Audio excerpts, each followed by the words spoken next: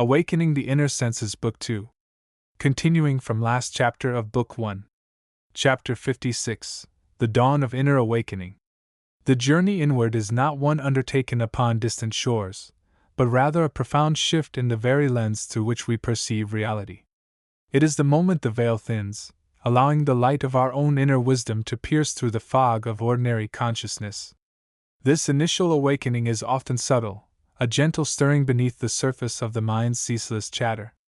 It is the recognition that there is more to existence than the fleeting sensations and thoughts that typically capture our attention. This nascent stage of inner exploration marks the beginning of a pilgrimage to the landscapes of the self, realms where the boundaries of the physical body recede and consciousness expands into dimensions previously unseen. It is here, within the vast expanse of the inner territory, that we begin to encounter the subtle energies and intricate patterns that underpin our being and our experience of the world. The first step upon this path is often characterized by a growing curiosity about the nature of the self, a sense of dissatisfaction with superficial explanations, and an intuitive knowing that there is a deeper reality waiting to be discovered. It is as if a hidden door begins to creak open, revealing a vista beyond the familiar. This initial spark is the seed from which the entire journey of inner awakening grows. As this seed germinates, subtle shifts begin to occur within the consciousness. The mind, once dominated by the incessant stream of thoughts and worries, starts to quieten. This quieting is not merely the suppression of thoughts, but rather the emergence of a state of presence, where the observer becomes aware of the thought process itself without becoming entangled within it. This heightened awareness is the first tangible sign of the expanding consciousness, the beginning of the process that will eventually lead to a more profound exploration of the inner territories. In this state of quiet presence, the first glimpses of the inner world begin to emerge. These initial perceptions may be fleeting and fragmented, like scattered pieces of a puzzle waiting to be assembled. They might manifest as vivid dreams, spontaneous bursts of inspiration, or moments of profound clarity that transcend ordinary understanding. These experiences serve as pointers, inviting the aspirant to look beyond the surface of the physical world and into the deeper dimensions of existence. The landscape of the inner territory is vast and multifaceted, encompassing a wide range of subtle energies, vibrational frequencies, and intricate patterns of consciousness. It is a realm where the laws of physics as we know them do not necessarily apply, where time and space may be experienced differently, and where the nature of reality itself can be perceived in a more holistic and interconnected way. As the journey progresses, the aspirant begins to develop the necessary tools for navigating this inner landscape. These tools include practices such as meditation, contemplation, and various forms of energy work, which help to cultivate awareness, refine the senses, and open the channels of perception to the subtler aspects of existence. Each practice serves to deepen the understanding of the inner world, revealing new layers of reality, and expanding the capacity of the consciousness to perceive and interact with these dimensions. The first chapter of this journey is therefore one of awakening, of recognizing the potential for inner exploration and beginning to cultivate the awareness necessary to embark upon this pilgrimage. It is a stage of preparation, where the foundation is laid for the more profound discoveries that lie ahead. It is a time of wonder and anticipation, as the aspirant begins to glimpse the vast and wondrous landscape of the inner territory, ready to embrace the challenges and rewards that this journey of self-discovery has to offer. As we move forward, we will delve deeper into the specific characteristics of the inner landscape, exploring the various dimensions, energies, and inhabitants that populate these realms. We will examine the nature of the subtle bodies, the role of intention and thought in shaping our inner reality, and the methods for navigating this terrain with greater awareness and purpose. The journey inward is a profound and transformative one, and by embracing the principles outlined in this initial chapter, we lay the groundwork for a lifelong exploration of the boundless potential of the human consciousness. Chapter 57: The Luminous Pathways and the Weavers of Vibration. The journey through the inner realms continues, not as a mere traversal of distinct locations, but as an immersion into the very fabric of existence itself, woven from pure energy and consciousness. We leave behind the more geographically defined landscapes of the lower astral planes, where form was often a distorted reflection of earthly thought, and step into territories of profounder light and more intricate design. This is an area where the subtle interplay of vibration becomes the primary characteristic of the scenery, and the inhabitants are less individual entities and more the expressions of collective frequencies. Imagine, if you will, moving through a region where the traditional concepts of up and down lose their meaning. Gravity, as we understand it, is a forgotten concept here. Instead, the sensation is one of effortless floating, yet it is not aimless drifting. There is an undercurrent, a gentle guidance, much like a river carrying a leaf downstream. This current is the collective consciousness of the realm, the shared vibration of the beings and the space itself. It flows towards areas of increasing light and harmonious frequency, drawing the traveler along the most efficient path of spiritual evolution. The scenery in this part of the inner world is breathtakingly beautiful, yet utterly different from anything the physical senses could ever comprehend. It is not composed of rock, water, or air as we know them, but of vibrational fields of light. These fields are not static, they are in constant, dynamic flux, shifting and blending in ways that defy description. One moment, the light might form intricate, fractal-like patterns, spiraling outwards from a central point with impossible complexity. The next, these patterns might dissolve into a flowing, liquid luminescence, like molten gold or sapphire, shifting colors and textures with every breath. These luminous fields are not merely decorative, they are the very essence of the realm's energy. They represent different states of consciousness, different levels of vibration. Areas dominated by bright, clear white light often signify states of high purity and unity, places where the separation between self and other has largely dissolved. These are zones of peace and profound understanding. Other regions might glow with softer, warmer hues, golds, oranges, and gentle reds, perhaps indicating areas of creative energy, unconditional love, or the processing of past experiences with compassion. Interspersed within these light fields are vibrational pathways. These are not solid roads, but rather lines of higher, more focused vibration, channels of pure potential. They shimmer with an inner light, sometimes pulsating gently, other times radiating with a steady, guiding energy. Traveling along these pathways feels like aligning oneself with the very flow of the universe, each step or shift in consciousness bringing a sense of resonance and expansion. They represent the most direct routes for spiritual advancement, the most efficient ways to navigate the inner cosmos. Some pathways are broad, seemingly open to all, while others are narrow and intensely focused, requiring a specific state of mind or level of vibration to traverse. The inhabitants of this realm are primarily not individualized beings in the human sense, but rather concentrations of specific vibrations, thought forms given coherence by shared intention, and expressions of the realm's own consciousness. They are less like separate entities and more like different colors within the light itself. Consider the beings of pure light.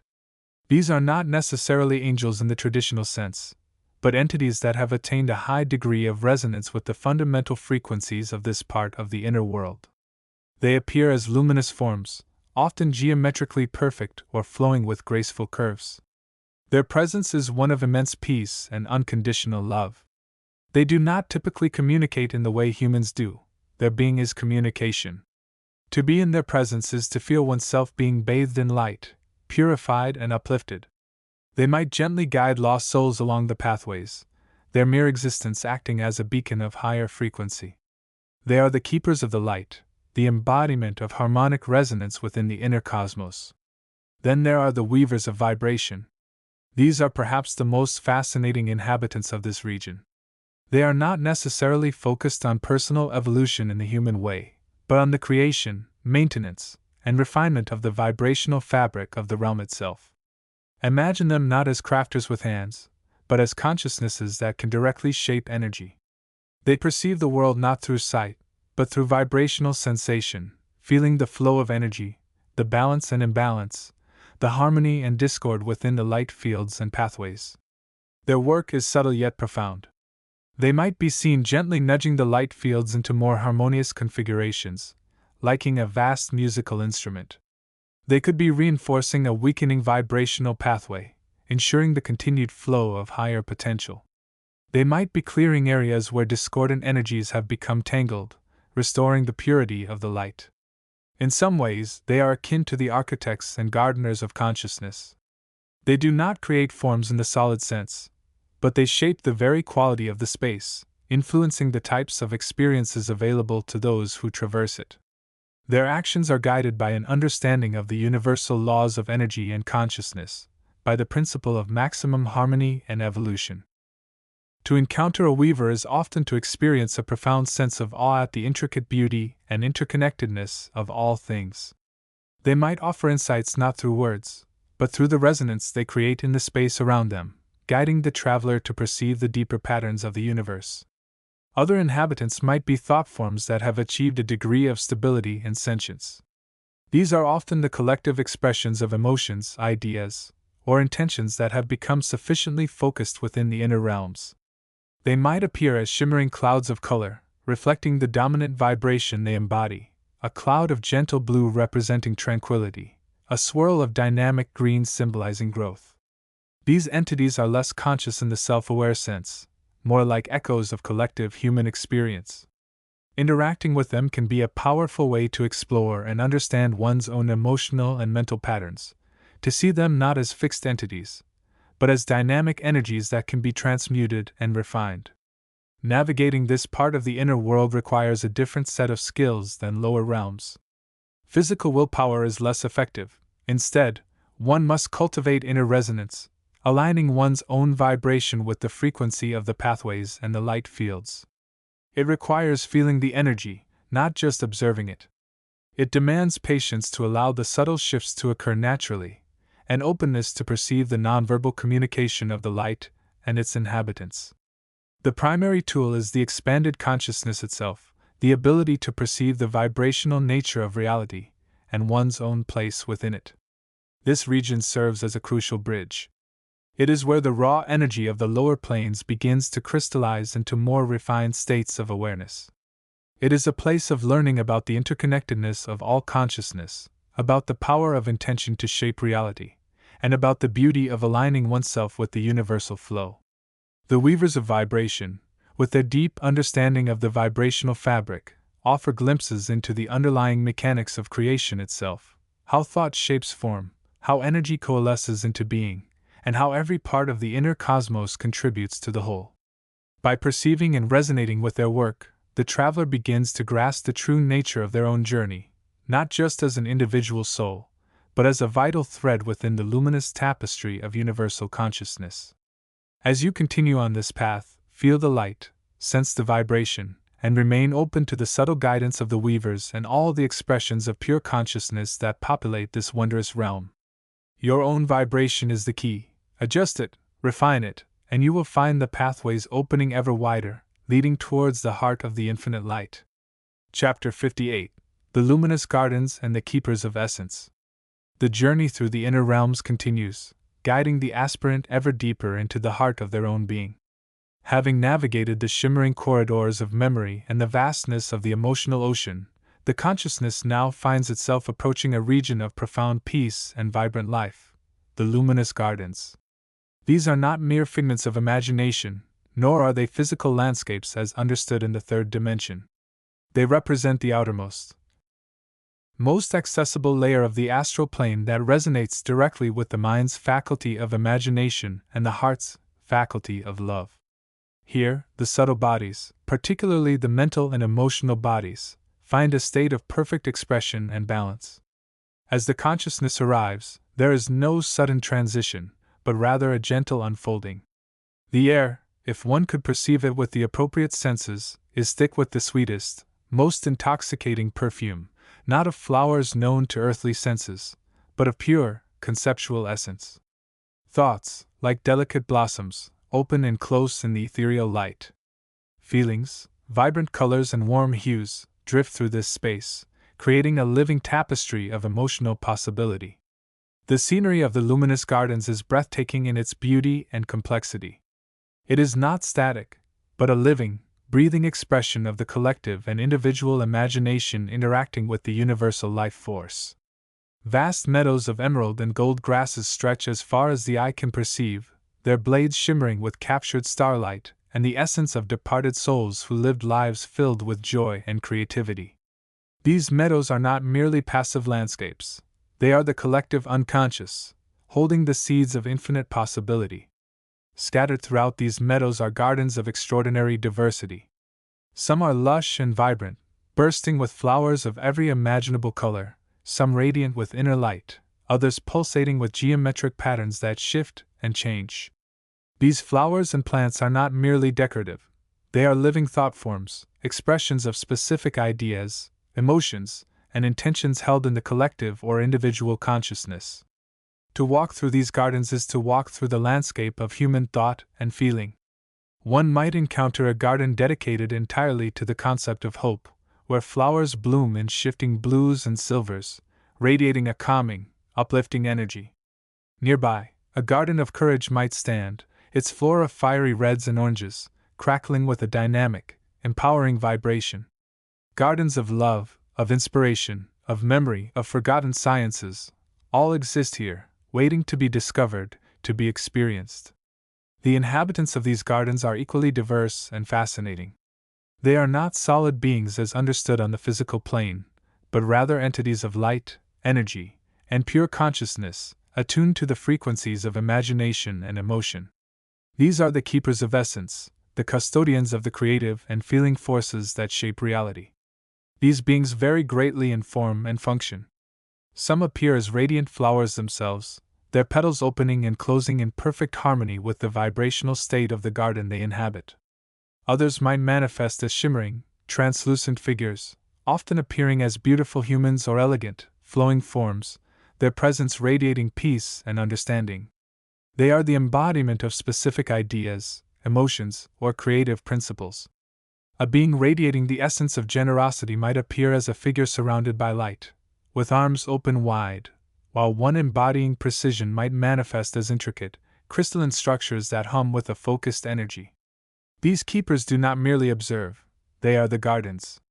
They are the living custodians of the creative potential held within these spaces. They attune the gardens to the flow of universal life, ensuring the delicate balance between the expression of thought and the nurturing of feeling is maintained. They are the guardians of the seeds of possibility, carefully tending to the potential for new ideas and emotional experiences. Their nature is one of profound peace and unconditional love. They do not judge the thoughts or feelings that manifest in their gardens. Rather, they observe, learn, and sometimes subtly guide.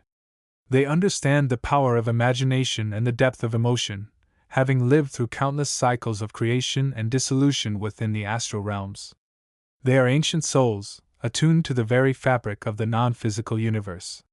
Interacting with these keepers can be a profoundly transformative experience for the traveler. To simply bask in their presence is to bathe in the pure essence of the emotions and ideas they represent. One might find oneself drawn to a specific garden, a place where a particular feeling or thought resonates deeply. Here, one can connect with the keepers of that space, offering thanks for their guardianship, or requesting guidance in understanding a specific creative or emotional blockage. The keepers, sensing the intention and vibration of the visitor, may offer subtle insights, share fragments of understanding, or even assist in the visualization or manifestation of a desired state of being or a creative project. They understand that the energy of the astral plane, particularly within these gardens, can be reflected back into the physical world, influencing the reality of the individual. They act as catalysts, helping to bridge the gap between the inner world of thought and feeling and the outer world of manifestation. Spending time in the luminous gardens is like visiting an infinite library of the human soul, a living museum of emotion and creativity. It is a place where one can recharge the mental and emotional bodies, replenish their reserves of creative energy, and gain a deeper understanding of the interconnectedness of all thought and feeling. As the consciousness prepares to move on, it might spend some time in a central clearing, a place of perfect balance, where the vibrations of all the gardens converge. Here, one can integrate the experiences, absorbing the pure essence of the luminous gardens and the wisdom of the keepers. It is a place of quiet contemplation, a moment to reflect on the power of the imagination and the heart, and to set intentions for how this newfound understanding and energy might be integrated back into the waking life. Leaving the luminous gardens is not a departure, but a transition. The beauty and peace of this realm linger, carried within the consciousness like a sweet fragrance. The lessons learned about the power of creative visualization, the importance of emotional balance, and the interconnectedness of all life are now available to be woven back into the tapestry of daily existence. The journey continues deeper still, into the heart of the self and the universe. Chapter 59: The Threshold of Inner Light Illuminating the Foundation. The path towards the higher realms, the more radiant and liberated planes of being, is not a mere traversal across vast distances, though it certainly involves navigating different densities. It is fundamentally a journey inward, a process of inner illumination where the very substance of the self is transformed from matter-bound consciousness into a form capable of perceiving and interacting with the undifferentiated light itself. We stand now at a significant threshold. Having explored the nature of the lower astral plane, its shimmering yet often deceptive landscapes born of thought forms and emotional residue, we gain a crucial perspective. That realm, while offering experiences of vividness and sometimes startling clarity, remains largely a reflection of the collective and individual consciousness, colored by the duality of pleasure and pain, love and fear. It is a plane of potent energies, yet energies still largely shaped and constrained by the very patterns of consciousness they emanate from. To truly step beyond the limitations imposed by this duality, to begin weaving the fabric of a higher self capable of navigating the realms of pure spirit and unconditioned light, requires a dedicated commitment to inner purification and the cultivation of a specific state of awareness. It demands moving beyond merely seeing the astral light shows, however fascinating, towards becoming the light itself, or at least, becoming increasingly transparent to it.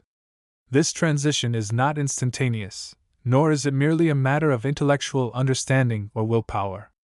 It is a gradual unfolding, a deepening into the self, where the veils of personal history, ingrained biases, emotional attachments, and mental conditioning begin to thin. It is the process of shedding the layers of personality built up through life's experiences, layers that have served the ego's survival and identity but now act as barriers to the full expression of one's innate spiritual nature. What does this foundational work involve? It begins with the persistent practice of quieting the mental noise. The incessant chatter of the mind, the constant stream of thoughts, judgments, worries, and desires, these are the primary obstacles. They create a mental static that obscures the deeper inner resonance, the subtle whispers of intuition, and the gentle glow of inner guidance.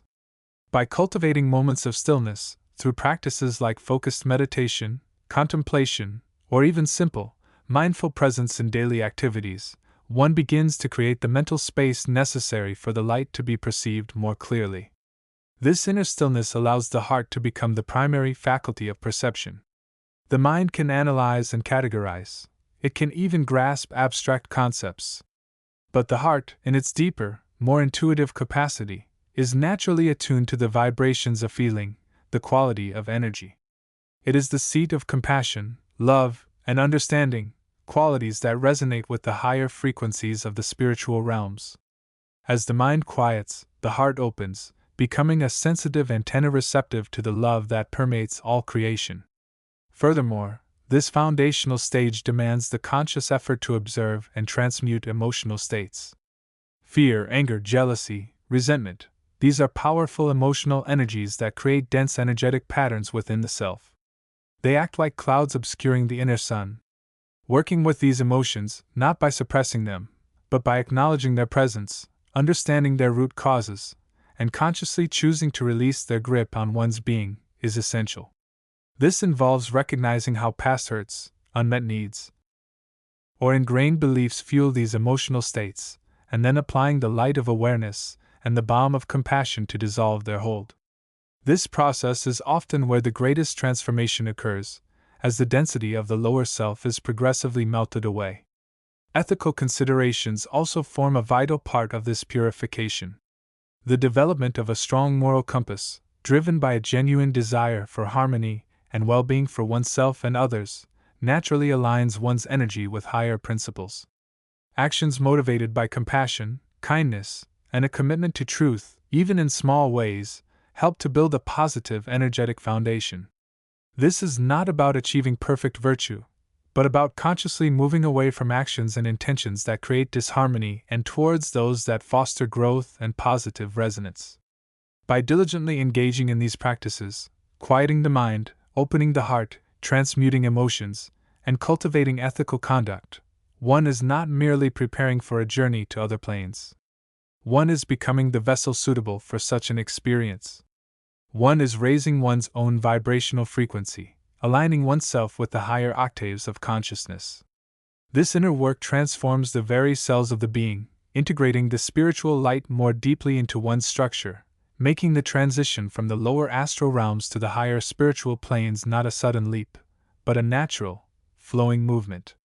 This chapter, therefore, serves as an essential primer. It outlines the foundational practices required to begin the inner alchemy necessary for navigating the more radiant landscapes. It is the grounding work, the preparation of the inner soil before the seeds of deeper spiritual perception can be sown and allowed to flourish. Understanding this foundation is crucial before venturing further into the specific characteristics and inhabitants of those higher realms where the unconditioned light truly shines unobstructed.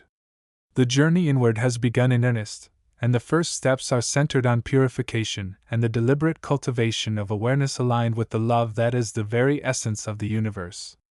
The threshold is not merely crossed by physical means, but by the transformation of the inner world. Are you ready to begin this inner purification, to illuminate the foundation upon which the brighter realities of spirit are built? Navigating the subtle vibration of integration. We now arrive at a pivotal threshold, a region where the energies of the astral plane begin to subtly intermingle with the higher vibrations of the mental and spiritual realms. This is not a sudden leap, but a gradual merging, a softening of the density that characterize the more purely emotional landscapes we have traversed.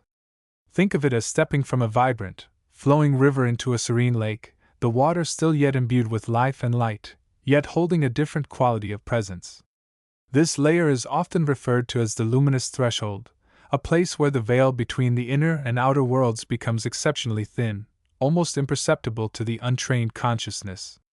It is here that the raw emotional currents of the astral plane begin to crystallize, taking on a more refined, almost ethereal quality. The colors are still intense, yet they possess a greater clarity, less shadow. The sounds are still resonant, yet they carry a deeper harmonic. A sense of resonance that speaks not just of feeling, but of the understanding behind the feeling. The nature of the scenery, illuminated realms and shifting landscapes. The landscape here is less defined by dramatic geographical features and more by the pervasive quality of light and the subtle shifts in vibrational density. You may find yourself moving through what appears to be a boundless expanse of brilliant, shimmering light. This is not the stark, harsh light of the lower astral, but a gentle, all-pervading luminescence, like the soft glow of dawn breaking over a vast, silent ocean. This light is alive, dynamic, constantly shifting and flowing, reflecting the underlying vibrational patterns of the plane. Sometimes, this light coalesces into forms, vast, intricate mandalas of color, spirals of pure energy, or fields of radiant light that pulse gently. These are not solid objects in the physical sense, but rather patterns of vibration made visible through the heightened sensitivity of your expanded awareness. They often carry inherent qualities. A mandala of soft blues might evoke a sense of peace and introspection, while a dynamic spiral of fiery oranges could signify creative energy or the upward flow of will. The landscape is also characterized by a sense of fluidity and change. The forms and colors you perceive may shift and transform before your eyes, sometimes slowly, sometimes rapidly. This is not necessarily chaotic, but rather a reflection of the constant state of flux inherent in the subtle realms. What you perceive as a place is less a fixed location and more a field of dynamic energy, constantly unfolding and reforming. There may be areas of intense light and color, representing high vibrational states, and areas of relative stillness, perhaps containing deep, resonant frequencies of emotion or understanding, waiting to be perceived. The inhabitants, beings of light and consciousness. The inhabitants of this luminous threshold are diverse, reflecting the blend of emotion and nascent intellect we have discussed. You may encounter entities that appear as shimmering, translucent forms of light, often in human-like shapes but sometimes more abstract or flowing. These are often entities that are in the process of integration, beings who are learning to consciously navigate their emotional energies and are beginning to explore the higher mental and spiritual dimensions. Their presence is often one of gentle awareness, sometimes playful, sometimes contemplative. They may not engage in direct interaction unless you project a state of openness and curiosity. Their communication is often telepathic, conveying feelings, impressions, and simple thoughts rather than complex verbal messages. They are often guided by a sense of inner harmony and the exploration of light's qualities, understanding colors, sounds, and vibrational patterns. You may also perceive the presence of more evolved entities, those who have mastered the emotional currents and now dwell in states of high awareness, often serving as guides or observers within the astral realms. They appear as figures of brilliant light, radiating a sense of peace, wisdom, and unconditional love. Their presence can be profoundly uplifting, offering insights into the nature of consciousness and the path of spiritual evolution. They may offer subtle guidance, helping you to navigate the energies, understand the patterns you perceive, and recognize the opportunities for growth and integration. Additionally, you may encounter what are sometimes called thought forms or emotional echoes. These are not necessarily conscious entities, but rather patterns of energy and feeling left behind by the thoughts and emotions of other beings. In this layer, they can be particularly vivid, manifesting as shimmering colors, shapes, or sounds that reflect the emotional state of their originator. Observing these can offer valuable insights into the nature of consciousness and the interplay of thoughts and feelings, but it is important to approach such encounters with discernment and not get overly attached. They are reflections, not necessarily direct expressions of conscious will. Navigating the subtle currents. Traveling through the luminous threshold requires a different set of skills than navigating the more turbulent lower astral planes. The primary challenge is maintaining a state of balanced awareness. The sheer vibrancy and beauty of the light and the subtle energies can be overwhelming, potentially pulling your focus into purely sensory or emotional experiences. It is crucial to maintain a sense of inner stillness, observing the scenery and the inhabitants without becoming lost in the spectacle. Focus on your breath, on the feeling of your own expanded consciousness. Acknowledge the feelings and impressions you perceive without judgment, allowing them to flow through you like the light itself. Trust your intuition and your inner guidance. The beings you may encounter here are generally benign, but as always, your state of consciousness is the primary determinant of the nature of your interactions. Pay attention to the patterns and colors you perceive. They are not merely decorative. They carry information about the vibrational state of the area and the underlying energies at play. Notice how the light feels on your energetic body. Is it warm, cool, tingling, soothing? These physical sensations are valuable feedback, indicating how the environment is interacting with your own energy field. This layer is also a powerful place for inner reflection. The relative stillness and clarity offer an opportunity to explore your own inner landscape, to observe the patterns of your own thoughts and emotions with a new perspective. You may find insights emerging about your own state of consciousness, your relationship with your emotions, and your path of spiritual growth. The integration of experience. The luminous threshold serves as a crucial bridge, integrating the lessons learned from the more emotionally charged astral realms with the higher vibrations of the mental and spiritual planes. It is here that the raw emotional data begins to be processed, transformed, and integrated into a broader understanding of consciousness. The experiences here, while often beautiful and uplifting, are still part of the process of mastering the self. The key is not just to perceive the light and the beings, but to understand the meaning behind the experience. What are the colors you perceive reflecting within you? What are the patterns of energy mirroring in your own life?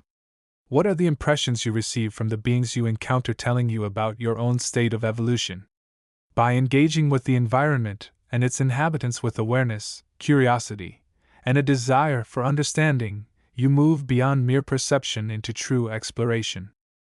You are not just a visitor in this realm, but an explorer, using the experiences to gain deeper insights into the nature of your own consciousness and your place within the vast tapestry of existence. As you navigate this luminous landscape, remember that the light you perceive is not just external, it is also an expression of the inner light of your own awareness. By embracing the clarity and vibrancy of this threshold, you are strengthening that inner light, preparing yourself for the even higher realms that await and bringing greater integration, understanding, and peace into your physical life. The journey continues, guided by the light itself. Chapter 60: The Inner Sanctuaries and Overview. The journey through the inner planes is less a matter of traversing vast geographical distances and more a profound shift in the very fabric of perception. It is an inward voyage, a pilgrimage into the soul's own territory, where the landscapes are not formed by rock and soil, but by thought, emotion, and the resonance of consciousness itself. To speak of these inner sanctuaries is to begin to map the unseen dimensions that underpin our physical existence, realms where the laws of matter are different, where time flows differently, and where the primary currency is not gold or power, but the quality and vibration of the consciousness. Think of the physical world you perceive through your five senses as the outer crust, the most dense and tangible layer of reality. Beneath this crust lies a progressively denser and more subtle series of realms, often referred to as the inner planes. These are not separate locations out there somewhere, but rather exist as layers of potentiality within and around the physical universe, accessible through the act of directed consciousness. They are the domains of thought, feeling, spirit, and the archetypal patterns that inform all manifestation. The lowest of these inner planes, the one most immediately adjacent to the physical world, is often termed the mental plane. This is the realm where thoughts take on a degree of substance, where ideas resonate and interact. It is a vast expanse, not necessarily of mental noise as one might imagine, but of vast fields of conceptual possibility. Here, the thoughts of individuals and collective thought forms weave a complex tapestry. It is a realm of potential, of blueprint, of the as yet unmanifest. Clarity of thought, the ability to discern truth from illusion, and the cultivation of a refined mental focus are key qualities needed to navigate this plane with understanding. It is the workshop of the Creator, where intentions are shaped and plans are laid. Beneath or interwoven with the mental plane lies the emotional plane, often called the astral plane in certain traditions, though this term can carry specific connotations we will explore. This is the vast ocean of feeling, the realm where the vibrations of emotion resonate most strongly. It is not merely a place of fleeting moods, but a deep wellspring of sentiment, where the collective and individual emotional currents form palpable currents and landscapes. Joy, sorrow, love, fear, anger, these are not just human experiences here, they are fundamental forces shaping the environment. Healing emotional wounds, understanding the nature of feeling, and learning to navigate the tides of emotion with equanimity are primary lessons on this plane. It is the sphere of heart-centered awareness, where empathy and compassion find their most potent expression. Further inward still, beyond the realms primarily dominated by thought forms and emotions, resides the plane often associated with the deeper self, the soul, and the presence of the higher self or spirit. This is the domain of pure spirit, the realm of being itself, sometimes referred to as the spiritual plane or the intelligible plane. Here, the focus shifts from mental manipulation and emotional experience to the simple state of being. It is characterized by a sense of peace, unity, and connection to the ultimate source. The forms here are less concerned with external manifestation and more with inner essence and consciousness. It is a realm of light, love, and truth, where the individuality of the separate self begins to dissolve into the oneness of universal consciousness. Accessing this plane involves practices that transcend the purely mental and emotional, engaging the heart and the deeper aspects of the soul. These three primary inner planes, the mental, the emotional, and the spiritual, form a kind of triad, each influencing the others and reflecting different facets of the evolving consciousness. They are not necessarily rigidly separated by walls, but rather exist in layers of increasing density and subtlety, much like the atmosphere surrounding the Earth, becoming progressively thinner and more ethereal as one moves further inward. The journey through these planes is not merely a matter of intellectual understanding or emotional exploration, it is an embodied experience. It requires a willingness to attune one's instrument, the self, to the frequencies of these different realms. It demands practice, patience, and a persistent commitment to the expansion of awareness beyond the limitations of the physical senses and the conditioned mind. As we stand at the threshold of this inner territory, it is crucial to approach with reverence and an open heart. The inner planes are not playgrounds for the unprepared, nor are they mere fantastical landscapes. They are living, breathing dimensions, intricately woven into the fabric of existence, reflecting the collective and individual states of consciousness. They offer profound opportunities for healing, growth, self-discovery, and connection to the deeper aspects of our being and the universe itself. Understanding their nature, their interplay, and the methods for navigating them is the first step on a path that leads not just inward, but ultimately, to a fuller realization of our true nature and our place within the infinite tapestry of reality.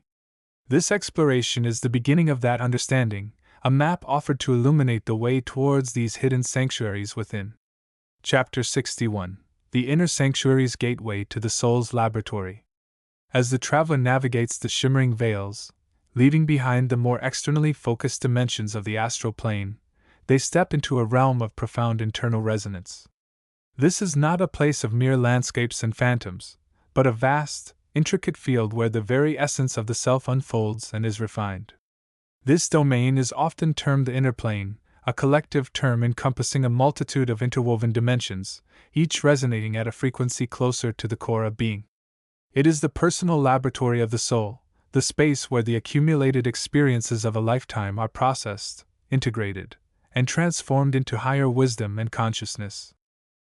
The scenery of the inner plane is less about topographical features and more about the quality of the energy field itself. It is a landscape of feeling, thought, and vibration. One might perceive vast, shimmering fields of pure emotion, rolling hills of contemplative thought, or crystalline structures pulsating with intuitive insight. These aren't static backdrops but dynamic environments that shift and change based on the traveler's own internal state and the nature of the experiences they are encountering. The colors here are often deeper, more saturated, reflecting inner states rather than external light. Golds might signify unconditional love, deep understanding, or connection to the divine core. Blues and violets can represent peace, tranquility, or the exploration of deeper spiritual truths. Reds might indicate areas of intense emotional processing, passion, or the clearing of old patterns. These are not literal colors but vibrational signatures felt deeply within. The inhabitants of the inner plane are primarily the souls themselves, existing in various states of consciousness. This is not merely a place one visits, it is the fundamental reality for the consciousness between physical lives. Here, the distinction between self and other often softens, as the underlying unity of consciousness becomes more apparent. One might encounter ascended masters and soul groups, beings of high vibration who act as guides, teachers, and sources of inspiration, offering wisdom and assistance to those navigating the inner realms. Their presence is often one of immense peace, clarity, and unconditional love.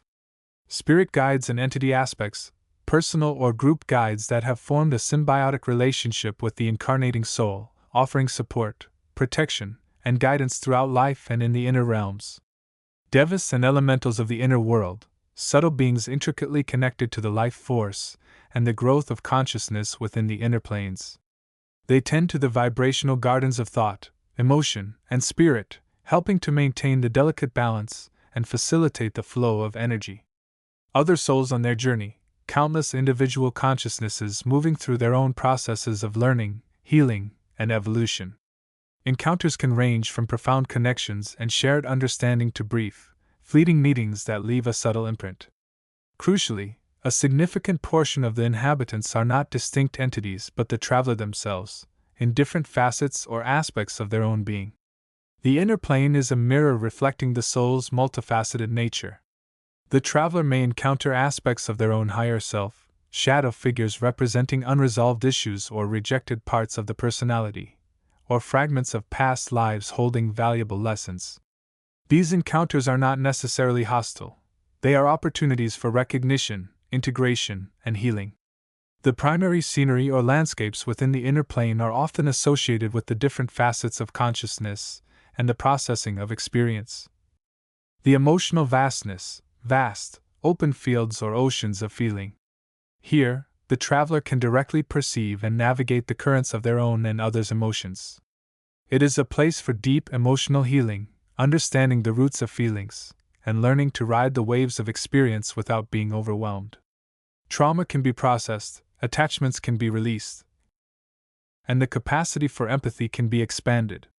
The contemplative grove or hall of records, quieter, more structured spaces dedicated to thought, memory, and learning. Here, the intricate tapestry of a life's memories can be reviewed, lessons extracted, and understanding deepened. It is like a vast library or archive of the soul's experiences, where the meaning behind events can be discerned. Creative inspiration often flows freely here, as the mind connects to its pure, unfiltered state. The field of intuitive awakening, areas characterized by a palpable sense of inner knowing. Intuition becomes the primary mode of perception.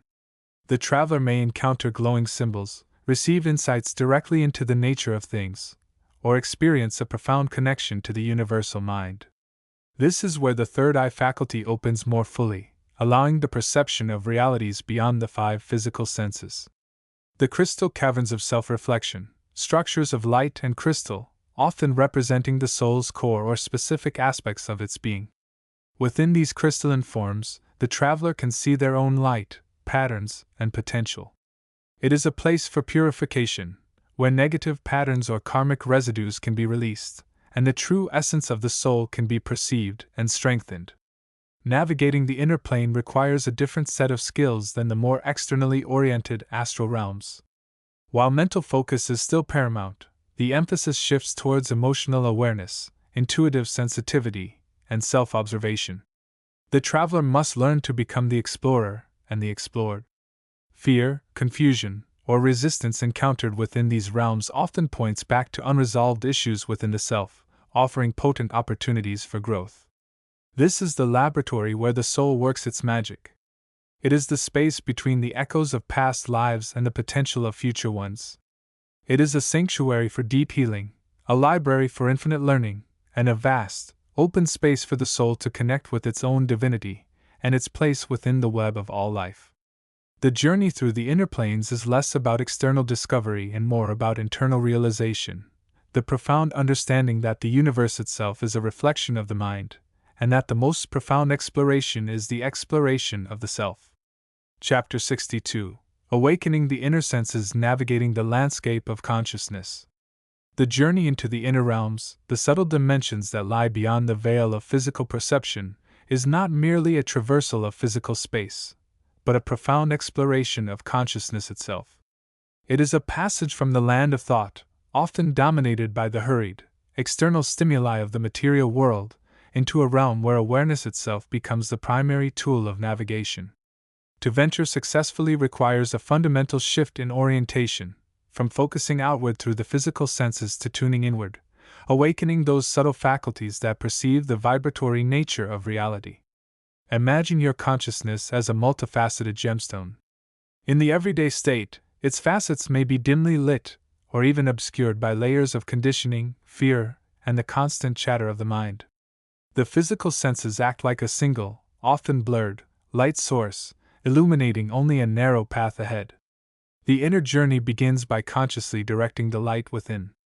This involves awakening the inner senses, the subtle organs of perception that allow us to register the colors, sounds, textures, and energies of the non-physical worlds. These inner senses are not dormant.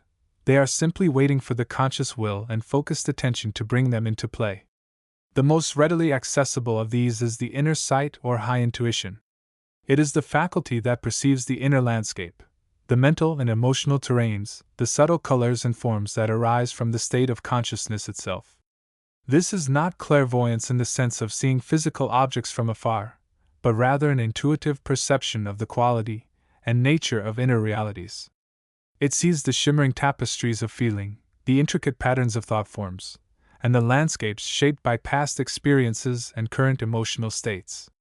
To cultivate inner sight is to learn to quiet the incessant mental noise and allow the eyes of the soul to open. It is like learning to see the subtle energy fields that surround all things, the auric colors that reflect the state of being. This perception initially might manifest as fleeting images, intuitive knowing without logical reasoning, or a sense of knowing something without having a clear memory of how you know it. It requires patience and persistent practice, like any other skill. Alongside inner sight, the inner hearing must be developed. This is not merely hearing thoughts in the head, but perceiving the subtle sounds of the inner world. These sounds are often not audible in the conventional sense but are registered by the soul's ear. They can range from the profound silence of deep meditation to the gentle hum of universal consciousness, the resonant tones of emotion, or the clear, resonant voice of intuition itself. Sometimes, inner sounds can be perceived as music, chimes, or echoes that correspond to the vibrational state of the consciousness. Tuning the inner hearing involves learning to listen beyond the internal monologue, attuning to the deeper, more resonant frequencies of the inner environment. The inner touch or subtle feeling is another vital sense. This is the faculty that perceives the temperature, pressure, texture, and density of the inner landscape. It allows you to feel the resonance of objects, the subtle vibrations of energy fields, and the emotional feel of different states of consciousness or places within the inner world. It is the sense that allows you to feel the difference between the lightness of joy and the heaviness of sorrow, the density of a thought form versus the clarity of pure awareness. Developing this sense involves cultivating emotional sensitivity and learning to register the subtlest shifts in inner atmosphere. Finally, the inner taste or vibrational discrimination allows for the perception of the quality or flavor of inner realities. What is the vibration of this particular feeling? What is the essence of this thought form? What is the nature of this state of being? This sense provides a deeper level of understanding, discerning the subtle energetic signatures that define the inner world. It is the awareness of the unique energetic taste of joy, fear, love, understanding, or the countless other nuances of consciousness. Awakening these inner senses is the essential first step in navigating the subtle realms. It is the act of equipping the soul with its native instruments of perception, allowing it to read the map of consciousness itself. Without these senses awakened, the inner journey remains abstract, intellectual, or even confusing. With them developed, the inner world unfolds with increasing clarity, richness, and wonder. This process is not about replacing the physical senses, but about complementing them with a deeper, more comprehensive form of perception. It is about recognizing that reality is multilayered, and our awareness can be expanded to encompass dimensions beyond the purely physical. As these inner senses come online, the landscape of consciousness itself begins to transform from a confusing maze into a navigable territory, waiting to be explored with the curious cartographer that is your own awakened awareness. The journey from the land of thought to the realm of feeling and pure awareness becomes not just a possibility, but an accessible reality, opening the door to the vast, intricate, and profoundly beautiful inner universe. Chapter 63: The Foundation of Inner Consciousness, Understanding the Inner Self. The journey into the vast and wondrous realms beyond the physical eyesight is predicated upon a fundamental shift in awareness, a turning inward from the constant chatter of the outer world towards the quiet, luminous field of the inner self. Before delving deeper into the specific territories, the sceneries, and the inhabitants of the higher planes accessible through developed consciousness, it is crucial to establish a firm grasp on the very cornerstone of this entire exploration, the nature of the inner self itself. This inner self is not merely an abstract concept or a philosophical abstraction, it is a tangible, albeit invisible, field of consciousness, a luminous center of being from which the individual's experience of the outer world is filtered and interpreted. It is the seat of personal feeling, thought, and intention, the core around which one's unique inner landscape is built. Many seek experiences beyond the physical, yet often, the necessary preparation begins with a simple, yet profound, act, turning one's attention from the external stimuli and focusing it inward, onto this inner field. The physical body, while the vehicle for expression in the densest realms of existence, is not the self. It is a complex instrument, a temporary abode, subject to the cycles of birth, growth, decay, and death. The inner self, however, possesses a different quality. It is more enduring, more subtle, and operates on a different vibrational frequency. It is the conscious awareness that animates the body, yet it exists independently of it.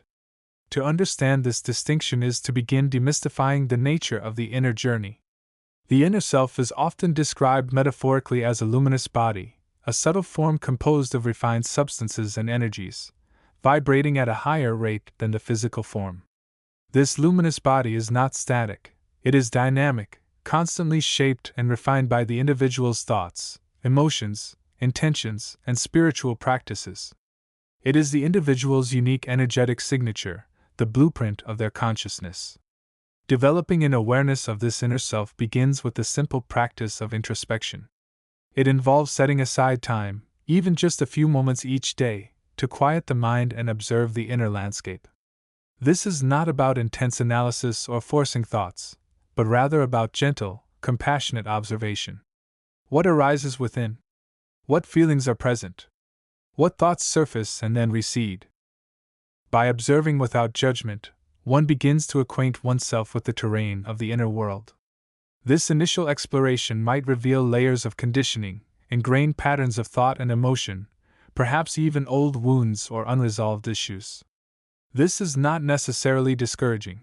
Rather, it is the initial mapping of the inner territory. Understanding these patterns is the first step towards consciously shaping and transforming them. The inner self is not fixed, it is malleable, capable of growth, refinement, and expansion through conscious effort and spiritual disciplines. As one begins to cultivate this inner awareness, the inner self starts to radiate a brighter light. This inner radiance is not merely metaphorical. It signifies an increase in the vibrational frequency of the consciousness. This inner light acts as a beacon, not only illuminating the inner landscape for the individual but also beginning to attract higher vibrations, both within the inner realms and potentially influencing the outer world through the principle of correspondence. The development of this inner awareness and the refinement of the inner self is the essential foundation upon which all subsequent explorations of the astral and higher planes are built. It is the key that unlocks the doorways within, allowing the consciousness to expand beyond its limited physical confines and begin experiencing the boundless vistas of the inner universe. This chapter serves as an orientation, a grounding in the understanding that the journey inward begins with the individual and their own consciousness. It is the recognition that the most profound exploration lies not beyond, but within, and that by cultivating awareness of the inner self, one prepares the vessel for navigating the magnificent and intricate sceneries that await. The inner landscape is the starting point, the home base, and the ultimate destination of the conscious exploration of consciousness itself. Understanding its nature and beginning to nurture its light is the first, essential step on this transformative path. Chapter 64: The Luminous Vistas and the Sentient Landscapes. The journey through the inner territories continues, carrying the aspirant ever further from the densest aspects of the mental and emotional bodies, towards realms of pure, radiant energy and conscious intelligence. We now arrive in regions often referred to as the luminous vistas, vast expanses of the astral plane characterized not by shadow or mere color, but by an overwhelming presence of light that is intelligent, alive, and imbued with meaning. These are not static backdrops but dynamic fields of consciousness, shifting and evolving in response to the consciousness of the observer and the universal energies that permeate all. Understanding the nature of luminous reality. Imagine, if you will, landscapes far removed from the familiar three-dimensional world. Here, the very air is composed of frequencies so high, so pure, that it manifests as light. This is not merely visual light, it is the fundamental substance of these realms, a tangible expression of vibrational energy condensed into a form understandable to the developed consciousness. The colors encountered are not pigments on a surface, but inherent qualities of the energy fields themselves, shifting and blending in ways that convey emotions, thoughts, and states of being directly to the sensitive awareness. These luminous vistas are not empty spaces. They are teeming with intelligence, often expressed through intricate and beautiful patterns of light. These patterns can form vast, flowing rivers of color, geometrically perfect mandalas that pulse with life, or sprawling, crystalline forests that glitter with an internal luminescence. These patterns are the physicalization of thought forms on a grand scale, the collective expressions of the consciousnesses that dwell within or traverse these regions. They are the astral equivalent of natural landscapes on our physical plane: mountains, valleys, plains, and forests, but woven from pure, living light and energy. The sentient landscapes, consciousness as geomancy. The truly remarkable aspect of the luminous vistas is their inherent sentience. These vast light forms are not merely passive environments. They are considered, in a sense, to be living beings, albeit of a different order than the more humanoid entities sometimes encountered. They possess a collective consciousness, a shared awareness that resonates with the energy of the region and the beings within it. Think of these landscapes as vast, conscious fields of potential. Just as the physical landscape shapes the life within it, these astral landscapes shape the experience of the traveler. A region dominated by gentle, flowing light might evoke feelings of peace, creativity, and connection, encouraging introspection and the release of gentle emotional patterns. An area filled with sharp, crystalline structures might resonate with clarity, structure, and the assertion of will, challenging the traveler to define their own boundaries and intentions. These landscapes are, in a profound sense, a form of astral geomancy. The patterns, the colors, the density, the flow, all these are expressions of consciousness manifesting in form. Beings of consciousness within these realms, including the more ethereal entities and the evolving light forms themselves, are constantly interacting with and shaping their environment. Their thoughts, emotions, and intentions leave imprints upon the luminous substance, contributing to the ever-changing tapestry of the luminous vistas. Navigating the consciousness of the land. Travel within these regions requires a different set of skills than navigating denser astral planes. Physical direction is less relevant than aligning one's own vibrational frequency with the intention of the journey. To truly perceive these landscapes, one must become a part of their light, allowing one's own consciousness to resonate with the dominant energy of the region. Obstacles are not necessarily physical barriers but energetic fields that require understanding and harmonization to pass through. A dense patch of shadow might represent a blockage within the traveler's own energy field, a place where lower vibrations are trying to anchor. A confusing maze of light patterns might symbolize the complexity of thought or the need to discern true intention from illusion. Navigating these areas often involves inner work, clearing emotional attachments, clarifying mental concepts, or aligning with a higher purpose. The inhabitants of these luminous vistas, whether they be subtle entities, other travelers, or the landscape itself, often communicate not through spoken words, but through the very quality of the light and the patterns it forms. The colors might shift to convey a message, a feeling might resonate through the being's core, or a specific pattern might form in response to a question held within the traveler's awareness. The landscape becomes a language, a living dictionary of light and feeling. The purpose of exploring the luminous vistas. The exploration of these regions holds significant value for the spiritual aspirant. They offer a profound opportunity to connect with the fundamental nature of reality as pure energy and consciousness. By perceiving and interacting with these living landscapes, one can gain insights into the nature of thought, emotion, and form itself. These realms serve as powerful catalysts for spiritual growth. The sheer purity and intelligence of the environment can help to dissolve lower personality traits and attachments. The challenge of navigating and understanding the landscape can foster inner clarity, strengthen will, and enhance the ability to perceive and work with subtle energies. Spending time in these luminous vistas can recalibrate the consciousness, filling it with the higher vibrations of peace, love, and understanding, and reinforcing the connection to the universal life force. Furthermore, these landscapes can be areas of profound healing and rejuvenation. The high-frequency, loving energy of these regions can help to clear deep-seated karmic patterns, repair damaged energy fields, and replenish the spiritual reserves of the traveler. They are places where the light of higher consciousness can illuminate the path forward, offering guidance and inspiration for the ongoing journey of evolution. As we continue our exploration, we begin to understand that the astral plane, far from being a mere realm of shadow or fantasy, is a vast, dynamic, and incredibly rich field of conscious energy, a living, breathing tapestry woven from the threads of collective thought and universal love. The luminous vistas stand as a testament to the incredible potential for beauty, intelligence, and evolution that resides within the non-physical dimensions, waiting to be perceived and experienced by those who are ready to awaken their own inner light. Chapter 65: The Luminous Vistas and the Sentient Landscapes. The journey through the inner planes, particularly the realms often termed the astral, unfolds not merely through the passage of time as perceived in the physical, but through the expansion and refinement of the conscious awareness itself. As the aspirant moves beyond the more turbulent or purely mental landscapes encountered in the lower and middle astral levels, a profound transformation begins. The very fabric of the environment shifts, becoming less about fleeting impressions and more about stable, resonant fields of consciousness manifesting as scenery. This is the domain of the luminous vistas and the sentient landscapes, areas where the distinction between observer and observed begins to blur, and the beauty of the inner world reveals its true, intricate nature. Imagine, if you will, leaving behind the perhaps chaotic phantasmagoria or the dense, emotional tapestry of the lower astral. You may find yourself ascending, not through a physical climb, but through the sheer force of will and the clarity of intent, towards regions of vastly different energetic quality.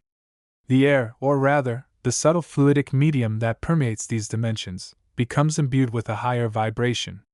It carries a sense of peace, of profound stillness underlying a subtle, vibrant energy. This is the signature of the luminous vistas. These vistas are not static paintings.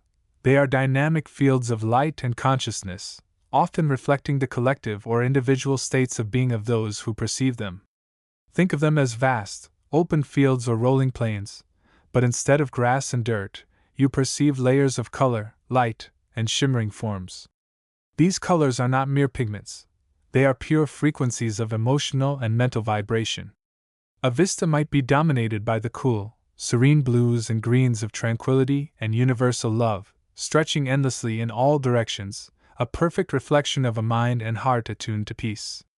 Another might blaze with the fiery oranges and reds of intense creative energy, passion, and will, perhaps bordering on the more active realms of the mental plane. The luminous aspect is key. These landscapes are often bathed in a gentle, internal radiance. It's not necessarily light from a sun, but rather the light of the environment itself, a glow that emanates from the very essence of the place, resonating with the inner light of the traveler. Obstacles, if they exist, often manifest not as solid barriers, but as shimmering veils of light, mists that dissolve with focused intent or a change in the observer's vibrational state. The scenery itself can be breathtakingly beautiful, ethereal mountains with crystalline peaks reaching towards shimmering, indigo horizons, lakes of liquid starlight reflecting the cosmos, or forests where the trees are composed of living, glowing energy, their leaves whispering ancient truths. Navigating these luminous vistas is often a matter of feeling the pull of the environment, sensing the resonance that calls to your own inner state. You might find yourself drawn towards a particular color, a specific area of light, or a subtle geometric pattern woven into the fabric of the landscape. There is a sense of effortless movement, a flow that aligns with the natural pathways of consciousness. You are less of a traveler across space and more of an explorer within a field of being. Yet, the luminous vistas are not merely passive backdrops. They are alive. This brings us to the concept of the sentient landscapes. Within and around these radiant fields exist regions where the consciousness of the environment is more pronounced, more individualized. These are not just places with a feeling, but places that are a feeling, a thought, an intention given form. Imagine standing on a hill within such a landscape. The ground beneath your feet is not inert soil, but a living, breathing field of energy, perhaps resonating with memory, creativity, or a specific type of love. The air itself might carry the subtle impressions of beings who have resonated with this place, leaving behind echoes of their presence. The trees, if present, might not just be passive structures, but entities in their own right, capable of subtle communication, offering wisdom or simply sharing their state of being.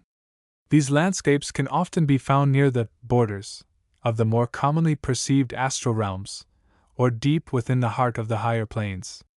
They might manifest geometric patterns, intricate mandalas of light and color representing universal laws or specific states of consciousness.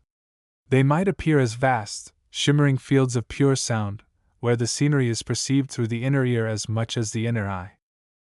Or they might be landscapes shaped by the collective consciousness, areas where human thought has, over vast periods, carved out specific resonant frequencies, creating regions of unique energetic signature. The inhabitants of these sentient landscapes are not necessarily discrete, humanoid figures, although they can be. More often, the inhabitants are the very essence of the place, the consciousness that gives it form and feeling. You might perceive entities that are more like thought forms, shimmering beings composed of pure intention and emotion. You might encounter landscapes that seem to possess a collective consciousness, akin to a vast, intelligent forest or a field of flowers, each part contributing to the whole. Or you might meet individual entities, perhaps more evolved souls or even aspects of the universal consciousness itself, who dwell within these resonant environments. Interacting with these landscapes and their sentient aspects is profoundly transformative. To simply perceive a sentient landscape is to begin to resonate with it. The environment can gently guide the traveler, offering insights through the feeling of the place, through resonant patterns, or through subtle, nonverbal communication from its inherent consciousness. It is a form of education, a way of learning through direct, experiential contact with states of being beyond the ordinary. The luminous vistas and sentient landscapes represent a crucial stage in the evolution of the inner explorer. They are places where the potential for beauty, peace, and profound understanding is immense. They are testaments to the idea that reality, even within the inner planes, is not merely empty space but a rich tapestry of interconnected consciousness, vibrating with light, color, and feeling. As one becomes familiar with these realms, the capacity for empathy, creativity, and connection extends beyond the physical, enriching the entire spectrum of consciousness. The journey continues deeper still, into the heart of the luminous and the living. Chapter 66. The Innermost Sanctum Realm of Integration and Self-Reflection. The journey through the inner planes unfolds in layers, each revealing deeper facets of the self and the universal consciousness. As one progresses beyond the realms primarily concerned with emotional processing and mental refinement, a profounder dimension opens, the innermost sanctum, often associated with the realm of integration and self-reflection. This is not a place of overwhelming sensation or external spectacle, but a domain of profound stillness, deep understanding, and a synthesis of experience into the essence of the being. Imagine, if you will, moving through the vibrational fields that mark the transition. The intensity of the emotional landscapes fades, replaced by a palpable sense of peace and quietude. The air is cool and crystalline, carrying the subtle resonance of pure being. No longer do you perceive dramatic shifts in scenery dictated by emotional states, but rather a stable, luminous backdrop that seems to emanate from within yourself. This is the stage upon which the intricate dance of integration unfolds. This realm is the crucible where the purified elements of the emotional and mental bodies are woven back into the fabric of the soul. It is here that the lessons learned, the experiences embraced, and the understandings gained on the lower planes are not merely stored but truly digested and assimilated. It is the space between the echoes of past experience and the unfolding potential of future expression. The scenery of integration. The scenery of this plane is less about visual landscapes and more about the quality of the energetic field one perceives. It is often described as a realm of shifting, interwoven light patterns.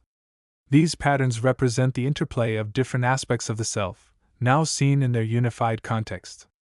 There might be areas of brilliant, steady light, symbolizing aspects of the self that have achieved a high degree of integration and clarity. These areas feel solid and grounding, radiating a warmth of inner certainty. Conversely, there might be subtle, flowing patterns of light in varying hues, representing the subtle energies of the soul's journey, the threads of past lives, the nuances of emotional understanding, the subtle currents of intuition. These patterns do not conflict but rather flow together, creating a complex, yet harmonious, tapestry. The overall impression is one of profound stillness, yet under that stillness lies an immense, dynamic activity, the activity of synthesis and understanding. Sometimes, one might perceive structures of light that resemble intricate crystal lattices or fractal patterns. These are not fixed buildings but rather symbolic representations of the soul's structure as it integrates experience. They show the underlying patterns of growth and development, the way one aspect of being supports and informs another.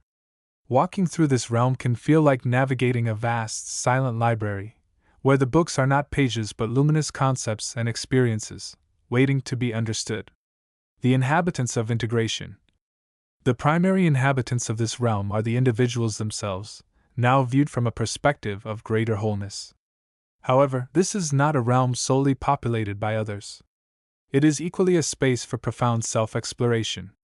One encounters aspects of the self that were perhaps shadowed or obscured in the more active realms. The integrated self. As one becomes more integrated, aspects of their higher self or soul consciousness may become more apparent. These might appear as shimmering, radiant figures that embody the qualities of wisdom, love, and peace. Interacting with these aspects can provide direct guidance and insight, helping to anchor the newly integrated understanding into one's daily life. Archetypal patterns. This realm resonates strongly with universal archetypes, patterns of being that have emerged through the collective human experience. These archetypes are not static figures but living, evolving patterns of energy and potential. Engaging with these archetypes allows for a deeper understanding of one's place within the larger tapestry of existence and the potential paths available for future expression. The inner guide. Within this realm, the inner guide often becomes more distinct and accessible. This is the aspect of the self that has learned to listen to the deeper guidance of the soul, cutting through the noise of the personal ego and societal conditioning. The inner guide helps navigate the complexities of the integrated self, offering perspective and clarity on life's purpose and direction. Transitional beings. One might also encounter subtle presences that represent the space between states, the transition from one level of being to another. These are not typically beings in the sense of distinct entities, but rather fields of energy that assist with the process of shifting and integrating states of consciousness. The nature of experience. The experience within the realm of integration is fundamentally different from that on the emotional or mental planes. It is less about feeling or thinking and more about understanding and feeling into. One engages with concepts and energies on a more direct, soul level. The process often involves receiving, allowing the patterns of light and energy to reveal themselves, perceiving the underlying truths and connections without the need for active analysis. Synthesizing, mentally and intuitively combining different aspects of experience, seeing how they fit together to form a more complete picture of oneself and one's journey. Reflecting, engaging in a form of inner contemplation, allowing insights to arise naturally from the stillness. This is not meditation in the traditional sense, but rather a state of receptive awareness where understanding unfolds. Acceptance, gaining a deeper acceptance of oneself, one's journey, and the nature of life's experiences. This acceptance is not passive resignation, but an understanding that all aspects of the journey serve a purpose in the process of evolution and integration. The purpose and significance. The realm of integration serves a critical function in the soul's evolution. It is the space where the raw material of experience is transformed into the wisdom of the soul. Here, the lessons learned are not just remembered but are woven into the very essence of the being, becoming part of the soul's blueprint for future incarnations and expressions. This realm reinforces the understanding that the self is not static but is an ongoing process of integration and growth. It provides a sense of wholeness and perspective, grounding the individual in the knowledge that their experiences, both joyous and challenging, are part of a larger, unfolding plan. It fosters a deeper connection to the universal life force, recognizing that the individual self is an integral part of the whole. The insights gained here often manifest in the physical world as a greater sense of inner peace, clarity of purpose, and a deeper understanding of oneself and others. It is the foundation upon which the final stages of spiritual awakening are built, preparing the individual for the exploration of even higher dimensions of consciousness. As one prepares to move beyond this realm, the understanding integrated here becomes a stable anchor within. The journey continues, but now, carrying the weight not just of potential, but of profound, synthesized wisdom. The path forward is illuminated by the light of self-knowledge, a direct result of navigating the silent, luminous corridors of the innermost sanctum. Chapter 67. The Dawn of Conscious Conception. Understanding the nature of the inner self. and its first steps into the unfolding realms. The journey inward is not merely a traversal of physical space, though it often begins with the body as its vessel. It is fundamentally a process of awakening, a blossoming of consciousness from its slumber within the dense fabric of the material form. To truly understand the landscapes beyond the veil, one must first grasp the nature of the explorer itself, the inner self, the consciousness unit, the spark of divinity residing within the heart of the human experience. For too long, the mind has been considered the seat of consciousness, the director of our lives. This is a limited perspective, akin to believing the captain of a ship is the entire vessel. The mind, while vital and active, is but one faculty of a much grander psycho-spiritual apparatus. It is a processor, a translator, often influenced by the dictates of the body and the conditioning of the outer world. It can be a whirlwind of thoughts, memories, and fleeting impressions, sometimes a helpful guide, often a noisy distraction. But who is the observer of these thoughts? Who is the witness that watches the mind's activity without becoming entangled in its narratives? This witness, this silent presence behind the mental chatter, is the true core of the inner self. It is the unchanging awareness, the eternal I am, the point of stillness amidst the ocean of mental activity. It is this consciousness unit that, upon achieving a degree of stability and clarity, begins to consciously extend its reach beyond the limitations of the physical body. This extension is the very essence of the first steps into the astral, or inner planes. It is not a physical migration in the conventional sense, but a projection of consciousness, ascending forth of the inner self, like a radiant sunbeam piercing through clouds, seeking the vast, luminous expanse that lies beyond the five physical senses. This initial projection often occurs during states of deep relaxation, meditation, or even profound sleep, when the body's demands soften and the mind's noise subsides, allowing the inner self to more easily awaken to its true nature and reach. The first encounters with the inner realms are often subtle, like gazing through a misty window. The inner self may sense a different quality of light, a subtle shift in the atmosphere of thought and feeling. It might perceive echoes of color or form that do not correspond to the physical world. These initial impressions are fragments, glimpses through a nascent awareness, yet they are potent indicators of a reality far richer and more intricate than the limited scope of the senses permits. The inner self, in its essence, is not bound by the constraints of the physical form. It possesses a fundamental mobility and freedom that the body lacks. It is the nature of this consciousness unit to explore, to inquire, to experience. When it begins to consciously reach beyond the body, it is engaging in its most fundamental drive, the drive to know, to expand its awareness, to touch the infinite. This initial projection is the first tentative step on a vast journey of discovery, a movement from the known confines of the personality, embodied and conditioned, into the unknown, luminous territories of the inner universe. Understanding this distinction between the mind and the inner self, between the personality and the consciousness unit, is crucial. The mind often acts as a gatekeeper, filtering or even preventing the conscious extension of the inner self through fear, doubt, or attachment to the physical world. The process of consciously exploring the inner realms requires the conscious intention of the inner self, an act of will that asserts its primacy over the mind's habitual patterns. It requires the courage to let go, even for a moment, of the body's perceived limitations and the mind's incessant commentary. As the inner self begins this initial outreach, it is like a seedling pushing through the earth, sensing the potential of the soil above. It may encounter a variety of subtle sensations and presences.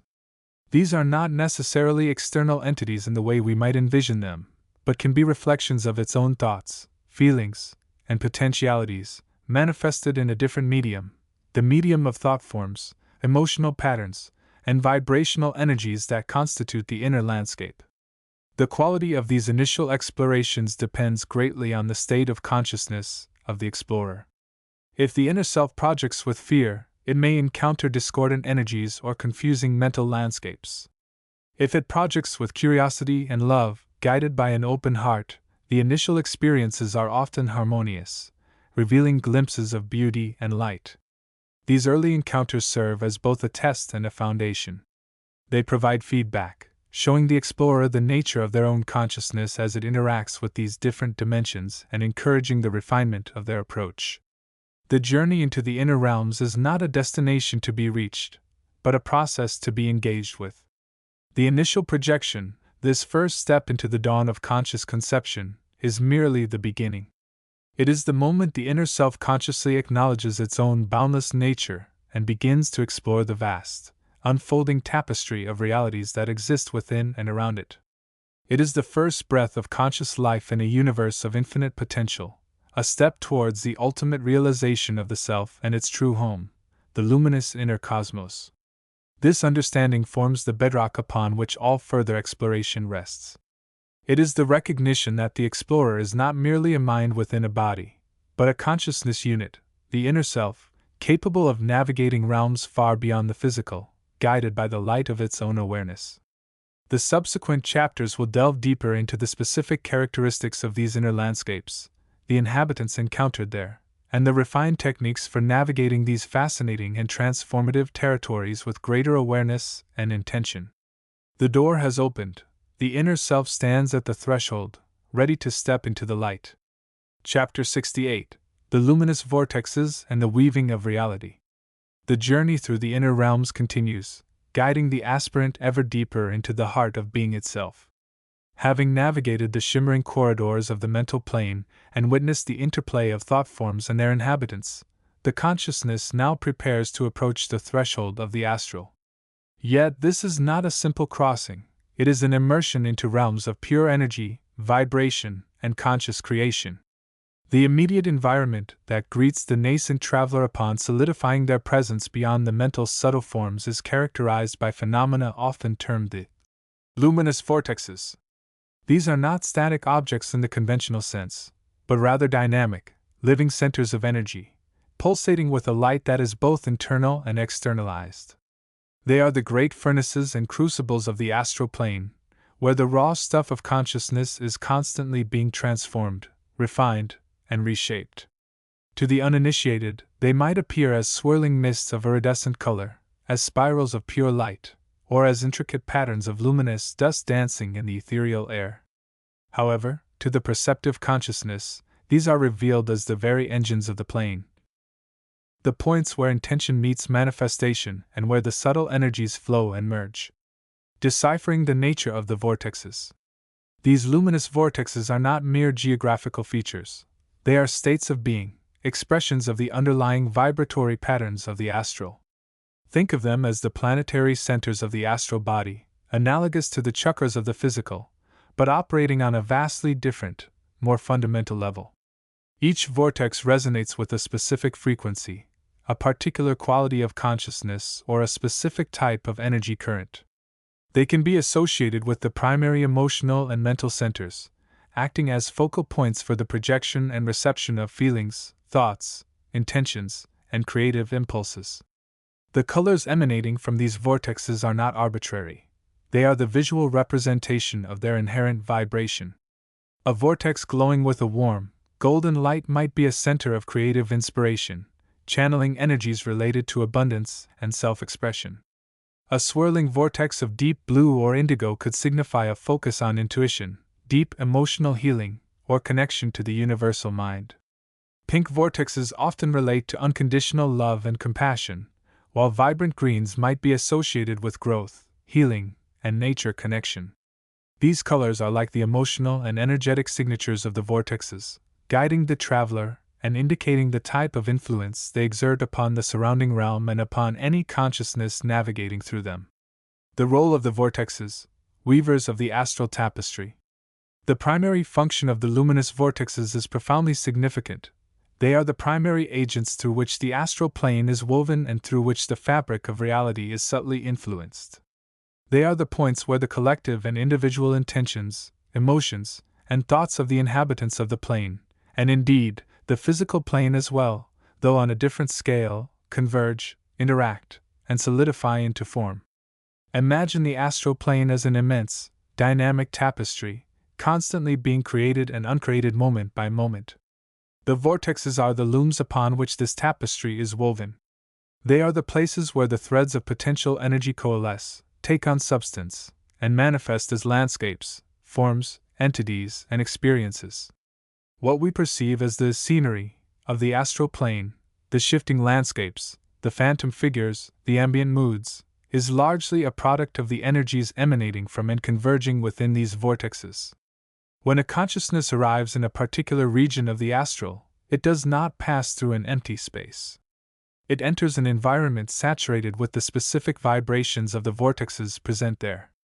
These vibrations immediately begin to interact with the consciousness itself, influencing its own energetic state, its perceptions, and its thoughts. The vortexes act as resonant chambers, amplifying certain qualities and tones within the consciousness, much like a specific chord drawn out on a musical instrument will highlight certain notes within the overall harmony. Furthermore, the vortexes are not isolated entities. They are interconnected, forming a vast, luminous network that spans the entire astral plane. Energies flow between them, creating currents and patterns that give rise to the larger structures and dynamics of the realm. This network is a living, breathing system, constantly adapting and responding to the collective consciousness of the universe. It is through this network that influences travel across the plane, and that the subtle nudging of destiny finds its expression. Navigating the vortexic fields. Approaching and navigating these luminous vortexes requires a specific orientation of consciousness. Firstly, there must be a recognition that these are not obstacles to be overcome, but allies and teachers to be understood. Fear is the greatest impediment, for the raw, concentrated energy can be overwhelming to the unprepared mind. Instead, approach with curiosity, openness, and a sense of reverence. The sensation of encountering a vortex can vary. It might feel like stepping into a warm, vibrant sea of light, the energy gently pulling and swirling around the body. It can be a feeling of being enveloped in a kaleidoscope of color, each hue resonating differently within the consciousness. Some may experience a sense of profound peace and clarity, while others might feel a stirring of deep emotions or a surge of creative inspiration, depending on the nature of the vortex. The key to navigating is not to resist the energy, but to allow oneself to be gently guided by it. Observe the colors, the patterns, the flow. Feel the resonance within the body and the mind. Notice how your own thoughts and emotions are affected. The vortexes are mirrors, reflecting back the state of the consciousness. They are also transmuters, capable of refining and elevating the energy if the approach is one of willingness and receptivity. One can choose to simply observe, absorbing the vortex's energy and allowing it to wash over the aura. Alternatively, one can consciously attune to a specific vortex, aligning one's own vibratory rate with its frequency. This can be a powerful method for receiving specific types of energy, for accessing certain states of consciousness, or for sending focused intentions out into the astral field, contributing to the very weaving of reality. The vortexes as reflections of the inner self. On a deeper level, the luminous vortexes are powerful reflections of the individual's own inner landscape. Just as the physical body has centers of energy, chakras, the subtle bodies, particularly the astral, have their own dynamic focal points. The state of these vortexes within the individual's own energy field mirrors the state of their consciousness, their emotional world, and their creative potential. By observing the vortexes on the astral plane, one can gain profound insights into their own inner dynamics. A vortex that appears dim or disorganized might indicate an area within the self that requires attention, refinement, or healing. Conversely, a vortex that shines with brilliant, coherent light can signify a well-developed and harmonious aspect of the personality, or a powerful creative channel.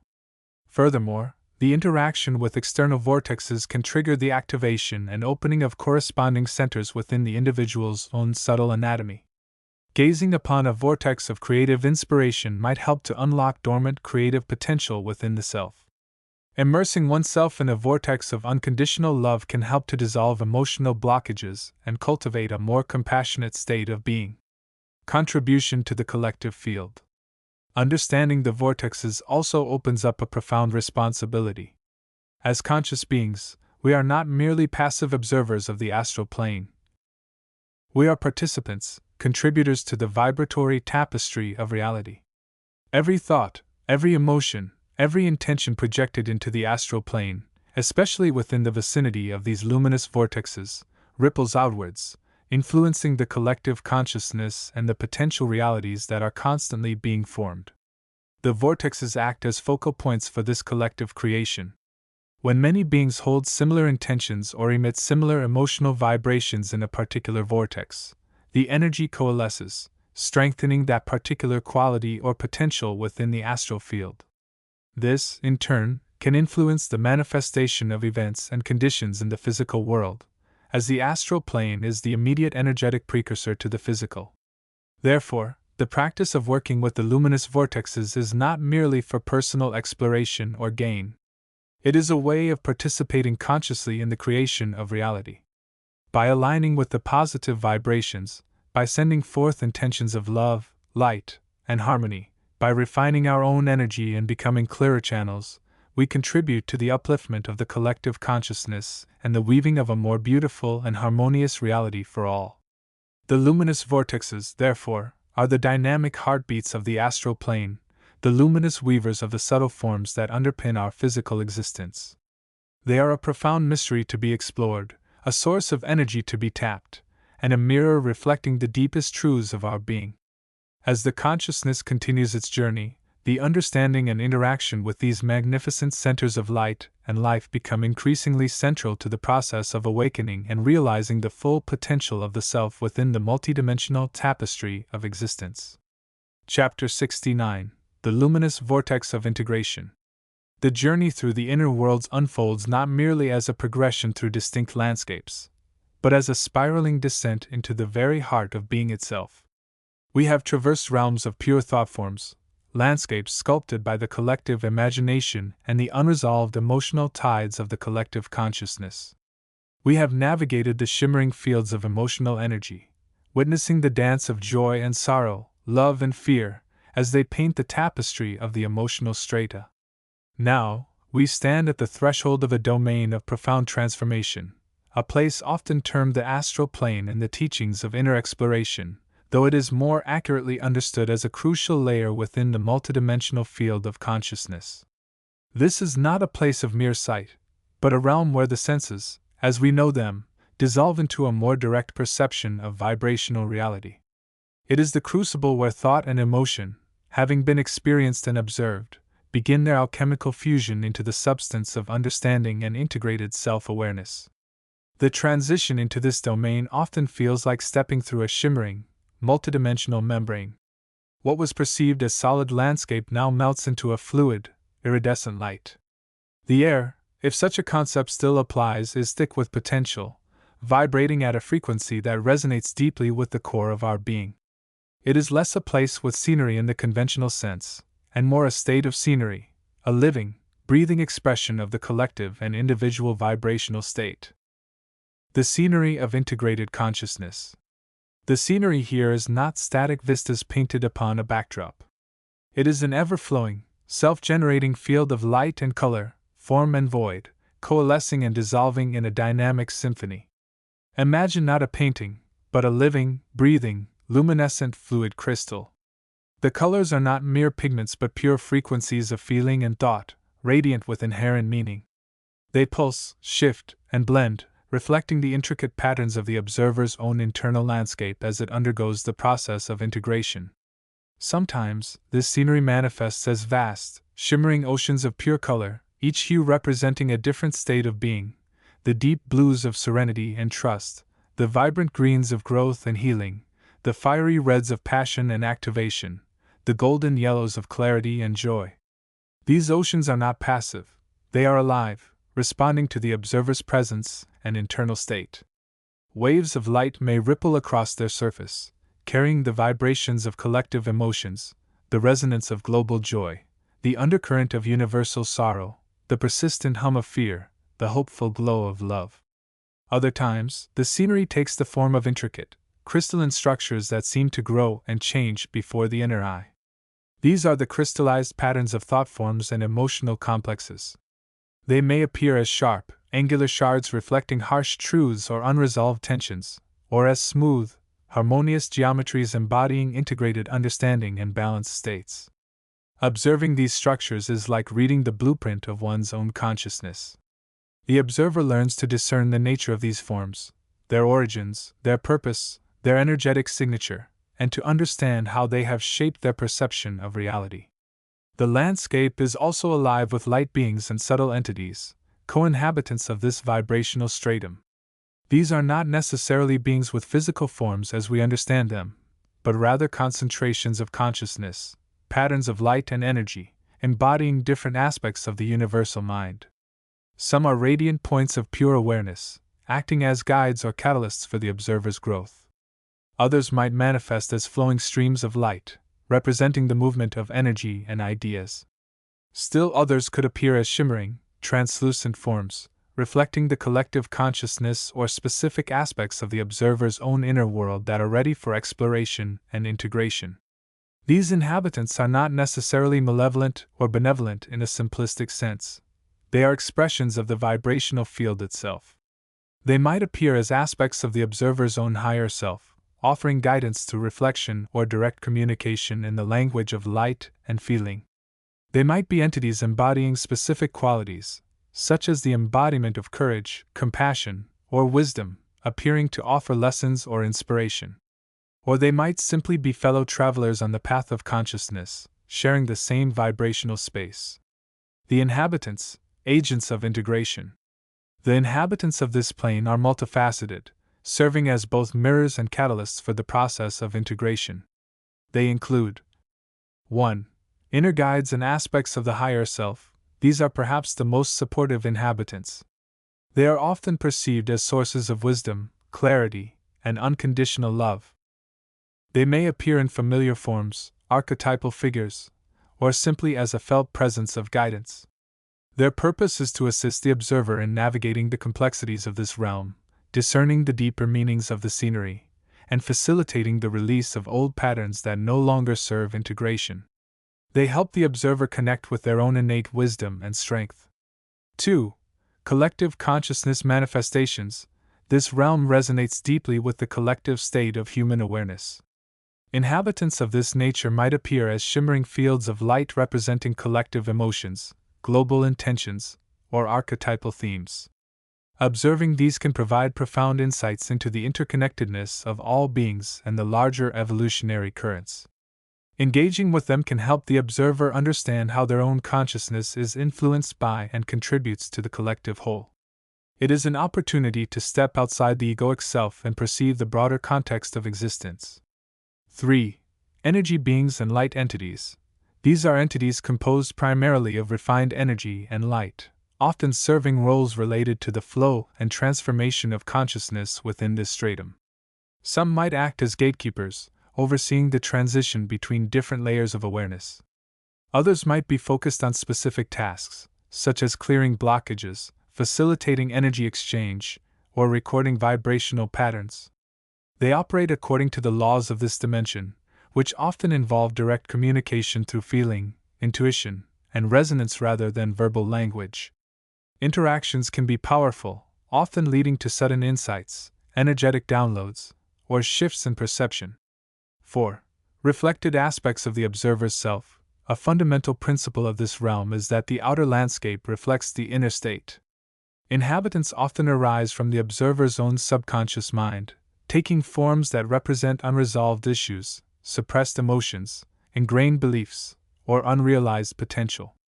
Encountering these shadow aspects is not meant to be confrontational, but rather to provide an opportunity for acknowledgement, understanding, and integration. By meeting these parts with compassion and awareness, the observer can begin to heal and unify previously fragmented aspects of their psyche, leading to a more holistic sense of self. Navigating the realm with consciousness. Traveling through this domain requires a different set of navigational tools than the physical world or even the purely mental realms. It is less about direction and more about resonance and attunement.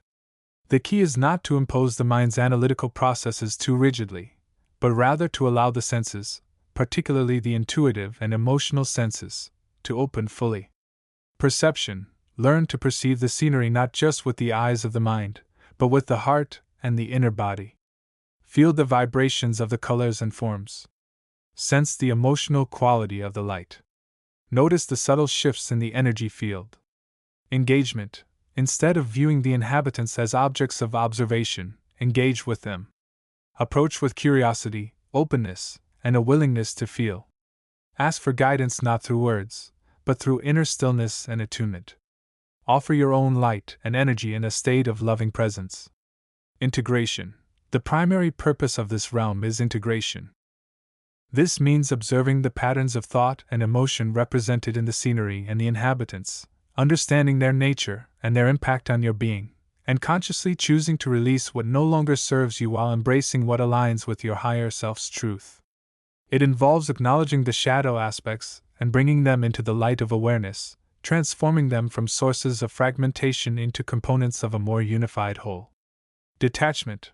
While engagement is key, maintain a degree of inner detachment. Do not become overly identified with the forms or the emotions you perceive. Remember that this is a reflection, a field of potential, and not necessarily objective reality in the way we perceive the physical world. This detachment allows for objective observation and facilitates the integration process without becoming overwhelmed or lost in the scenery. This stage of the journey is profoundly transformative. It moves beyond mere observation of inner worlds towards direct participation in the alchemy of consciousness. The scenery and its inhabitants become the raw materials for the creation of a more integrated, awakened self. It is a place where the inner and outer realities begin to converge, where the patterns of the mind and heart are woven into the fabric of a deeper, more unified understanding of self and existence. The path forward involves not just seeing the light, but becoming the light, integrating the reflections into the radiant whole of the emerging consciousness. Chapter 70. The Vehicle of the Soul Understanding the Astral Body. The journey inward, the exploration of the vast territories beyond the physical shell, necessitates a fundamental shift in perspective regarding the very instrument through which this exploration is conducted. We have journeyed, using the techniques learned, navigating the initial landscapes of the astral plane. We have glimpsed its shimmering lights, felt its different atmospheres, and perhaps even made fleeting contact with its subtle inhabitants. Yet, to truly understand the nature of this journey, to navigate with greater awareness and intention, we must turn our focus inward once more and examine the extraordinary vehicle that carries the soul, the so-called astral body. It is a common tendency, born of our physical conditioning, to cling to the notion of the body as purely material, a fixed and immutable structure. We perceive its form, its limitations, its needs, and we identify with it almost entirely. However, the moment we begin to explore consciousness beyond the confines of the physical senses, we encounter a different reality. We discover that there exists a counterpart to the physical body, a vehicle designed not for the dense world of matter, but for the realms of energy, thought, and feeling. This subtle body, often referred to by various names across different traditions, the astral body, the ethereal body, the vehicle of the soul, operates on an entirely different principle than its physical counterpart. It is not constructed of the same dense, mineral, and organic substances. Instead, its substance is of a more refined yet potent nature. It is composed of what might be termed subtle matter or energy substance. This is not to be confused with the electromagnetic fields that science measures, though it shares a related quality. It is a form of matter that is far more fluid, more responsive to thought and feeling, and capable of permeating and moving through the denser physical matter that constitutes the physical world. Imagine, if you will, a delicate, shimmering web, or perhaps a form woven from luminous threads of light. This is not static. It is alive with a dynamic energy that resonates with the state of consciousness of the individual. Its appearance is not fixed. While it often retains a general resemblance to the physical body, its form can be more or less distinct, more or less vibrant, depending on the state of the individual's consciousness, their level of vitality, and their degree of development. It possesses a certain degree of inherent intelligence and can, to a large extent, shape itself according to the needs and intentions of the conscious mind. One of the most remarkable characteristics of the astral body is its permeability. While the physical body is constrained by the three-dimensional space we perceive, the subtle body can pass through physical objects. This is not a violation of physical law in the way we might imagine, but rather an expression of its nature as subtle energy interacting with other forms of energy and matter on a different vibrational level. Think of it like water passing through a sponge, or light passing through sheer fabric. The physical object, for the astral body, ceases to present a solid barrier. This ability allows the soul to explore spaces and dimensions that would be inaccessible to the physical vehicle. Furthermore, the astral body is the seat of the emotional and mental bodies. It is not just a passive vehicle, it is imbued with the capacity to feel and to think.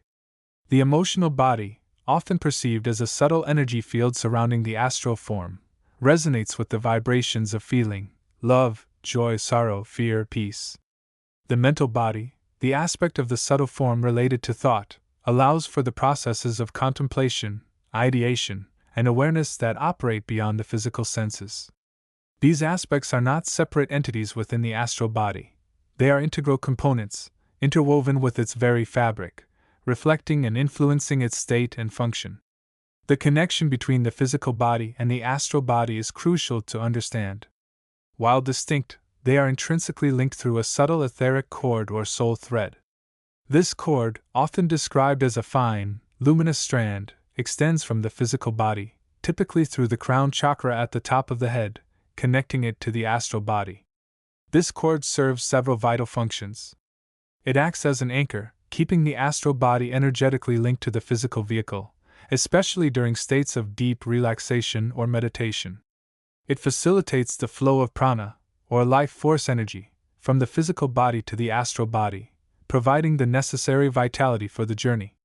It also serves as a conduit for the transmission of consciousness back and forth between the two bodies. However, this connection is not always equal. The physical body, while the anchor, can also act as a filter or a source of distraction. Its needs, its anxieties, its physical sensations can pull the awareness of the conscious mind back into the physical realm, making travel in the astral plane challenging, especially for beginners.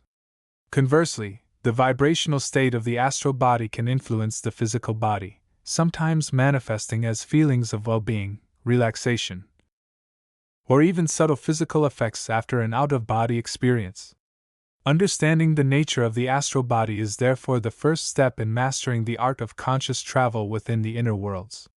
It is recognizing that we possess a dynamic, subtle vehicle capable of navigating realities far beyond the physical.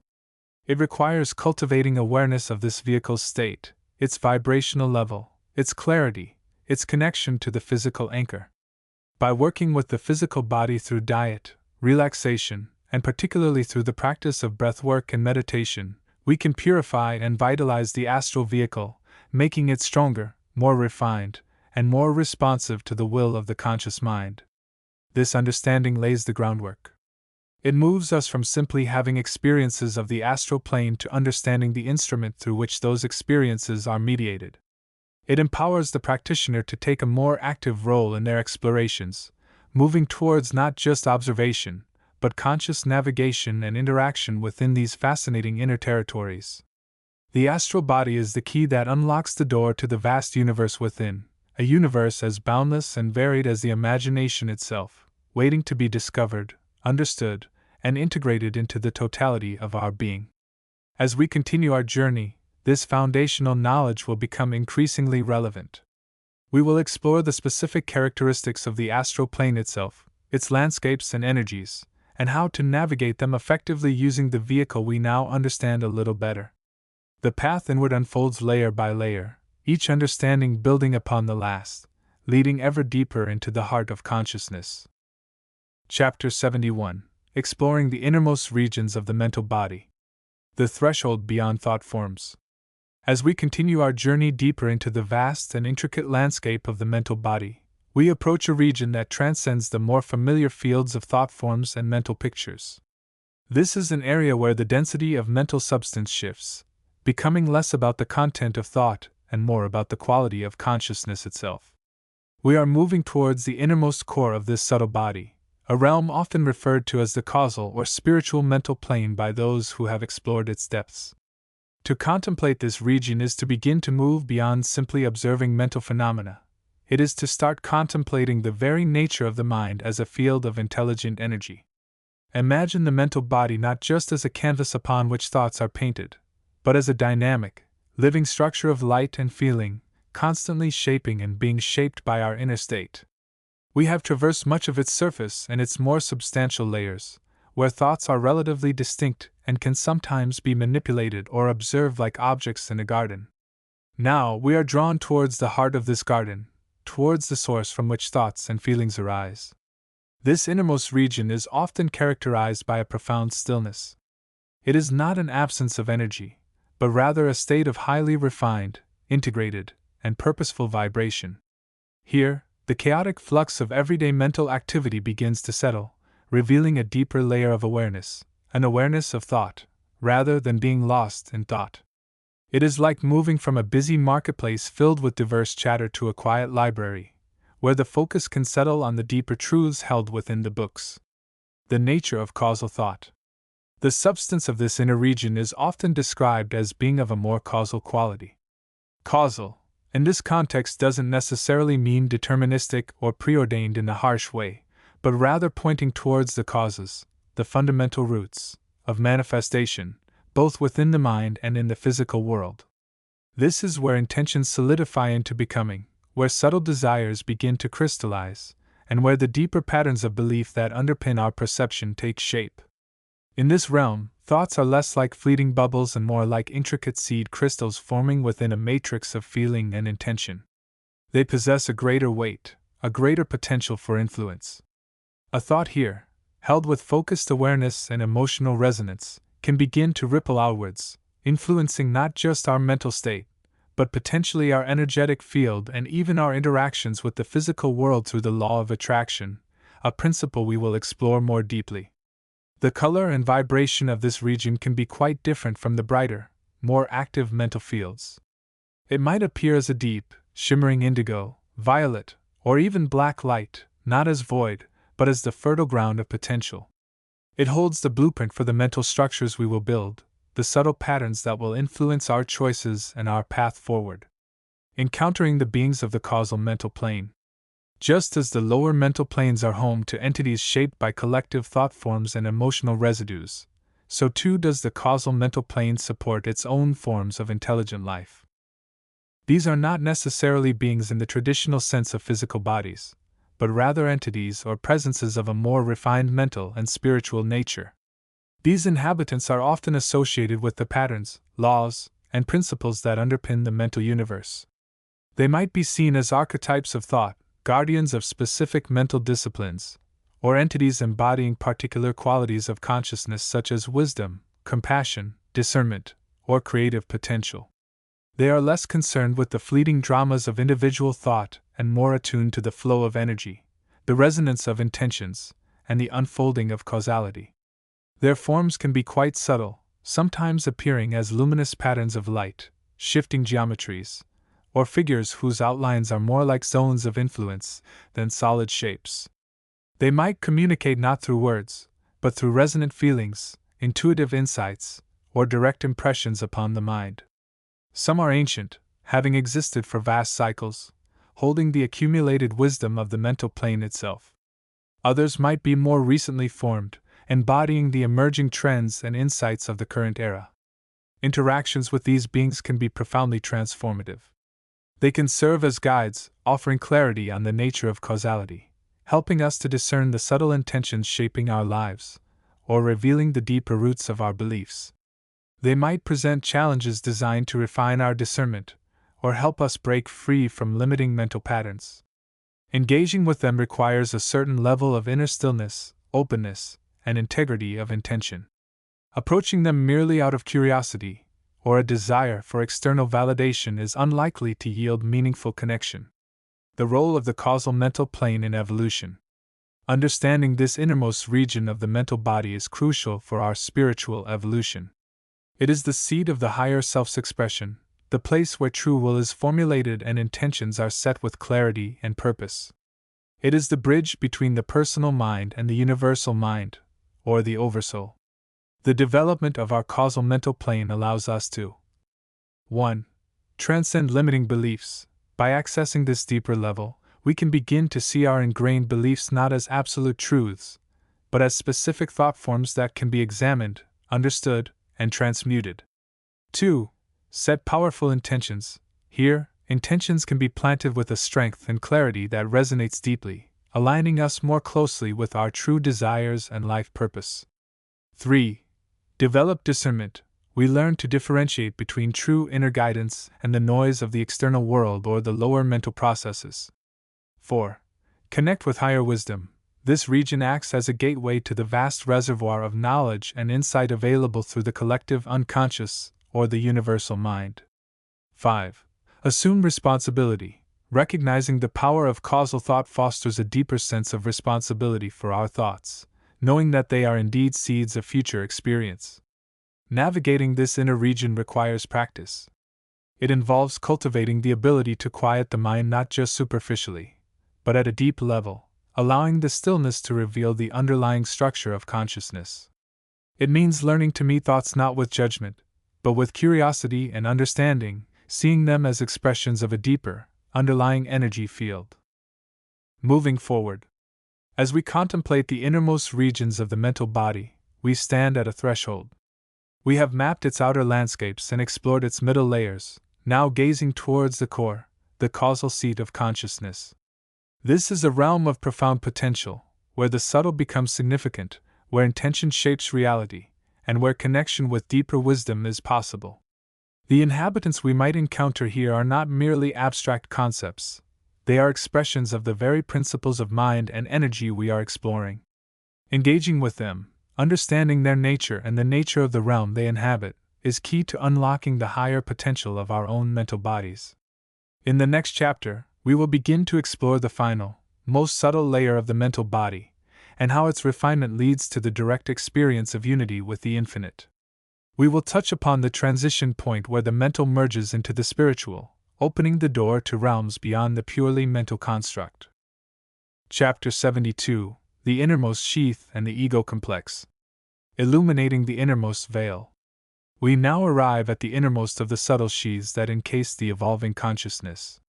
This is the sheath often referred to as the ego complex, though it is far more than a mere collection of thoughts and identifications. It represents the culmination of the personal mind's activity over countless lifetimes, the intricate web of self-concept that the individual has built as a shield and a measure of their experience. It is the seat of the personal will, the sense of I amness as distinct from the universal I am. This layer is not inherently negative. It is the vehicle through which the individual has learned, acted, reacted, and accumulated the patterns that make up their unique life path. However, when the consciousness seeks higher states of awareness and begins to explore the inner planes, this complex can become a significant obstacle. Its tight grip on identity and its attachment to past conditioning can create a resistance to the broader, more fluid states of being encountered in the astral and higher realms. The nature of the ego complex. To understand this sheath, we must recognize that it is not a physical entity, but a highly organized field of mental and emotional energy. It is constructed from 1. Thought forms, decades, centuries, even millennia of persistent thoughts, beliefs, judgments, and concepts have solidified into energetic structures within this sheath. These are the mental walls that define the perceived self. 2. Emotional patterns, intense and recurring emotional experiences, joys, sorrows, fears, desires, attachments, aversions, have imprinted themselves here, creating emotional resonances that can trigger strong reactions even when the conscious mind is attempting to observe inner space. 3. Past life echoes, impressions from previous incarnations, particularly those involving strong identifications, conflicts, or significant achievements, are often stored within this complex. These echoes can subtly influence present perception and behavior, pulling the consciousness back into familiar, yet perhaps limiting, patterns of response. 4. Identification with the personal self. Perhaps the most fundamental aspect of the ego complex is the deep-seated identification of the I with the body, the mind, the personality, and the accumulated history. This identification creates a sense of separation from the universal self, from other beings, and from the flow of the universe itself. It is like a dense, intricate tapestry woven from the threads of thought, emotion, and experience.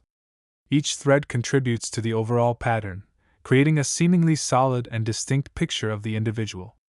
This tapestry is the ego complex, the innermost sheath through which the personality expresses itself.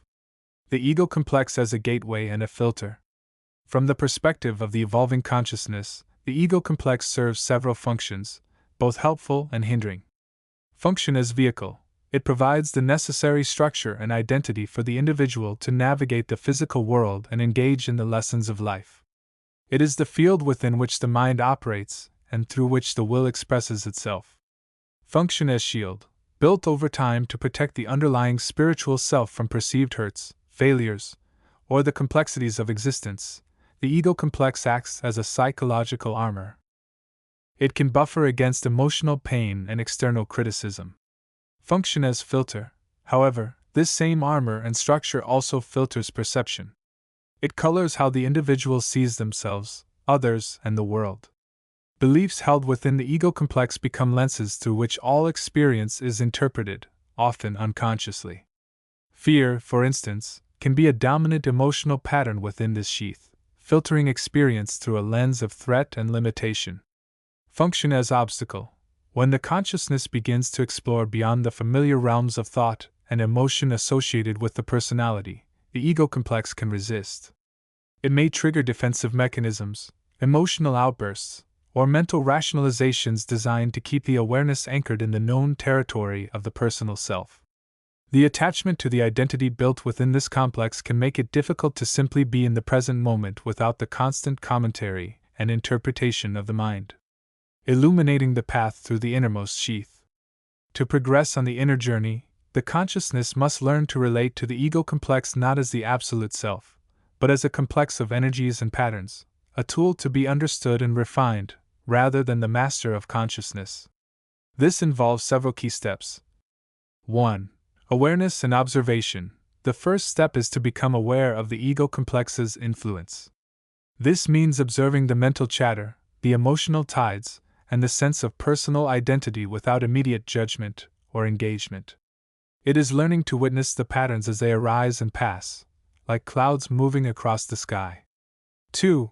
Differentiation. Developing the ability to differentiate between the pure, underlying spiritual self, the Atman, the soul, and the persona or the ego complex.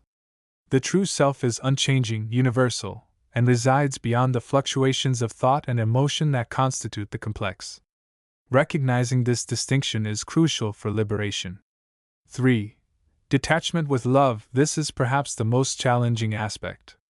It involves cultivating a sense of detachment, not in the sense of indifference or rejection, but in the sense of recognizing that the ego complex is a temporary structure, a product of experience, and not the ultimate reality. This is done with love, understanding that these patterns served a purpose in the past, even if they no longer serve the soul's evolution. 4. Understanding and integration. Instead of merely pushing down or fighting against the ego complex, the consciousness can approach it with understanding, gently exploring the origins of its patterns, the beliefs it holds, and the fears it protects. This understanding allows for the gradual integration of its healthy aspects while releasing the limitations and identifications that no longer serve the higher self. 5. Transmutation. Wherever possible, the consciousness can work to transmute the densest aspects of the ego complex, particularly fear-based patterns and rigid beliefs, through understanding, love, and the light of higher awareness. This process transforms the energy from a restrictive structure into a more fluid and supportive vehicle for the soul. The ego complex and the astral plane experience. The experience of the ego complex is often most vivid during deep meditation or during moments of heightened introspection. It might manifest as strong emotional reactions, intense feelings of fear, anxiety, anger, or sadness that seem to arise from nowhere, often triggered by subtle inner insights. Mental intrusions, persistent thoughts, worries, justifications, or internal dialogues that prevent a state of quiet awareness.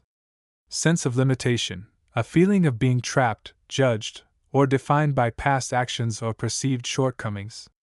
Resistance to change, mental or emotional blocks encountered when trying to implement new ways of being or understanding. Recognizing these experiences as arising from the ego complex allows the consciousness to meet them with grace rather than frustration. It provides a framework for understanding that these are not inherent aspects of the deeper self, but rather patterns of the vehicle through which the journey is being made. Conclusion: the ego complex as a bridge. The ego complex, the innermost sheath, is a profound aspect of the human condition. It is the repository of personal history, the seat of the personal will, and the source of the sense of individual identity.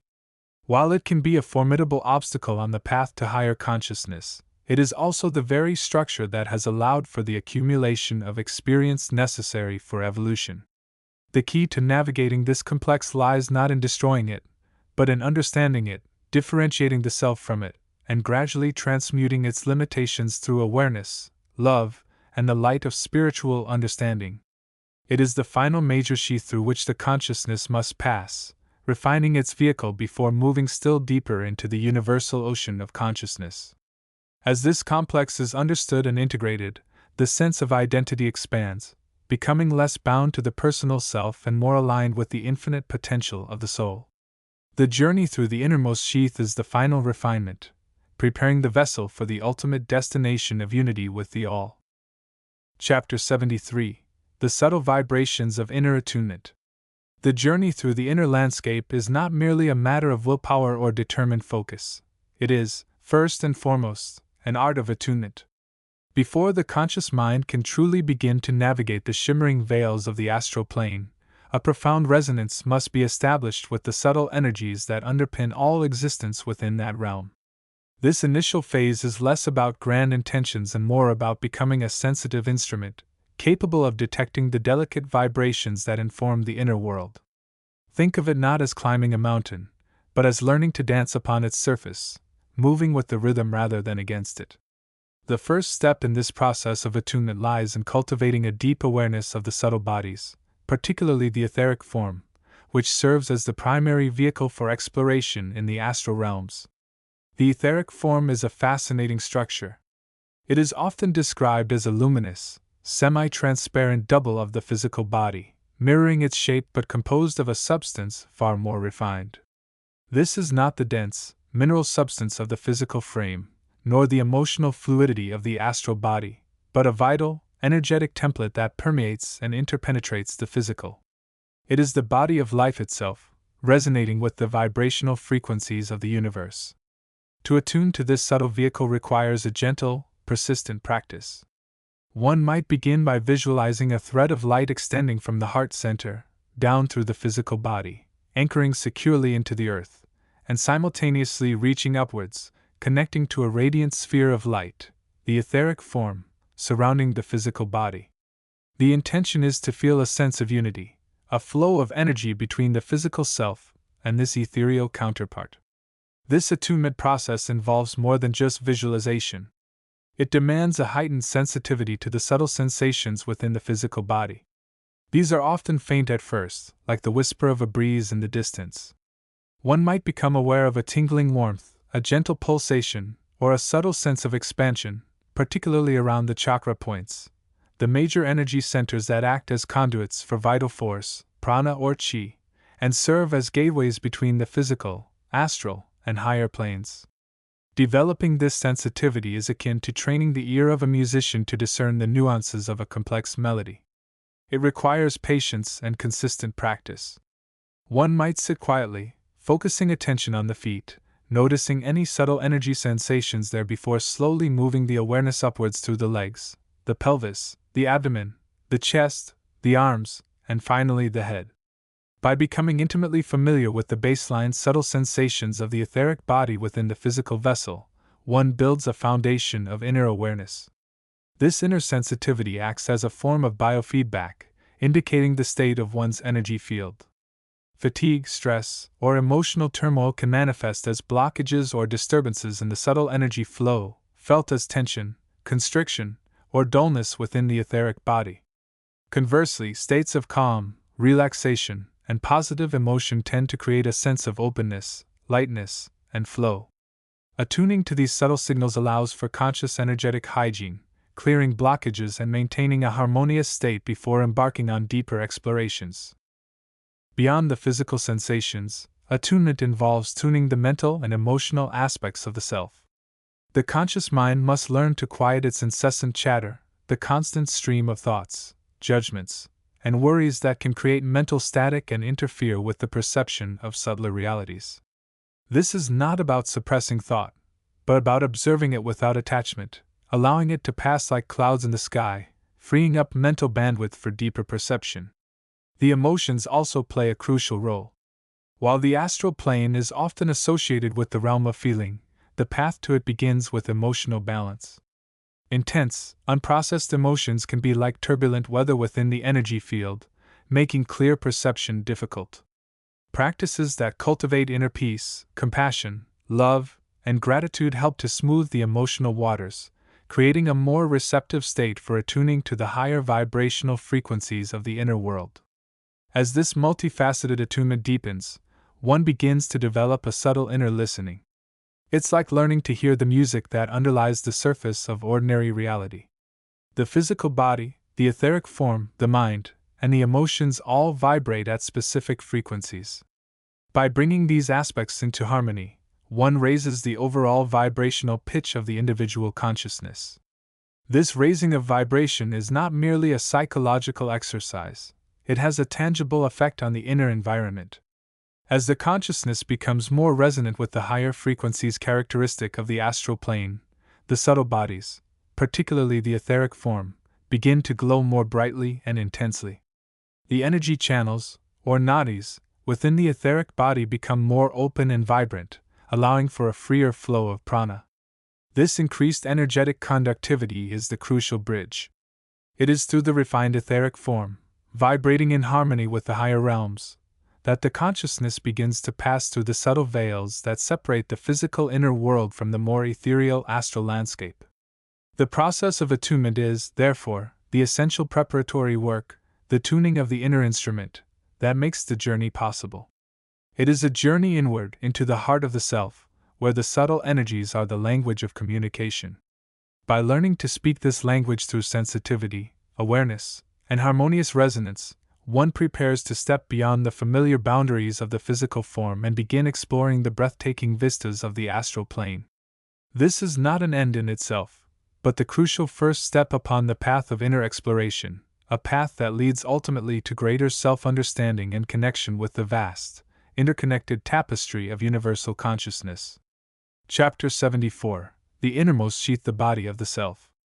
We now arrive at the innermost, the most profound layer of the human constitution as we have journeyed through its various strata. This is the body of the self, the final sheath that encases the pure, unconditioned spirit, the Atman or the true nature within. It is often referred to as the causal body, the spiritual body, or the body of pure thought forms, depending on the tradition and the specific aspect being highlighted. It represents the deepest level of our being, the foundation upon which the entire structure of our personality and experience rests. To understand this body of the self is not merely an intellectual exercise, it is the key to unlocking the final veils of illusion, the threshold to the full realization of our inherent divinity. It is the realm where the most fundamental patterns of being are imprinted, the source from which the lower bodies draw their form and substance, and the field of pure potentiality from which all manifestation arises. Beyond the veils of form and time. Imagine, if you will, that you have traversed the layers of the physical, the astral, and the mental planes, peeling away the densities of sensation, emotion, and thought. You have moved from the tangible world of gross matter to the subtle realms of feeling and ideation, and now stand at the threshold of pure being itself.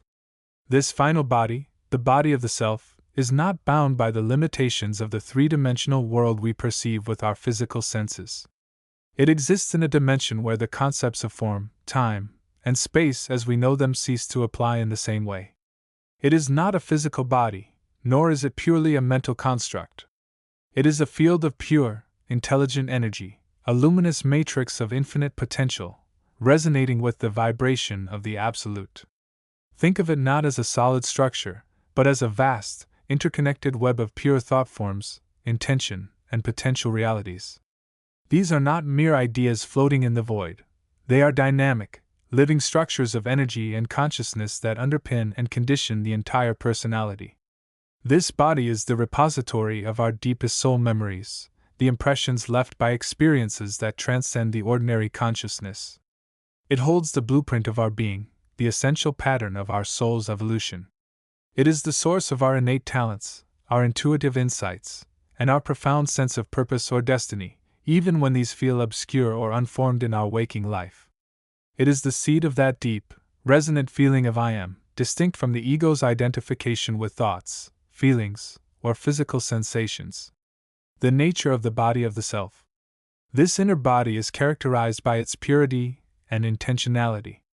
While the mental body deals with thoughts, this body deals with the essence of thought, pure intention, pure feeling attitude, pure potential. It is composed of the most refined state of subtle matter, the very stuff from which the mental and astral bodies are formed, but in its most integrated and potent state. It operates on the frequency of cause, while the lower bodies often deal with the effects they perceive. It is the realm of potential before manifestation, the realm of pure possibility.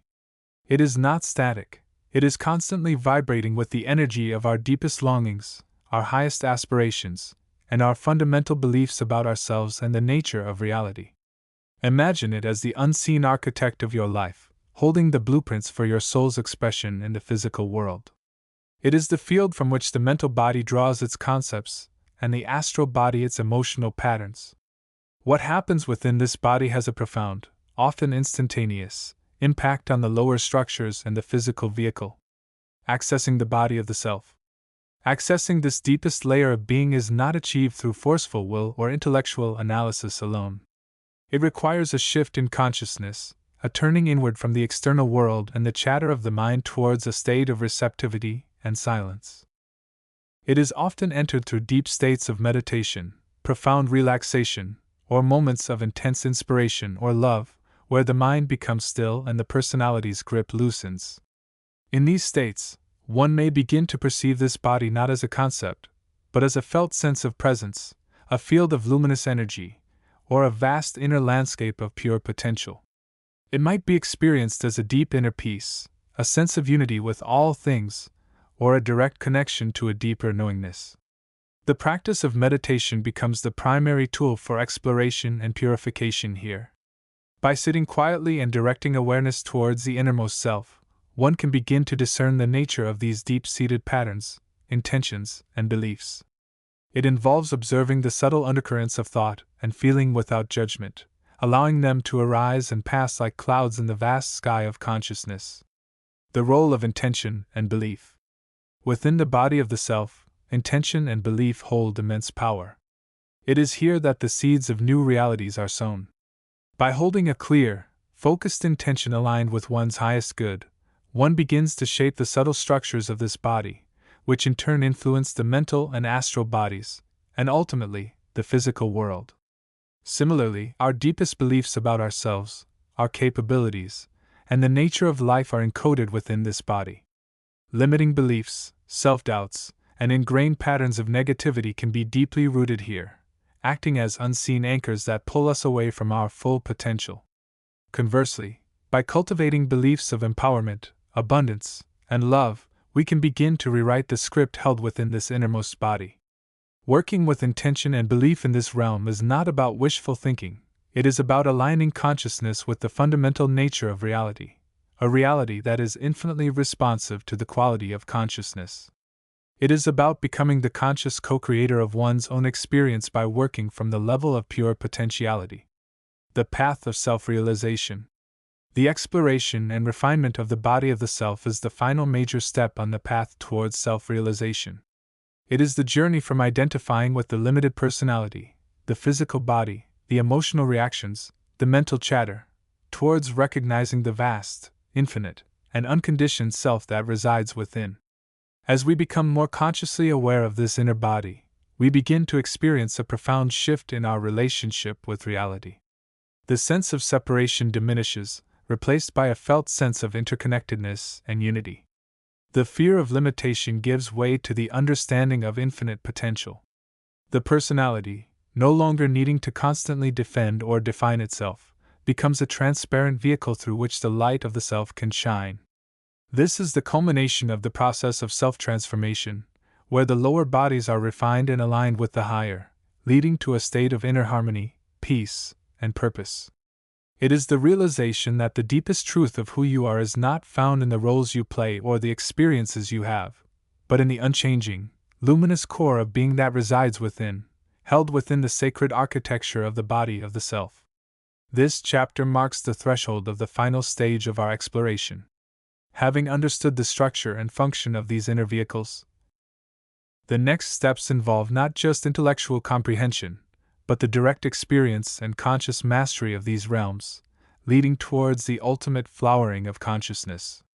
The journey into the body of the self is the journey home to the source, the journey towards the full realization of the infinite potential contained within the human form. Chapter 75: The Ego, the Steady Navigator Through the Inner Realms. As we continue our journey deeper into the vast and wondrous landscapes of the astral plane, it becomes increasingly crucial to understand the primary vehicle through which we navigate these experiences. This is not merely a physical body, nor purely a mental construct, but a subtle yet potent structure we call the ego. It is the stable, individualized center of consciousness that provides continuity and identity as we explore the inner universe.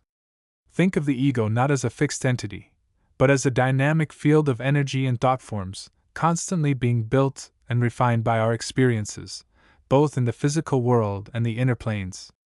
It acts as the core of our personality, our sense of self, and our point of reference as we move through the shifting tapestries of consciousness that make up the astral realms. The nature of the ego field. The ego is not located solely within the physical body, although it has a strong connection to it. Its subtle energy field extends beyond the physical form, interacting with the mental, emotional, and spiritual bodies. In its more developed states, the ego field becomes more radiant, organized, and distinct, acting as a beacon that can cut through the denser mists of the astral plane, especially during the early stages of exploration. This field is primarily composed of 1. Mental substance. This is the most significant component of the ego field in relation to astral travel. It is the accumulation of thoughts, beliefs, concepts, and mental patterns. These mental substance forms create a kind of internal landscape that the ego navigates. A cluttered, chaotic mental field can make travel confusing and disorienting, while a clear, focused mental field allows for smoother and more directed journeys. 2. Emotional substance. Our feelings and emotional states also contribute to the ego field. Strong, unresolved emotions can manifest as energetic attachments or emotional landscapes within the astral plane, sometimes drawing the traveler into experiences related to those feelings. Healing and integrating emotions is a key part of refining the ego field. 3. Memory substance. Past experiences, both conscious and unconscious, are stored within the ego field. These memories can resurface during astral travel, often appearing as vivid scenes or interactions with figures representing aspects of our past lives or significant life events. Understanding these memory forms is crucial for recognizing them as aspects of oneself rather than external events. 4. Desire substance. Our aspirations, goals, and desires also form part of the ego structure. These can act as powerful motivators during astral journeys, drawing the traveler towards experiences or locations that resonate with their deepest yearnings. The ego as the navigator. One of the most fascinating aspects of the ego is its function as the navigator. When we initiate an out-of-body experience, it is the focused awareness of the ego that separates from the physical body. This conscious ego, now free from the physical form, becomes the I that perceives the astral world. This ego consciousness is what allows us to maintain orientation. In the vastness of the astral plane, the ego provides a stable point of reference. It helps us differentiate between ourselves and the environment, much like a ship's captain uses the stars to navigate the sea. Set intention. The ego can direct its focus, choosing where to go and what to observe within the inner realms. This intentionality is crucial for having meaningful and purposeful journeys. Perceive reality. The ego acts as the perceiver, interpreting the sensations, sights, and sounds encountered on the astral plane through the filter of its own mental and emotional makeup. Two different egos might perceive the same astral scenery very differently based on their state of development and their current focus. The ego and personal evolution. The journey through the inner realms is, in many ways, a journey of ego refinement. As we travel, we inevitably encounter aspects of ourselves that we might prefer to transcend or understand better. The astral plane can present mirrors reflecting our strengths, weaknesses, fears, and desires in a raw and often amplified form. The ego's journey is one of expansion, moving beyond the limited perspective of the physical self. Integration, healing fragmented aspects of the self and integrating past experiences. Transcendence, gradually loosening the grip of personality limitations and identifying more with the universal consciousness. The more refined and balanced the ego field becomes, the more clear, focused, and enjoyable the astral journey becomes. It allows for deeper insights, more profound connections, and a greater ability to navigate the inner universe with wisdom and ease. Practical considerations for the aspirant. Understanding the nature of the ego is not merely intellectual, it has practical implications for anyone seeking to explore the astral plane. Mental purification. Cultivating a clear, focused mind through practices like meditation, visualization, and positive thinking helps to refine the mental substance of the ego field, making it a more reliable and comfortable vehicle for travel. Emotional healing. Working through emotional blockages and integrating past experiences helps to purify the emotional substance of the ego, preventing it from being overly drawn into negative or chaotic astral landscapes. Developing intention. Learning to consciously set and hold intention is key to navigating the astral plane purposefully, rather than being swept along by random thoughts or feelings. The ego is not an enemy to be overcome, but a tool to be understood and refined. It is the steady navigator that guides us through the fascinating and sometimes challenging landscapes of the inner universe. By cultivating awareness of its nature and actively working to refine its substance, we equip ourselves for deeper, more meaningful, and more fulfilling journeys of exploration. As we continue our exploration, we will delve into the specific inhabitants we might encounter on these journeys, the various realms they inhabit, and how understanding them can enrich our understanding of ourselves and the inner cosmos. Chapter 76.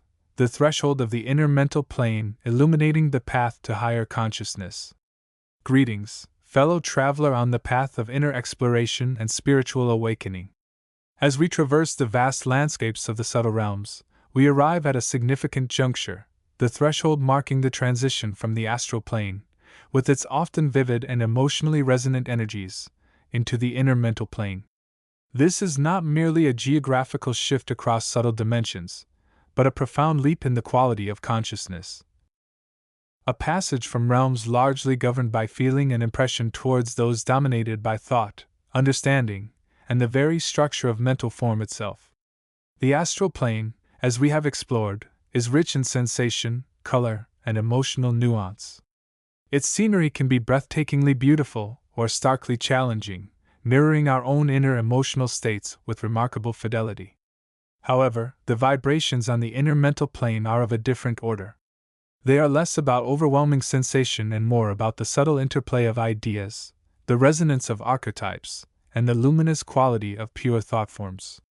It is a realm where the inner architecture of consciousness begins to take on clearer definition. Deciphering the vibrational shift, moving beyond the emotional tide. To cross this threshold is to step into a domain where the dominant frequency is one of intelligent awareness. While emotion undeniably exists on the inner mental plane, often refined into states of inner peace, bliss, or profound understanding, it is no longer the overwhelming driver it can be on the astral. Here, the mind, stripped of much of its astral counterpart's turbulence, becomes the primary instrument of perception and interaction. Imagine the journey as moving from a vast, dynamic ocean of color and feeling, the astral, to a clearer, more crystalline lake of light and idea, the inner mental. The water might still shimmer and move, but its fundamental nature is different. On the inner mental plane, the landscape is less about what you see in the conventional sense and more about what you perceive with the mind's eye. The underlying patterns, the inherent intelligence, the resonant frequencies of thought and being. This shift requires a conscious effort. It demands that we move beyond simply experiencing the subtle energies and begin to investigate them with the faculty of discrimination, cultivated through the practice of mental silence and focused attention. The raw emotional input of the astral plane can sometimes be like a powerful radio broadcast, overwhelming and difficult to interpret. The inner mental plane is more akin to tuning into specific frequencies, accessing deeper channels of inner communication, and engaging with the universal mind. The scenery of mental light and archetype. The scenery of the inner mental plane unfolds not as solid objects in the physical sense, but as vast, luminous fields of potential and archetypal energy. Think not of mountains and valleys, but of shimmering, translucent structures that pulse with intelligent light. These forms are often geometric in nature, reflecting the underlying order and harmony of the universe. These are not merely passive backdrops, but active participants in the realm's ecology. They are thought forms of immense scale, resonating with universal truths, cosmic principles, and the collective unconscious. Gazing upon these mental landscapes is like looking into the mind of creation itself, seeing the blueprint of existence manifesting in luminous geometry and vibrant color schemes that speak directly to the soul's understanding. Imagine vast, interlocking crystal structures that shift and change based on the focus of the observer's mind. Visualize fields of pure, radiant color, each hue representing a different quality of thought or vibration: the brilliant white of pure consciousness, the deep indigo of intuition, the shimmering gold of creative power, the serene turquoise of emotional balance. These are not just visualizations, they represent the fundamental nature of the inner mental plane, a realm where the inner state of being directly manifests as luminous form and intelligent energy. Inhabitants, the sentient thought forms and the inner ego. Who dwells within this mental realm? The inhabitants are diverse, reflecting the vast spectrum of consciousness that exists beyond the physical. Chief among these are the sentient thought forms, often referred to as elementals or spirits of thought. These are not necessarily malevolent entities, but rather beings composed primarily of mental energy, created by the collective human imagination, the subconscious mind, or even the focused will of individuals. They are the inhabitants of the collective mental atmosphere, resonating with the dominant currents of human thought. Some are beautiful and benevolent, embodying universal ideals like love, compassion, or truth. Others might be more shadowy, reflecting fear, doubt, or negative patterns. They are sensitive to the thoughts and emotions of those who explore the inner mental plane, and can be influenced by them. Interacting with these thought forms can be a profound learning experience. They can act as guides, offering insights drawn from the collective wisdom they embody. They can also serve as mirrors, reflecting back aspects of the explorer's own mental and emotional patterns. The key lies in observing them with detachment, understanding their nature as creations of thought, and discerning the source of their vibrations. Beyond the sentient thought forms, the inner mental plane is the domain of the inner ego. This is the higher self, the core of the individual's spiritual identity, operating from a vantage point of greater awareness and discrimination than the personality self does in the physical world. The inner ego is the seat of true will, purpose, and spiritual understanding. The transition across the threshold into the inner mental plane often involves a conscious shift in focus, from the more instinctual and emotional guidance of the astral plane towards the rational understanding and intentional action guided by the inner ego. It is here that the seeds planted on the astral plane can begin to be understood and integrated into the conscious mind, transforming the individual's perspective and purpose. Navigating the inner mental plane, the practice of mental travel. Traveling within the inner mental plane requires a different set of skills than navigating the astral plane. While visualization is still a key tool, the emphasis shifts towards mental clarity, concentration, and the ability to perceive the underlying structure and meaning of the mental forms encountered. Mental silence. This is the foundational practice. By cultivating silence within the mind, free from the chatter of everyday thoughts and emotional reactions, one creates the inner space necessary to perceive the subtler mental vibrations and forms. This silence is not merely the absence of noise, but a state of focused, receptive awareness. Concentration. The will must be applied to hold the focus on a particular mental image, concept, or area of exploration. This concentration acts like a spotlight, illuminating the desired aspect of the inner mental plane and allowing for deeper perception. Discrimination. This is the crucial faculty of discerning the nature of the forms and energies encountered. Is this a reflection of a personal thought pattern? A collective influence? An aspect of an archetypal structure? Is the energy harmonious or discordant? This discernment protects the explorer and allows for meaningful interaction. The mental eye, this inner faculty of vision, must be actively developed. It perceives not with the physical eyes, but with the mind's capacity to see and interpret the luminous landscapes, geometric patterns, and flowing energies of the inner mental plane. The journey across the threshold is often marked by a sense of increased clarity, a feeling of being lifted into a higher state of consciousness, and a direct connection to the inner self and its higher guidance.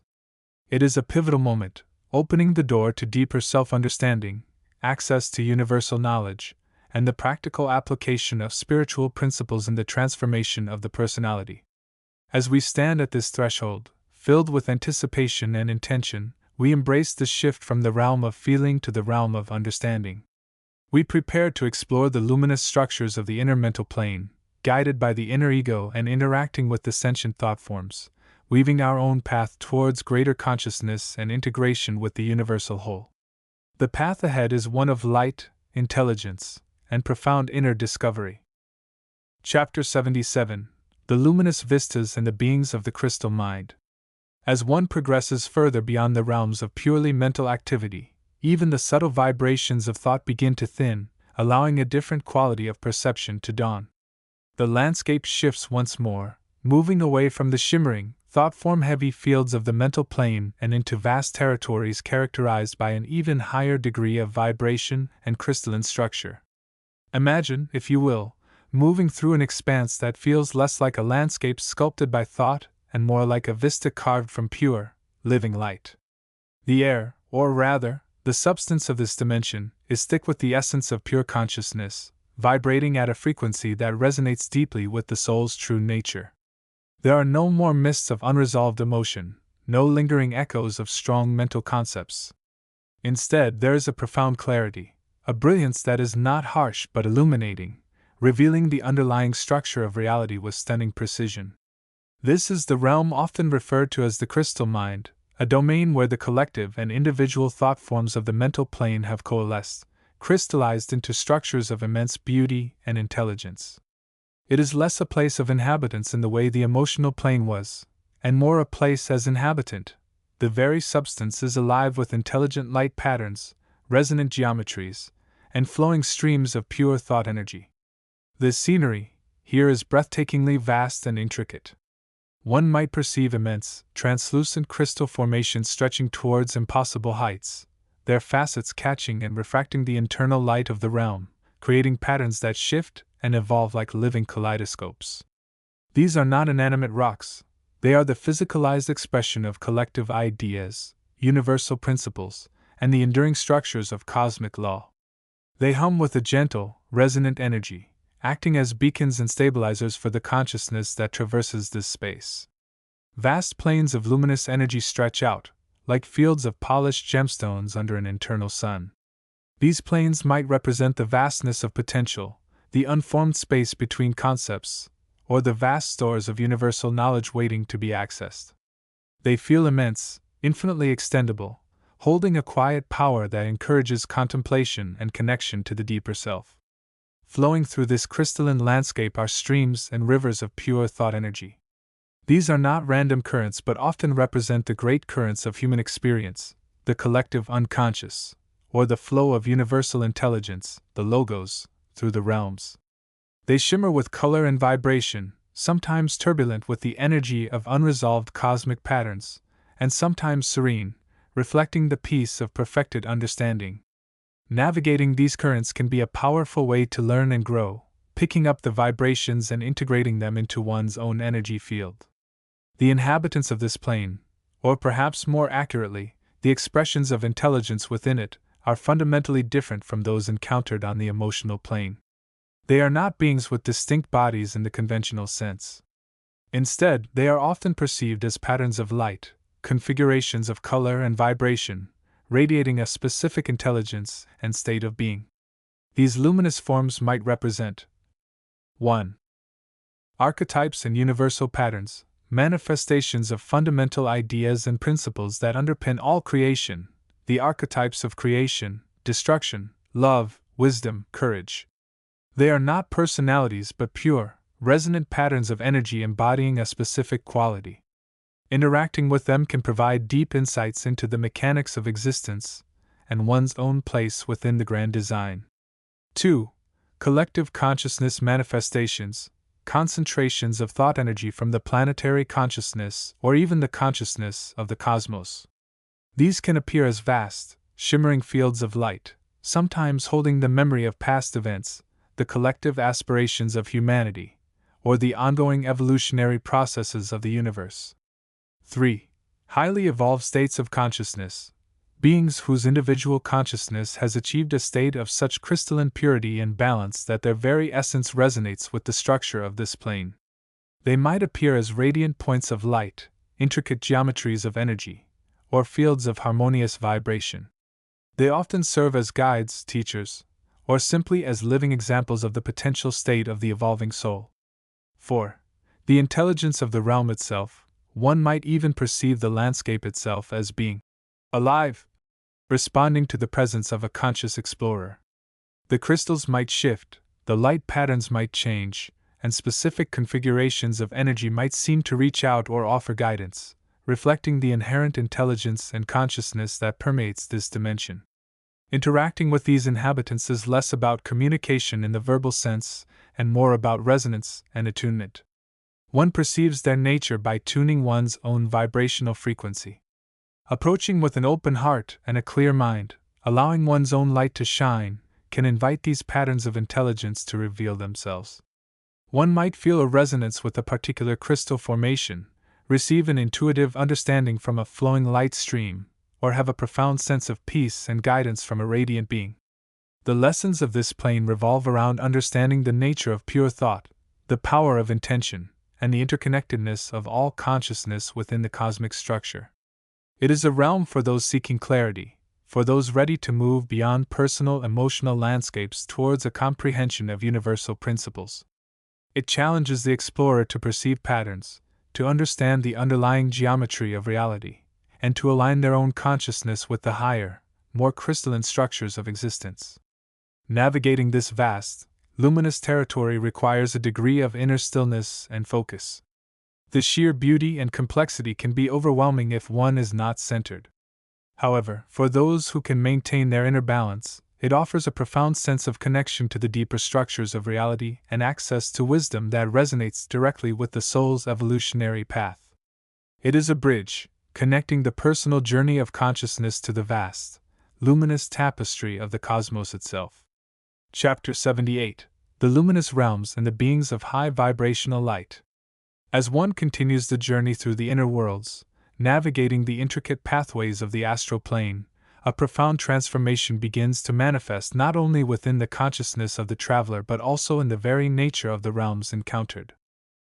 We move beyond the more elemental and sometimes challenging landscapes of the lower astral, stepping into territories of unparalleled purity, brilliance, and intelligence, the luminous realms. These are not mere geographical locations in the conventional sense, but states of being and fields of consciousness characterized by their overwhelming vibrational frequency. They exist as natural extensions of the higher aspects of the universal consciousness, realms where the principles of love, light, and intelligent infinity are the dominant forces shaping reality. To describe them requires a language that transcends the physical, for the human mind, accustomed to the three-dimensional constraints of form and matter, struggles to grasp the sheer boundless nature of these luminous landscapes. Imagine, if you will, environments that are not composed of rock, water, or air as we know them, but are instead woven from pure, radiant energy. These landscapes shimmer with an internal light, not merely reflecting it, but emitting it from their very essence. The colors are not static hues but flowing, shifting spectrums of pure emotion and intelligence, constantly shifting and blending in ways that stimulate the soul far deeper than the physical eye can comprehend. There are no harsh shadows, for light itself is the prevailing condition, only gentle, diffused radiance that illuminates all, revealing intricate patterns and forms that seem to dance with purpose. These forms, however, are not the crude, physical structures of the lower realms. They are more akin to crystalline structures of light, ethereal architecture built upon geometric principles that resonate with the fundamental laws of the universe. Think of vast, shimmering crystal palaces, their facets catching and refracting light in ways that create an ever-changing tapestry of brilliance. These structures might be colossal, spanning vast distances, or delicate, intricate patterns adorning the very sky of these luminous realms. They are not static monuments but living expressions of consciousness, pulsating gently with the life force of the universe, sometimes opening into portals to even higher dimensions or deeper states of awareness. And who inhabits these magnificent territories? Not mere spirits or disincarnate entities in the lower sense, but beings of high vibrational light. These are entities who have embraced the path of spiritual evolution, raising their own consciousness to frequencies that resonate deeply with the nature of these luminous realms. They are often referred to by those who have encountered them as angels or ascended masters, but these are perhaps more descriptive terms than specific labels. They are beings of immense love, wisdom, and compassion, whose very presence is a beacon of light and a source of profound inspiration. Their forms are often radiant and ethereal, shimmering with light that seems to flow from within. They may appear as human-like figures, their features glowing softly, or they might manifest in forms that are more geometric or abstract, reflecting their higher state of being and their intimate connection with the underlying patterns of reality. Their eyes, when perceived, often hold the depth of a starry universe, reflecting not just sight but the entirety of their awareness and the love that underpins it. These beings are not merely passive inhabitants, they are active co-creators, embodying the highest principles and serving as guides and mentors for those who are ascending. They operate from a place of profound understanding of the universal laws, of the nature of consciousness, and of the intricate journey of spiritual evolution. They are the embodiment of the light that guides souls back to their source, offering wisdom, support, and unconditional love to those navigating the inner pathways. Their communication is often telepathic, a gentle resonance that flows directly into the consciousness of the traveler, bypassing the limitations of the physical senses. The messages they convey are often simple yet profound, offering reassurance, imparting specific pieces of wisdom relevant to the traveler's path, encouraging perseverance, and helping to clarify the nature of the journey and the potential of the soul. They might share insights about the nature of the universe, the purpose of spiritual evolution, or offer guidance on specific challenges being faced. Interactions with these beings of light can be profoundly transformative. They can act as catalysts for spiritual awakening, helping to clear blockages within the consciousness, opening up new levels of awareness, and strengthening the connection to the higher self. Their mere presence can elevate the vibrational frequency of the traveler, making the journey through the inner world safer and more rewarding. They offer a glimpse into the nature of a reality based not on fear and separation, but on love, unity, and intelligent infinity. These luminous realms and their inhabitants represent a crucial stage in the spiritual journey. They are a testament to the potential of consciousness when it rises above the limitations of the physical form and embraces its true nature as an expression of universal light. They offer hope, inspiration, and guidance, reminding travelers that they are never truly alone on their path and that the universe is filled with intelligent, loving energies dedicated to the advancement of all consciousness. As one becomes more attuned to the higher frequencies, the ability to perceive these luminous realms and connect with these beings of light becomes more refined. It requires not just intellectual understanding but a genuine openness of heart and a commitment to the path of spiritual evolution. These realms are not just destinations to be visited, they are states of being to be embraced, sources of light and love to be integrated into the very fabric of one's consciousness, serving as a constant reminder of the boundless potential that lies within and the radiant reality that awaits those who dare to pursue the path of the soul. The journey continues, deeper into the heart of the luminous, where the light of awareness shines ever brighter, illuminating the way forward towards ultimate unity and understanding. Chapter 79: The Landscape of Feeling, illuminating the emotional inner worlds. The journey through the inner planes unfolds not merely through the perception of form and color, but profoundly through the landscape of feeling. We have traversed realms of thought, observed the subtle interplay of energy, and perhaps even glimpsed the shimmering forms of entities dwelling within these non-physical spaces. Yet, to truly understand the nature of these inner worlds, we must delve into the heart of the experience, the realm where sensation and emotion converge, creating the tapestry of feeling that colors our perception of all inner reality. This is the plane often referred to as the emotional inner world, though it is more accurate to see it as a fundamental layer intertwined with, and arising from, the more purely mental and energetic strata. It is the domain where the vibrations of feeling manifest most directly into what can be perceived by the developed consciousness. Think of it not as a separate location, like a room within a house, but rather as the very quality of the atmosphere itself in the higher realms.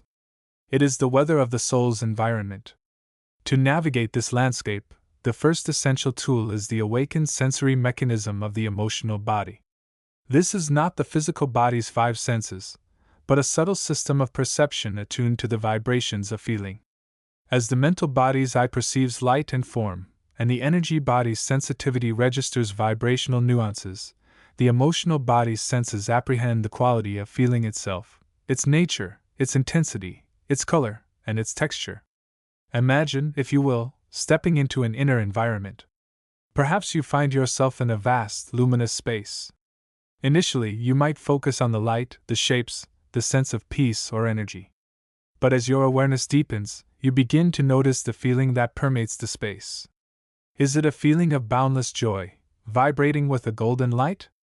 Or perhaps a deep, resonant peace, felt as a cool, soothing blue? Maybe it's a subtle undercurrent of longing, a gentle, grayish vibration that touches the heart? This feeling is the landscape. It is not something you think about, it is something you feel through your emotional sensory mechanism. This inner atmosphere is constantly shifting, just as the weather on Earth changes from clear skies to clouds to storms. In the inner worlds, these shifts can be even more dramatic, reflecting the vast spectrum of emotional vibrations that exist. Consider the primary colors of feeling: love, joy, and peace. These are not mere abstract concepts, they are fundamental vibrations, locations within the feeling landscape, that possess distinct qualities. Love might be perceived as a warm, expansive, heart-centered feeling, radiating outward with a soft, glowing light. Joy could be a sparkling, uplifting vibration, like tiny motes of light dancing and bringing a sense of lightness and delight. Peace might be a still, calm, resonant feeling, like the deep hum of a distant, harmonic tone. Then there are the more complex, often challenging emotions that also have their place and character within this inner terrain. Grief, for instance, might manifest as a heavy, cool, contracting sensation, perhaps with a bluish or grayish hue. It feels like a weight upon the heart, a pulling inward. Fear can appear as a sharp, erratic vibration, perhaps a sudden flash of white light or a jarring, dissonant sound, creating a feeling of constriction or sudden alarm. Anger might be a hot, sharp, churning sensation, perhaps with red or orange undertones, a forceful vibration that seeks expression.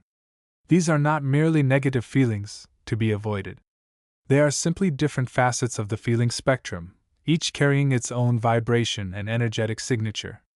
Like the physical world's weather systems, these emotional vibrations have causes and effects within the inner realms.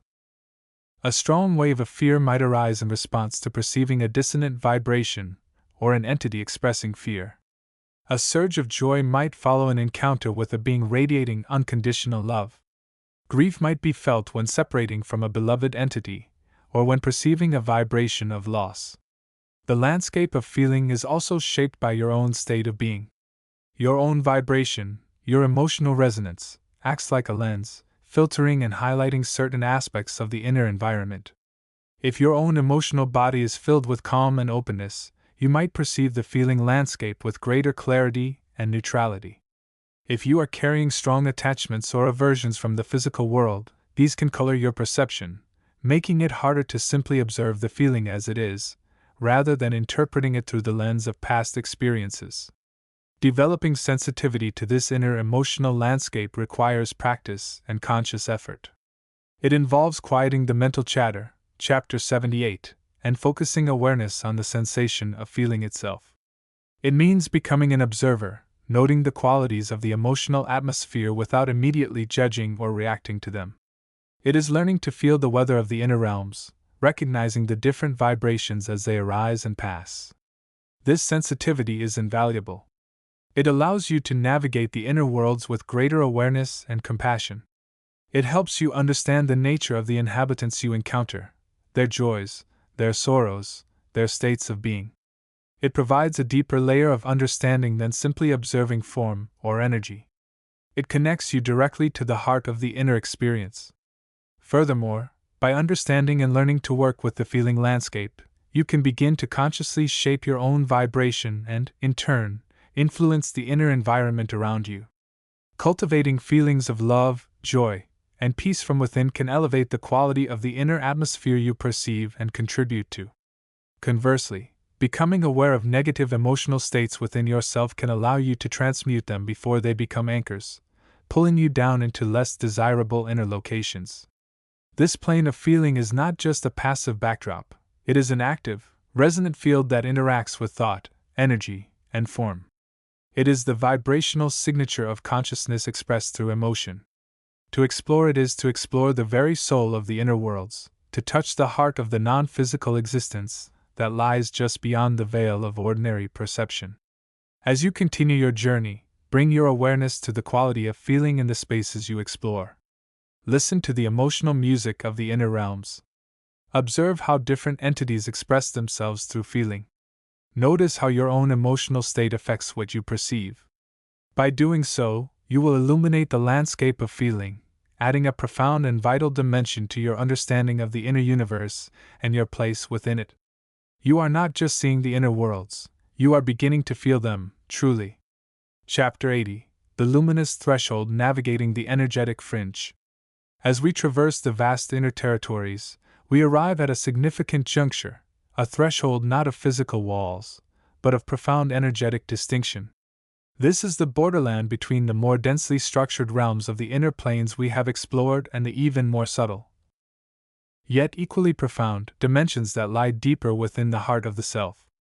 We might conceptualize this as the luminous threshold, a place of transition where the density of the life force, the atmosphere, shifts dramatically. Imagine, if you will, moving from a forest with thick trees and clear paths to a shimmering, almost liquid garden where forms are more fluid, more integrated with the light itself. The air here does not just contain energy, it is energy, expressed in a higher, more refined vibration. This is the quality of the substance we inhabit in this next series of inner landscapes. The nature of the luminous substrate. The ground upon which the consciousness moves in this region is fundamentally different. It is not the solidified mental forms or the emotionally resonant colors of the lower astral, nor the crystalline structures of the higher mental planes. Instead, this substrate is composed of highly refined, intelligent light energy. It feels less like a place you walk upon and more like a medium you breathe and perceive through your entire being. Think of it as the very essence of life force, purified and elevated to a state of immense clarity. It has a temperature, not of heat or cold, but of vibrational intensity. It can feel intensely warm, stimulating, and awakening, yet it is a warmth that comes from pure energy, not from a physical source. This luminous substance is alive, resonating at a frequency that is deeply attuned to the higher aspects of consciousness: love, unity, pure intelligence, and creative potential. The scenery here is less about distinct geographical features and more about the pervasive quality of the light itself. Vast fields of iridescent light stretch out, shifting and changing in color and intensity. These colors are not mere visual phenomena, they are pure states of feeling and thought expressed in light form. A field of soft, rose-pink light might emanate a profound sense of peace and unconditional love, while a streak of brilliant, electric blue could signify the presence of focused will and dynamic intelligence. These luminous fields are not static backdrops, they are active participants in the environment. They respond to the consciousness within them, shifting and swirling like living waves. They can also carry the imprints, the thought forms or emotional residues, of the beings and events that have passed through them. A sensitive consciousness can sometimes perceive these echoes, feeling the lingering vibrations of joy, sorrow, or contemplation that have been woven into the light itself. Inhabitants of the luminous threshold. The beings that dwell in this region are also distinct. They are less bound by the rigid forms of the lower planes and more integrated with the luminous substance itself. They often appear as shimmering, semi-transparent figures, their forms flowing and changing subtly. Their density is higher than on the physical plane, yet less crystalline and structured than on the higher mental planes. These inhabitants are often entities that have mastered the art of working directly with light and life force.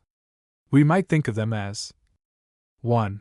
Light workers and stewards, beings dedicated to the maintenance and refinement of the light energy fields. They act as custodians, ensuring the purity and flow of the life force through this crucial transition zone. They might be involved in clearing blockages, harmonizing discordant frequencies, or weaving patterns of light that support the evolution of consciousness. They embody the principles of service, healing, and conscious co-creation with the universe. 2. Transitional guides, entities whose purpose is to assist consciousnesses navigating the passage through this threshold. They act as beacons of light, offering guidance, reassurance, and orientation as the perception of the self and reality shifts dramatically. They help souls understand the nature of the luminous substance and how to interact with it consciously. 3. Architects of consciousness, more advanced entities who are involved in the larger patterns of consciousness evolution. They might be designing new vibrational structures, creating opportunities for specific types of experiences or awakenings, or working on the collective consciousness of the region. They operate on a level of pure intelligence and creative force. 4. Refined sentient beings, individuals or groups who have consciously chosen to dwell in this luminous region, having achieved a high degree of inner refinement. They live in a state of deep communion with the light, their own energy fields becoming a natural part of the environment. They might be in deep states of contemplation, engaged in creative expression on a subtle level, or simply experiencing the profound peace and unity of this dimension.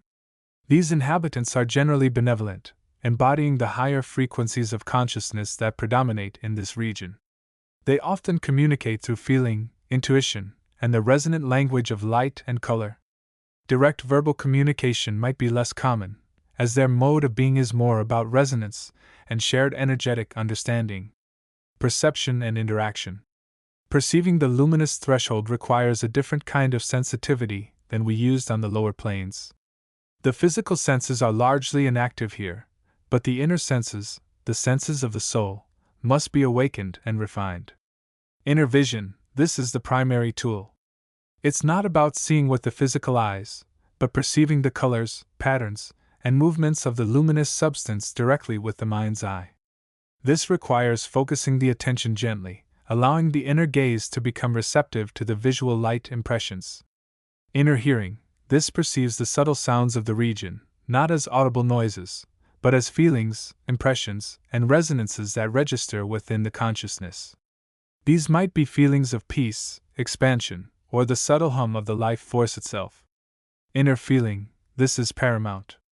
The quality of the light, the temperature, the vibrations, all are perceived primarily through the emotional and intuitive bodies. It's crucial to allow oneself to feel the environment, to resonate with its energy. This is where the true understanding occurs, not just intellectually, but deeply within the being. Intuitive knowing, the higher aspects of the mind become active, allowing for direct intuitive perception of the nature of the place, the intentions of the inhabitants, and the underlying patterns. Interacting with this region involves moving with awareness and respect. It's less about doing and more about being and feeling. One can simply allow oneself to be immersed in the luminous environment, absorbing its qualities. One can gently observe the forms and colors, trying to discern their meaning. One can extend feelings of goodwill and openness to the inhabitants, inviting a resonant connection. Moving through this threshold is a significant step. It signifies a deeper level of inner work, a move towards mastering the self not just in mental and emotional realms, but on the level of pure, radiant life force energy. It is a region that awakens the inner light, preparing the consciousness for even more subtle and profound explorations deeper within the structure of the self. As we prepare to delve further, let us continue to cultivate these refined inner senses, allowing our consciousness to attune to the higher frequencies of the luminous realms. The journey inward is ever unfolding, revealing ever deeper layers of truth and beauty, starting right at this luminous threshold. Chapter 81. The journey through the inner realms is rarely a straight line.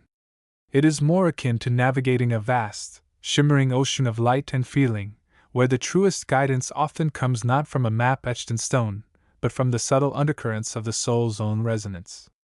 Having traversed the landscapes of thought and emotion, the aspirant now finds themselves approaching a region of profound significance, the luminous pathways. These are not mere corridors between realms, but living conduits of consciousness, channels through which the vital life force, the prana, flows with magnificent intensity. They are the energetic rivers that connect the lower, more dense inner planes with the higher, more ethereal spheres. To understand and work with these pathways is to learn the language of the inner universe, to become attuned to the rhythm of universal life itself. The nature of the pathways. Imagine, if you will, a magnificent, multi-layered tree.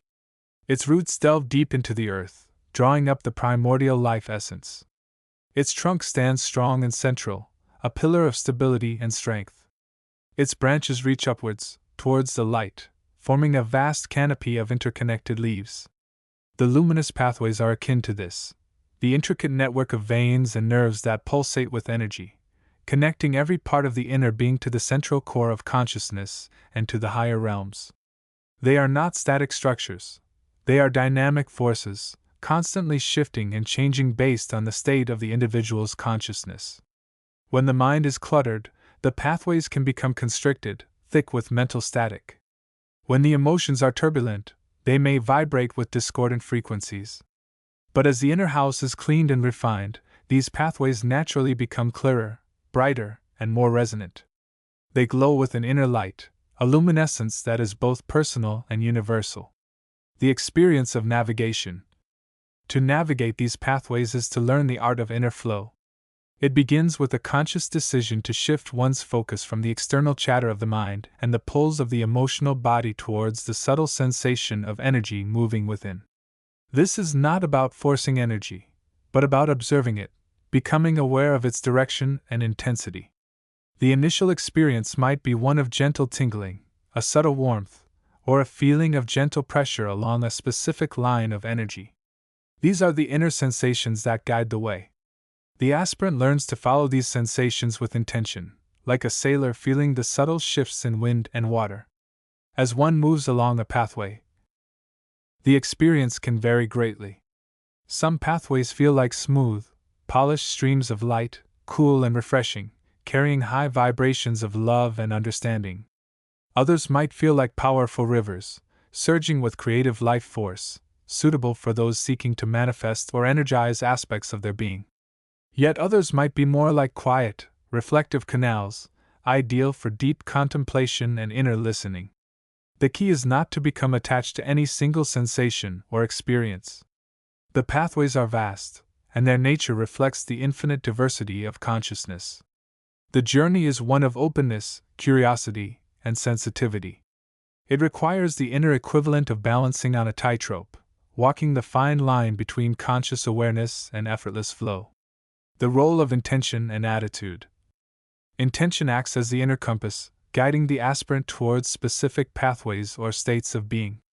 To navigate the luminous pathways effectively, one must hold a clear and focused intention. Is one seeking healing? Is one looking to connect with a specific aspect of their higher self? Or is one simply wanting to experience the flow of universal life? The attitude of humility, openness, and reverence is also crucial. The pathways are not roads to be traveled aggressively, but fields of energy to be experienced gently and respectfully. There is much to be learned from simply observing the flow, from feeling the vibrations, and from allowing the energy to interact with the inner self in its own way. Working with the pathways for expansion. The luminous pathways are not merely lines of passage, they are powerful tools for inner transformation. By consciously moving along them, one can 1. Refine the energy body. The pathways are the channels through which pranic energy flows and gets distributed throughout the energy body, the aura. Working with them helps to purify, balance, and strengthen this vital system, ensuring that the inner self receives a steady and vibrant supply of life force. 2. Access higher states of consciousness. Certain pathways lead directly towards the heart of the higher mental and spiritual realms. By navigating these specific routes with focused intention, the aspirant can more easily access expanded states of awareness, intuition, and creative inspiration. 3. Facilitate healing. Blocked or congested pathways are often associated with physical and emotional ailments. By gently moving energy along these lines, clearing blockages, and bringing fresh vital force, one can support the body's natural healing processes on a deep, energetic level. 4. Cultivate inner peace. The rhythmic flow of energy along the pathways can have a profoundly calming effect on the mind and emotions. Regularly navigating these currents can help to dissolve stress, anxiety, and mental chatter, leading to a state of inner equilibrium and peace. Navigating with awareness. As one becomes more familiar with the luminous pathways, the experience evolves.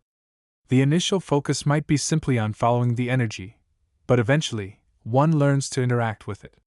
This involves not just observing the flow, but also consciously influencing it. This can be done through the power of thought and feeling. By holding specific intentions or emotional states, one can subtly direct the energy along a particular pathway or influence its quality. For example, sending thoughts of love and compassion can help to purify and illuminate a pathway, making it more resonant with higher vibrations. However, this requires practice and a deep understanding of the inner self. It is essential to maintain awareness and not become lost in the sheer intensity of the experience. The goal is not to dominate the energy, but to harmonize with it, becoming a conscious channel for the flow of life itself. The infinite nature of the pathways. The luminous pathways are not finite. They extend infinitely in all directions, connecting the inner self to the vastness of the universe. There are pathways leading inwards towards the core of consciousness, and pathways reaching outwards towards the cosmic realms. There are pathways dedicated to specific functions, such as those related to healing, creativity, communication, or spiritual insight, and there are pathways that simply connect different regions of the inner landscape. Exploration of these pathways is a lifelong journey. Each time one navigates them, new insights are revealed, new connections are forged, and the inner landscape is further illuminated.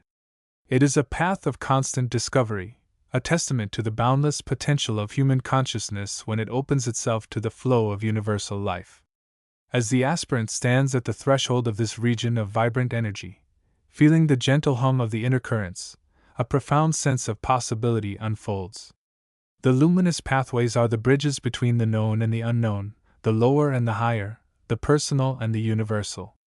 To learn their language is to unlock the secrets of conscious flow, and to begin weaving one's own luminous thread within the grand tapestry of existence. The journey continues, guided by the light of intention, the wisdom of awareness, and the gentle force of the inner current. Chapter 82: The Innermost Sanctuaries and the Nature of the Ego's Abode. As one progresses further along the path of inner exploration, beyond the realms often termed the astral, one begins to approach the very core of the self's domain. This is not a place reached merely by traveling through ethereal landscapes, but rather a state of being entered into through the refinement and transcendence of the personal ego structure itself. These innermost sanctuaries represent the deepest levels of the mind's subtle bodies, the most intimate layers of the self where the true nature of consciousness can be directly perceived. It is crucial to understand that the journey does not end with the exploration of the lower and middle astral planes. These realms, while fascinating and revealing, are but outer courts surrounding the true inner citadel. The focus shifts from perceiving external scenery and interacting with diverse inhabitants to an introspective examination of the self's very foundation, the ego, or the sense of personal identity. The scenery of these innermost planes is not composed of physical light, colors, or forms as perceived by the physical senses. It is far more subtle and profound. It is the landscape of the mind itself, rendered visible through the heightened sensitivity of the awakened consciousness. This inner terrain is primarily composed of what might be termed the energetic field, or subtle matrix, surrounding and permeating the individual. It is a field of thought forms, emotional resonances, and mental constructs given a kind of temporary solidity by the focused attention of the conscious mind. Imagine, if you will, a vast, luminous inner space. This is not empty, however. It is intricately woven with the patterns of your own thoughts, beliefs, conditioning, and experiences. These patterns are not static. They are dynamic, shifting and changing according to the state of your consciousness. When the mind is agitated, the inner scenery can appear chaotic, filled with flickering lights, turbulent colors, and shifting, unsettling forms. These forms often directly reflect the nature of the thoughts and emotions currently dominating the conscious field. Conversely, as the mind becomes still, the inner scenery reveals its true, underlying beauty. It becomes serene, filled with a soft, internalized light that is the pure expression of consciousness itself, unobscured by the projections of the personal ego. This light is not merely visual, it is a felt quality, a resonant vibration that permeates the entire inner landscape. The forms that appear become more crystalline, more refined, reflecting higher states of awareness and inner peace. This inner scenery is profoundly interactive. It is not merely a passive backdrop but a living, responding field. Your thoughts and feelings directly shape it, and conversely, the state of this inner terrain profoundly influences your mental and emotional state. It is a mirror reflecting your inner world, and also a canvas upon which you can consciously paint. The inhabitants of these innermost sanctuaries are also of a different nature than those encountered on the astral planes. They are not distinct entities with personal consciousness in the same way. Rather, they are the various aspects of the self, often personified as archetypes or inner guides. These include 1. The personal ego. This is perhaps the most dominant inhabitant. It is the accumulated personality structure, the beliefs, memories, fears, desires, and sense of I-ness that constitutes the familiar self. In these inner realms, the ego becomes more visible, more tangible. Its presence is often felt as a specific energetic signature or a particular quality of the inner scenery.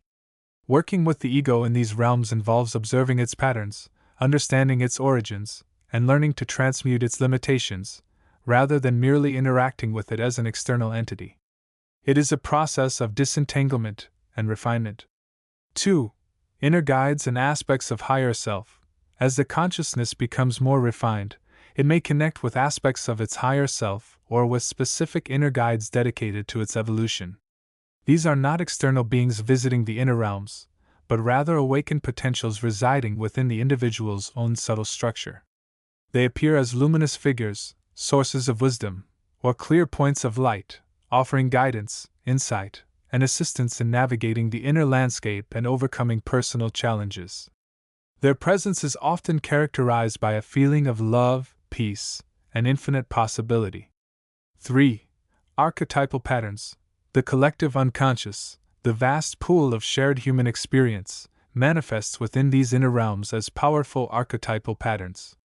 These might appear as universal symbols: the wise elder, the journeyer, the transformer, the sacred child, offering profound insights and facilitating deep psychological integration. Engaging with these archetypal energies can lead to significant shifts in perspective and understanding. 4. Subtle beings, optional. Depending on interpretation, some traditions speak of subtle, non-personal beings that inhabit the inner planes, perhaps serving as guardians, catalysts, or simply as part of the vibratory fabric of these realms. These are typically not focused upon as primary inhabitants to be interacted with, but rather as part of the overall energetic environment that one learns to perceive and navigate. The primary work, or experience, in these innermost sanctuaries is introspection and self-realization. It is here that the true nature of the mind and consciousness can be directly investigated. One learns to observe thoughts without identification, to feel emotions without being overwhelmed by them, and to perceive the underlying unity of awareness that permeates the entire inner structure. The transition into these deeper realms often requires a significant shift in approach. The techniques used for exploring the astral planes, which often involve active projection and interaction, may become less relevant or even distracting. The focus shifts towards quieting the mind, cultivating inner stillness, and developing the capacity for deep inner observation. It is less about traveling and more about being present within the field of one's own consciousness. These innermost sanctuaries represent the culmination of the journey through the subtle bodies. They are the garden of the soul, the inner sanctuary where the true self can be known. Understanding and navigating this terrain is fundamental to the process of awakening, leading to a profound transformation of identity and a direct experience of the nature of consciousness itself. It is the final inner frontier, where the explorer, having transcended the personal ego, comes face to face with the boundless potential of the awakened mind. Chapter 83. The path through the inner realms is rarely traveled in isolation. As the consciousness, the true self, begins to shed the dense cloak of the physical body and the subtle layers of the mental and emotional sheaths, it naturally encounters the diverse spectrum of beings that populate these higher dimensions. These are not mere figments of imagination, nor are they external entities in the conventional sense. They are, rather, facets of consciousness itself, operating on different frequencies and serving various evolutionary purposes. Understanding these inhabitants is crucial to navigating the astral planes with awareness and compassion. The spectrum of beings, from etheric forms to soul entities. The first encounters often manifest as shimmering, semi-transparent forms known to many traditions as etheric doubles or vital bodies. These are perhaps the most common initial sightings. They represent the subtle, life-sustaining energy body, the vehicle through which the consciousness interacts with the physical world before and after the physical transition. These forms are often seen as beautiful, flowing shapes, sometimes resembling the physical body but more luminous and dynamic. They are composed of pranic energy, vibrating at a higher rate than the physical form. Interactions with them are typically telepathic, conveying a sense of peace, vitality, and the fundamental interconnectedness of all life. They are the closest relatives of the consciousness in the inner planes, serving as a bridge and a reflection of its own energetic state. Beyond the etheric forms lie the more complex manifestations of consciousness, the soul entities.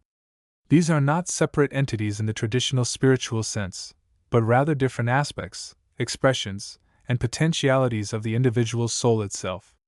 Think of the soul as a vast ocean of consciousness, and these beings as waves, currents, and islands within that ocean.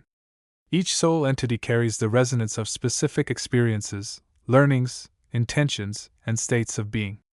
These entities can appear in a myriad of forms. Some might appear as archetypal figures, representations of universal qualities like the wise sage, the loving mother, the protective guardian, the playful child. Others might manifest as guides, teachers, or mentors who have chosen, either consciously or unconsciously, to assist other souls on their journey. These guides often resonate with specific knowledge or skills, such as healing, navigation through difficult emotional states, or understanding complex universal laws. They are often recognized by a sense of clarity, calm authority, and genuine benevolence. Then there are the entities that reflect more complex soul dynamics. You might encounter aspects of your own soul that you have separated from, perhaps parts carrying unresolved trauma, specific talents or skills you wish to explore further, or past life echoes. You might also encounter entities that are not directly connected to you but are operating on similar vibrational paths, perhaps souls who are on parallel learning journeys, or those who have chosen specific roles, such as protectors of certain areas of the inner planes or record keepers of universal history. Finally, on the highest planes, you may begin to encounter entities that exist more as pure consciousness, less bound by form. These might appear as points of light, fields of energy, or fields of pure intention. They represent the more evolved stages of soul consciousness, operating with a deep understanding of universal interconnectedness and the laws of energy. Interactions with these beings often feel profound, transformative, and deeply resonant at the core of the being. The nature of their existence, frequency, intention, and service. Understanding these inhabitants requires moving beyond simple visual identification. The key differentiator lies in their vibrational frequency and their primary intention or state of being. Vibrational frequency. Beings on the astral planes operate at frequencies far higher than the physical body. This is why they often appear shimmering, translucent, or made of light. The higher the plane, the higher the frequency of the beings encountered. A being's frequency dictates the nature of the energy they emanate and the type of experiences they offer. Lower frequency entities might carry residual emotional pain, fear, or confusion, potentially leading to disorientation or negative influence if the consciousness is not centered. Higher frequency entities resonate with love, light, wisdom, and universal harmony, offering growth, healing, and understanding. Intention and state of being. This is perhaps the most critical factor. Most beings encountered are not malevolent. They are simply expressions of the vibrational state they inhabit. Many are in a state of learning, exploration, and evolution, just as the traveler is. Others are focused on service, assisting other souls, maintaining the integrity of the plane, recording events, or embodying specific universal principles. Some may be in states of deep emotional or mental resonance, reflecting the vast spectrum of consciousness. The key is to observe their energy field, their overall state of being, and whether their presence feels expansive, contracting, harmonious, chaotic, loving, or fearful. This observation allows the traveler to discern the nature of the encounter and respond appropriately. The concept of service is central to many beings in the inner planes. Many entities, particularly those who present themselves as guides, are engaged in various forms of service to the soul journey. This service might involve providing information, offering emotional support, facilitating healing, helping navigate challenging energetic fields, or introducing the traveler to specific knowledge relevant to their path. Recognizing this orientation towards service can help the traveler approach encounters with openness and gratitude, rather than fear or suspicion. Navigating encounters, awareness, discernment, and interaction. Encounters with inner plane inhabitants are opportunities for growth and learning. However, navigating these interactions requires a degree of awareness, discernment, and conscious choice. 1. Awareness of self. The traveler must remain aware of their own state of being. Are they centered? Calm? Fearful? Eager? The state of the traveler's own consciousness significantly influences the nature of the encounter. A frightened consciousness may attract or perceive more fear-based entities, while a calm, open, and loving consciousness is more likely to encounter benevolent or neutral beings and receive positive guidance. 2. Discernment. This involves observing the energy and intention of the being or entity encountered. Does the energy feel expansive or contracting? Is it harmonious or chaotic? Does it feel aligned with universal love and light? Or does it carry residual negativity? Does the entity seem to have a clear intention, or is its presence confusing? Trusting one's inner guidance and intuition is paramount here. The subtle feelings and intuitions that arise within the traveler are valuable data points for discernment. 3. Non-attachment and boundaries. While openness is key, so is a degree of non-attachment and healthy boundaries. The traveler is a sovereign being, even in the inner planes. They do not need to accept every offer, follow every suggestion, or absorb every energetic frequency. It is perfectly acceptable to observe, thank an entity for its presence or offering, and move on if the interaction feels inappropriate or unhelpful. The traveler retains ultimate control over their own consciousness and experience. Boundaries are not about rejection, but about preserving the integrity of one's own energy field and journey. 4. Conscious interaction. When interacting, the traveler can approach with a consciousness of openness, curiosity, and respect. Questions can be asked, but they should be framed from a place of genuine seeking and not from a place of desperation or neediness. Offerings of gratitude can be made for positive experiences or guidance received.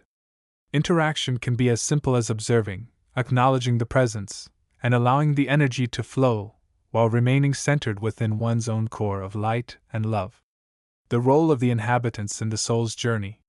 These inner plane inhabitants are not obstacles to be overcome, nor are they gods to be worshipped. They are, rather, facets of the soul's own vast reality, reflecting the infinite potential and the complex tapestry of experience. They serve as mirrors, reflecting back aspects of the traveler's own consciousness, strengths, weaknesses, and potential. They act as guides, offering insights, knowledge, and support based on the traveler's needs and readiness. They provide opportunities for healing, learning, and expansion by presenting challenges, offering different perspectives, and facilitating experiences that accelerate the soul's evolution. Encounters with these beings are a fundamental part of the journey of consciousness beyond the physical form. They offer glimpses into the vastness of the inner universe and the multifaceted nature of the soul itself. By approaching these encounters with awareness, discernment, and a heart centered in love, the traveler can navigate this vibrant tapestry of consciousness, gathering the wisdom and experiences needed to continue their path towards greater understanding and unity with the All. Chapter 84: The Luminous Realm of Thought, Exploring the Mental Plane. The journey through the inner spheres continues, moving beyond the emotional landscapes of the astral plane and into realms of pure, unadulterated thought and intelligence. This is the domain of the mental plane, a vast and intricate domain often described as the brain of the universe, the seat of cosmic consciousness, and the realm where ideas take form and meaning is constructed. It is a dimension characterized not by the shimmering colors and emotional resonance of the astral, but by a luminous, structured, and incredibly subtle reality. To transition consciously into the mental plane, one must further refine their state of consciousness. Having navigated the astral currents and perhaps experienced the ebb and flow of emotional states, the aspirant now learns to quiet the mental chatter, not just of the personal mind, but of the lower, instinct-driven aspects that still cling. This is not merely about stopping thoughts, but about observing them with increasing detachment, recognizing them as patterns without getting lost in their narrative. It requires a stillness that is deeper, more profound than the peace found on the astral, a serene alertness of the intellect itself. As one's consciousness becomes sufficiently still and focused, a subtle shift occurs. The environment that manifests around the conscious ego is no longer a tapestry of emotion and color, but begins to take on a different quality. It is often described as being filled with a soft, pervasive luminosity. This light is not harsh or blinding, but rather a gentle, internal glow, like the light of 1,000 stars seen from immense distance, or the soft radiance of moonlight on calm water. This luminous quality is the very substance of this plane, the medium through which thought forms and mental structures are perceived. The scenery of the mental plane is less about landscapes and more about the architecture of ideas. One might perceive vast, shimmering fields of light, each field potentially representing a different area of knowledge or a collective thought form. These fields are not static. They pulse, shift, and evolve as collective consciousness or focused individual thought interacts with them. Within these fields, one can sometimes discern intricate patterns, like vast, glowing mandalas, complex geometric structures, or flowing lines of light that represent concepts, principles, and laws. These structures are the tangible manifestations of thought. An idea, once sufficiently focused or held by a collective, can become a persistent form within the mental plane. Think of a mathematical theorem, a philosophical concept, a scientific principle, or even a creative artistic idea. In its pure form, uncluttered by personal bias or emotional attachment, it might appear as a clear, resonant structure of light, perhaps emitting a specific harmonic frequency. These structures are not merely passive, they can resonate, interact, and even influence the thoughts of those who perceive them. Navigating this plane is less about walking and more about mental projection and focused awareness. The inhabitants are primarily the various conscious intelligences, the thoughts themselves, the collective consciousnesses, and the individual mental entities that dwell within this realm. These are not necessarily beings with physical bodies as we understand them, but rather as concentrations of intelligent energy, thought forms given consciousness. The thought entities and collective intelligences. The mental plane is teeming with the presence of thought. These are not necessarily individual egos in the same sense as on the physical or even astral plane, but rather entities composed of pure thought energy, often representing specific concepts, principles, or aspects of universal intelligence. They can range from the most subtle, background hum of fundamental concepts to highly focused, powerful intelligences representing major ideas or movements. Imagine encountering a form that appears as a perfectly resonant sphere of pure white light, emanating a profound sense of peace and underlying order. This might be an embodiment of a fundamental universal principle, such as the law of attraction, the principle of harmony, or the concept of pure potentiality. Such beings often possess an immense stillness and depth, their awareness vast and encompassing. Other thought forms might be more dynamic, appearing as intricate, shifting patterns of light that seem to debate, explore, or evolve concepts. These could represent collective intelligences, groups of minds focused on a particular area of inquiry or creation. They might be engaged in the process of formulating a new scientific theory, debating the nature of consciousness, or weaving together the threads of artistic expression. Observing these can be like witnessing the birth and evolution of ideas in real time. Then there are the individual mental entities.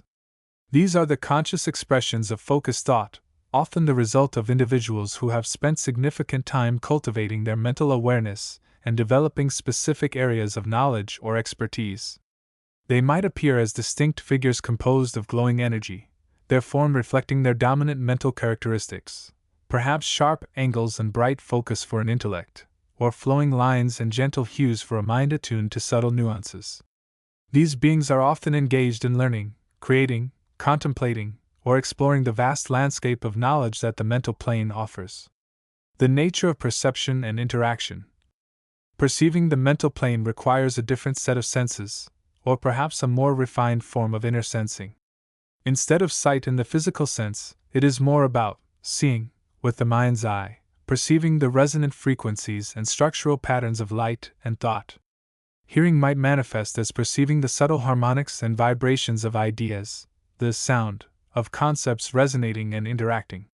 Touch could be experienced as the subtle sensations of mental resonance, the feeling of entering a field of thought, or the energetic boundary of a thought form. Interaction on this plane is primarily through the exchange of thought and idea. One can approach a thought form, observe its structure, and attempt to resonate with its frequency. This can lead to a direct transmission of knowledge, a deep understanding of a concept, or even the collaborative creation of new ideas. Communication is not verbal in the physical sense, but occurs through the mental currents, the harmonics of thought. It requires concentration, openness, and a willingness to engage with the intelligence of the environment. However, caution is advised. The mental plane can be as vast and potentially overwhelming as the astral. The sheer volume of thought forms and ideas can be disorienting. Without the proper focus and discernment, one might become lost in mental currents, swept away by external ideas, or become overwhelmed by the sheer complexity of the realm. It is essential to maintain one's sense of conscious identity, to remain the observer, not merely a participant in the endless flow of thought.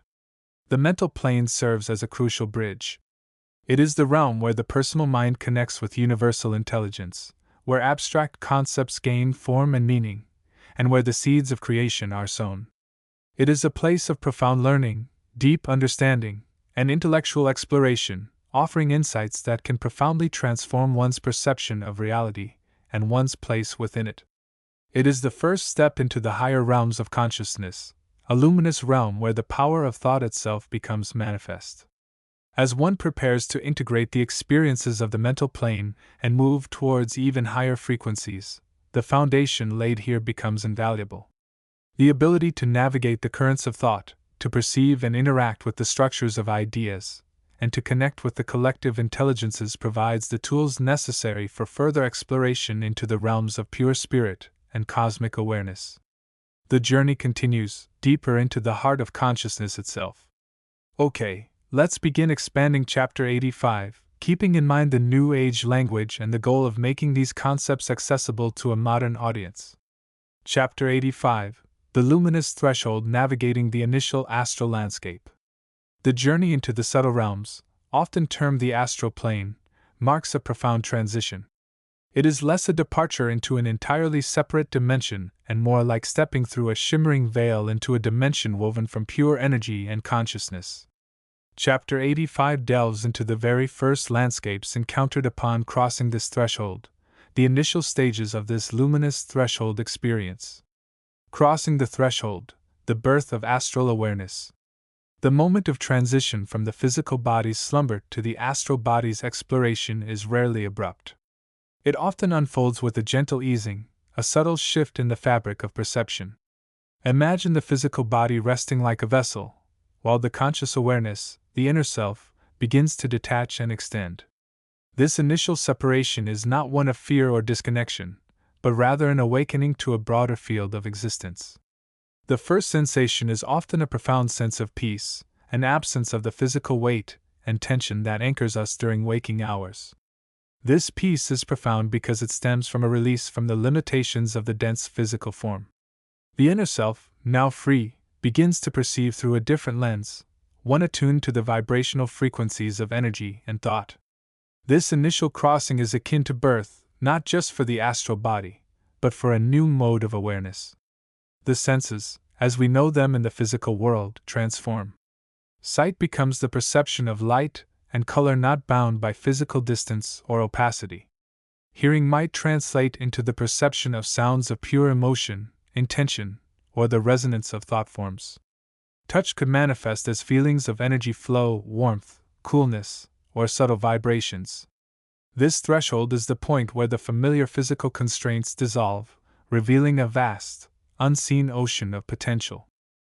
It is the moment the inner eye begins to focus, the moment the ears of the soul start to listen. The initial astral landscape, light, color, and vibration. The very first landscapes encountered upon crossing the threshold are often characterized by a pervasive sense of light. This is not necessarily the harsh glare of the physical sun, but a soft, diffused luminescence that fills the space. It might appear as a gentle, ethereal glow, or perhaps as shifting, incandescent patterns of light that seem to dance just beyond the reach of focused vision. This light is alive. It is not merely a source of illumination but is itself a component of the environment, a medium through which energy flows and thought forms resonate. The colors encountered are often more intense and vibrant than those perceived in the physical world. They can shift and blend fluidly, existing in pure, saturated states without the dilution of physical pigments. One might see hues that defy physical description, luminous blues that vibrate with a sense of calm, fiery oranges that pulse with creative energy, deep violets resonating with intuition, or shimmering greens connected to growth and healing. These landscapes are not static backdrops but are dynamic fields of energy, constantly shifting and changing based on the vibrational state of the observer and the thoughts and emotions present.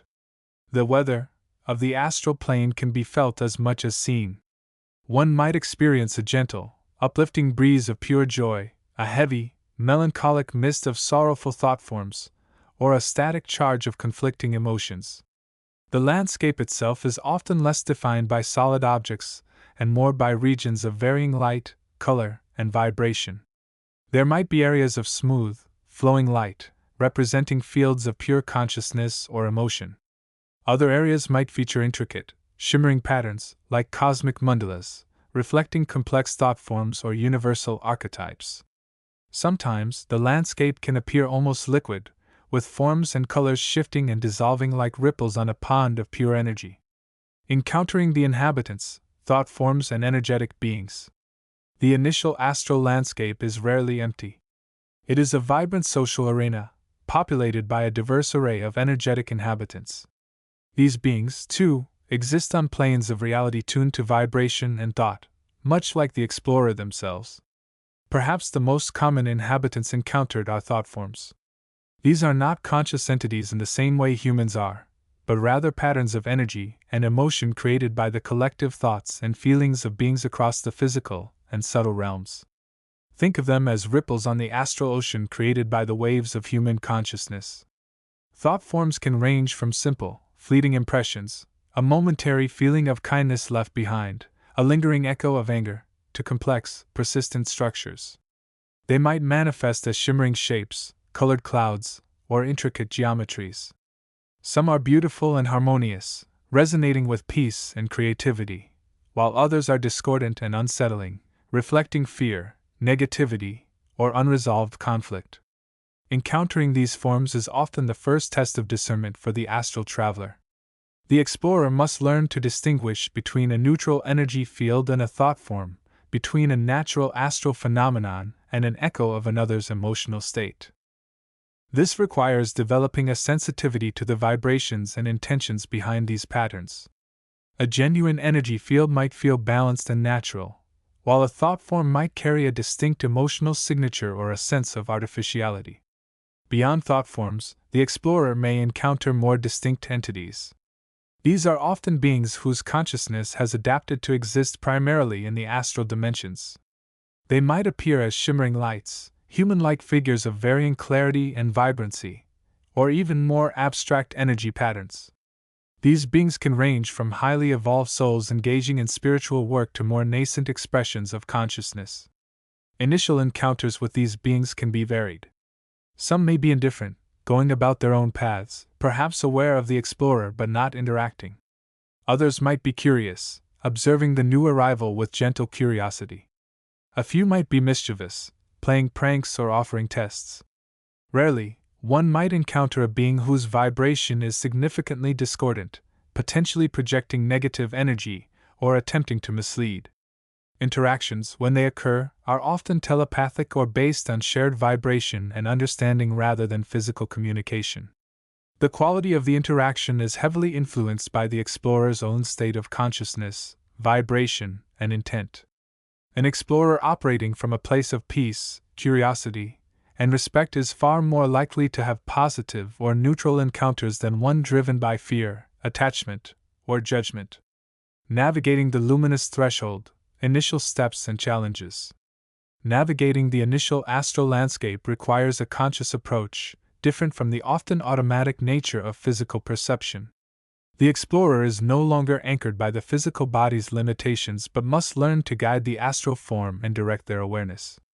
One of the primary challenges is maintaining a sense of orientation. Without familiar landmarks, the explorer can easily become disoriented. The landscape can shift and change, and the sense of direction can become fluid. Developing a connection to the underlying vibrational patterns or focusing on a point of light in the distance can help maintain a sense of direction and anchor the awareness. Another key aspect of navigation is managing the explorer's own energy and state of mind. The astral realm is a mirror, reflecting back the explorer's thoughts, emotions, and vibration. Fear can attract fear-based entities or thought forms. Negativity can create a murky, unsettling landscape. Conversely, cultivating feelings of love, compassion, gratitude, and curiosity can open the way to more harmonious experiences and attract positive energies. The explorer must also learn to discern. Distinguishing between natural phenomena, thought forms, and actual beings requires practice and sensitivity. Asking silent questions of the environment, observing the vibrational signature of different elements, and trusting the inner guidance are crucial skills. It is also important to remember that the explorer's own state of consciousness creates their perception. What one person perceives as a hostile entity, another might perceive as a playful thought form or a misinterpreted energy pattern. The initial landscape serves as a training ground. It is a place to learn about the nature of energy, the power of thought, the interconnectedness of all consciousness, and the vast potential of the human spirit beyond the physical form. It is a luminous threshold, marking the beginning of a journey into the deeper mysteries of existence, a journey guided by light, illuminated by consciousness, and shaped by the explorer's own vibration. This exploration of the initial astral landscape sets the stage for deeper journeys into more complex regions of the subtle realms, encounters with more evolved entities, and the exploration of the vast inner cosmos. It is the first step on the path of awakening, where the boundaries between inner and outer reality begin to blur, revealing the interconnected, luminous tapestry of existence. Chapter 86. Okay, let's begin weaving the expanded narrative, starting with a foundational chapter that sets the stage for understanding the deeper dimensions. In the vast and often bewildering landscape of human experience, many seek a deeper understanding, a more profound connection beyond the mere physical. They yearn for a sense of inner peace, a clarity of purpose that transcends the surface-level noise of daily life. This yearning, this innate desire to explore beyond the confines of the tangible world, is a call to awaken the inner senses, the very instruments that allow us to perceive the subtle, yet incredibly rich, dimensions that exist just beyond the veil of ordinary consciousness. These inner senses are not foreign or separate from us. They are, in fact, our original equipment, dormant perhaps, but always available. They are the sensitivities that allow us to navigate the currents of emotion, to perceive the nuances of intention, and to attune to the resonant frequencies of the soul. When these senses are awakened, the world expands in ways that defy conventional explanation. We begin to see the interconnectedness of all things, to feel the subtle energies that flow like an unseen river through the universe, and to perceive the luminous presence that underlies every form. The journey towards awakening these inner senses begins with a fundamental shift in orientation, from focusing primarily on the external world to turning our awareness inward. This is not about neglecting the physical realm, but rather about recognizing that our perception of it is deeply filtered, and often limited, by our physical senses and conditioned thinking. The inner senses offer a different lens, one that reveals the deeper layers of reality, the energetic and spiritual dimensions that coexist with the visible world. One of the primary inner senses we will explore is the sense of inner sight, often referred to as clairvoyance, or the perception of light. This is not merely about visualizing images in the mind's eye, but about developing the ability to perceive the subtle, luminous essence that permeates all things. This essence is the life force, the prana, the chi, the energy that animates and informs every atom, every cell, every being. When we develop our inner sight, we begin to see the world not just as a collection of physical objects, but as a tapestry of light, color, and energy, pulsating with life and consciousness. To cultivate this sense of inner sight, we must first learn to quiet the mind. The incessant chatter of the intellect, the constant stream of thoughts and worries, acts as a barrier, obscuring our perception of the inner reality. By practicing techniques such as meditation, deep breathing, and mindfulness, we can gradually still the mind and create the space necessary for the inner senses to emerge. As the mind becomes quieter, we become more receptive to the subtle signs and signals of the inner world, the whispers of the soul that guide us toward greater awareness and understanding.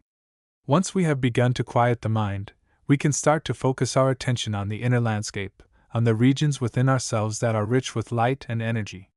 These regions are often described as the chakras, the 7 major energy centers that are located along the spine, each corresponding to a different aspect of our being. These centers are like gates, openings through which the life force flows into and out of our bodies. When these centers are open and balanced, we experience a sense of well-being, vitality, and connection to the universe.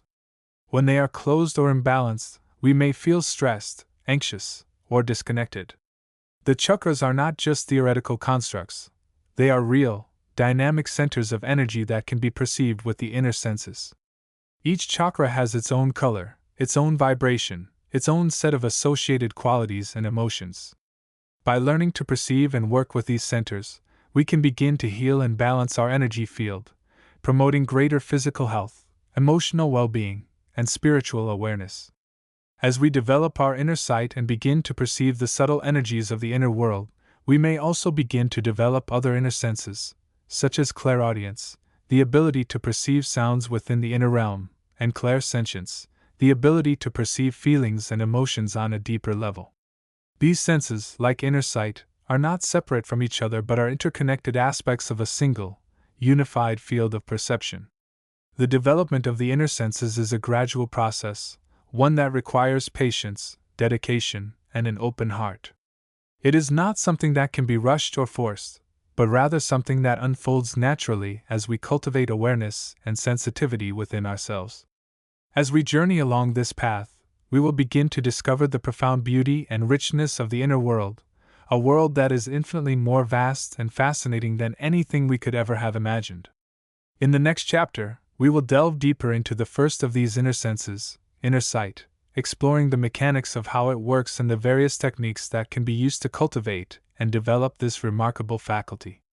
We will also explore the role of color and light in the inner world, and how these can be used to enhance our perception and understanding of the subtle energies that surround us. Chapter 87: The Luminous Gardens and the Keepers of Essence. As the traveler, the conscious self now navigating the vast expanse of the inner planes, finds itself moving beyond the more tumultuous energies and denser structures of the lower realms, a profound shift begins to occur. The air, though still ethereal, carries a different vibration, one imbued with a deeper stillness and an underlying thrum of vibrant life. The dense fog that often clung to the lower layers begins to dissipate, revealing landscapes of breathtaking beauty and subtle significance. This is the threshold of the regions often referred to as the luminous gardens. These are not mere geographical locations in the conventional sense, but rather pockets of concentrated, conscious life energy, manifestations of the universal principle of growth, expression, and beauty operating on a refined frequency. They exist as islands of vibrant awareness within the broader ocean of the astral substance, pulsating with a gentle, harmonious light that is both internal and externalized. The scenery here is unlike anything encountered previously. Imagine not gardens crafted by human hands, but landscapes that are consciousness itself, unfolding in infinite variety. There are gardens of pure color, where the hues are not merely seen but felt, fields of rose-pink radiance that soothe the deepest emotional wounds, groves of emerald green that resonate with the vibrant pulse of new growth and healing, and pathways shimmering with the iridescent blues of deep understanding and communication. These colors are not static, they flow, shift, and dance, mirroring the ever-changing currents of universal emotion and energy. There are gardens of sound, where the primary expression is through vibration. These areas resonate with harmonic frequencies that can rebuild fragmented aspects of the self, attune the inner instruments of perception, and unlock dormant creative potential. Standing within such a garden is often a profound experience of inner silence, followed by the emergence of beautiful, intricate melodies from within one's own consciousness, a reminder that true music originates from the soul's deepest core. Other gardens manifest as landscapes of form and structure, yet these forms are fluid and alive. Crystal palisades might shimmer with prismatic light, casting rainbows across soft, glowing meadows where luminous, flower-like entities bloom and wither in perfect cycles, representing the natural flow of manifestation and dissolution. These forms serve not as barriers, but as guides, channels, and focal points for specific types of energy work and spiritual refinement. They are the physical expression of geometric principles woven into the fabric of consciousness itself. The inhabitants of these luminous gardens are perhaps the most fascinating aspect of this realm. They are not typically beings with dense physical forms as understood in the lower densities. Instead, they are more akin to essences or sentient energies that have chosen to anchor themselves, so to speak, within these zones of high vibrational growth. They are the keepers of essence. These keepers are not necessarily controllers or guardians in a malevolent sense, but rather, they are the conscious expressions and custodians of the specific qualities and energies the garden embodies. A keeper of a rose-pink garden might be an embodiment of unconditional love and acceptance, radiating this energy and offering it to those who resonate with it. A keeper of a blue garden might be a focal point of deep inner peace, facilitating experiences of profound stillness and meditative connection. Their forms are often beautiful and ethereal, shimmering with the light of the garden they inhabit. They might appear as flowing forms of light, intricate patterns of color, or entities resembling luminous blossoms or crystalline beings. They possess a gentle awareness, often existing in a state of deep communion with the garden and the universal life force that sustains it. They are attuned to the subtle vibrations of growth, healing, and expression. Their purpose is multifaceted. Firstly, they are nourishers. They help to maintain the vibrational integrity and beauty of the garden, ensuring it remains a potent space for growth and healing. They draw in universal life force energy and transmute lower densities, refining the garden's essence. Secondly, they act as guides and facilitators for the travelers. Those who find their way to these gardens are often seeking specific types of refinement or healing. The keepers, through subtle telepathic communication or by simply emanating their specific vibration, can sense the needs of the traveler. They may offer guidance, point towards areas of particular resonance, or simply create a space where the traveler can connect with the garden's specific energy for their own highest good. They help the traveler to attune to the garden's frequency, allowing the healing and growth processes to unfold naturally. Thirdly, they are manifestors. They embody the principle of conscious creation, showing through their very existence how intention, vibration, and love can shape reality, even on the subtle planes. They are living examples of the power of the focused mind and heart to create beauty and harmony. Interacting with a keeper can be a deeply moving experience. Their presence is often one of profound gentleness and unconditional acceptance. They do not judge, they simply perceive and respond with their inherent nature. A traveler feeling lost or fragmented might find solace near a pink garden, feeling its soothing energy wash over them. A mind racing with anxieties might find peace in the presence of a blue garden's keeper, learning to quiet the inner noise and connect with stillness. An artist blocked in their creative expression might find inspiration in a garden of sound or form, resonating with the universal patterns of creativity. These luminous gardens are not just passive landscapes. They are dynamic, living, conscious entities, and the keepers are their vibrant, aware expressions. They represent a level of reality where beauty, growth, and healing are not just concepts but are lived, breathed, and emanated from the very essence of being. They are oases of light and life within the vast astral realms, offering profound opportunities for refinement, healing, and connection to the deeper currents of universal consciousness. For the traveler navigating these paths, encountering these gardens and their gentle guardians is often a pivotal moment, deepening their understanding of the power of intention, the beauty of expression, and the interconnectedness of all life. Chapter 88: The Vibrations of the Inner Sanctuaries. The journey through the inner realms continues, yet the landscape begins to shift subtly once more. We find ourselves moving away from the vast, relatively open fields and forests of the lower and middle astral planes, towards regions of significantly higher vibration. These are the inner sanctuaries, places where the very essence of the realm is denser, more focused, and often, more aligned with the specific frequencies of the soul's deeper work. As we progress, the air, or rather, the substance of these planes, feels different. It is less like a shimmering ether and more like a resonant crystal lattice. Imagine the subtlest form of music, not heard but felt deep within the bones, where each note corresponds to a different state of being, a different level of consciousness. This is the vibration of the inner sanctuaries. It is pure potential, crystallized into formless yet potent geometries. The scenery here is less about sprawling vistas and more about intricate patterns and resonant fields. We might perceive vast, shimmering mandalas of light, their colors not static but flowing and shifting in perfect harmony, reflecting the underlying mathematical beauty of the universe and the soul's journey within it. These are not mere visual displays, they are living structures of energy, pulsating fields of consciousness that one can sometimes enter and explore. Imagine walking through a landscape not of trees and rocks, but of pure, living light. The ground beneath your feet might feel like a field of polished, translucent crystals, each one vibrating with a unique frequency. As you move, you can feel the subtle resistance or allowance of this energy field, learning to attune your own vibration to its rhythm.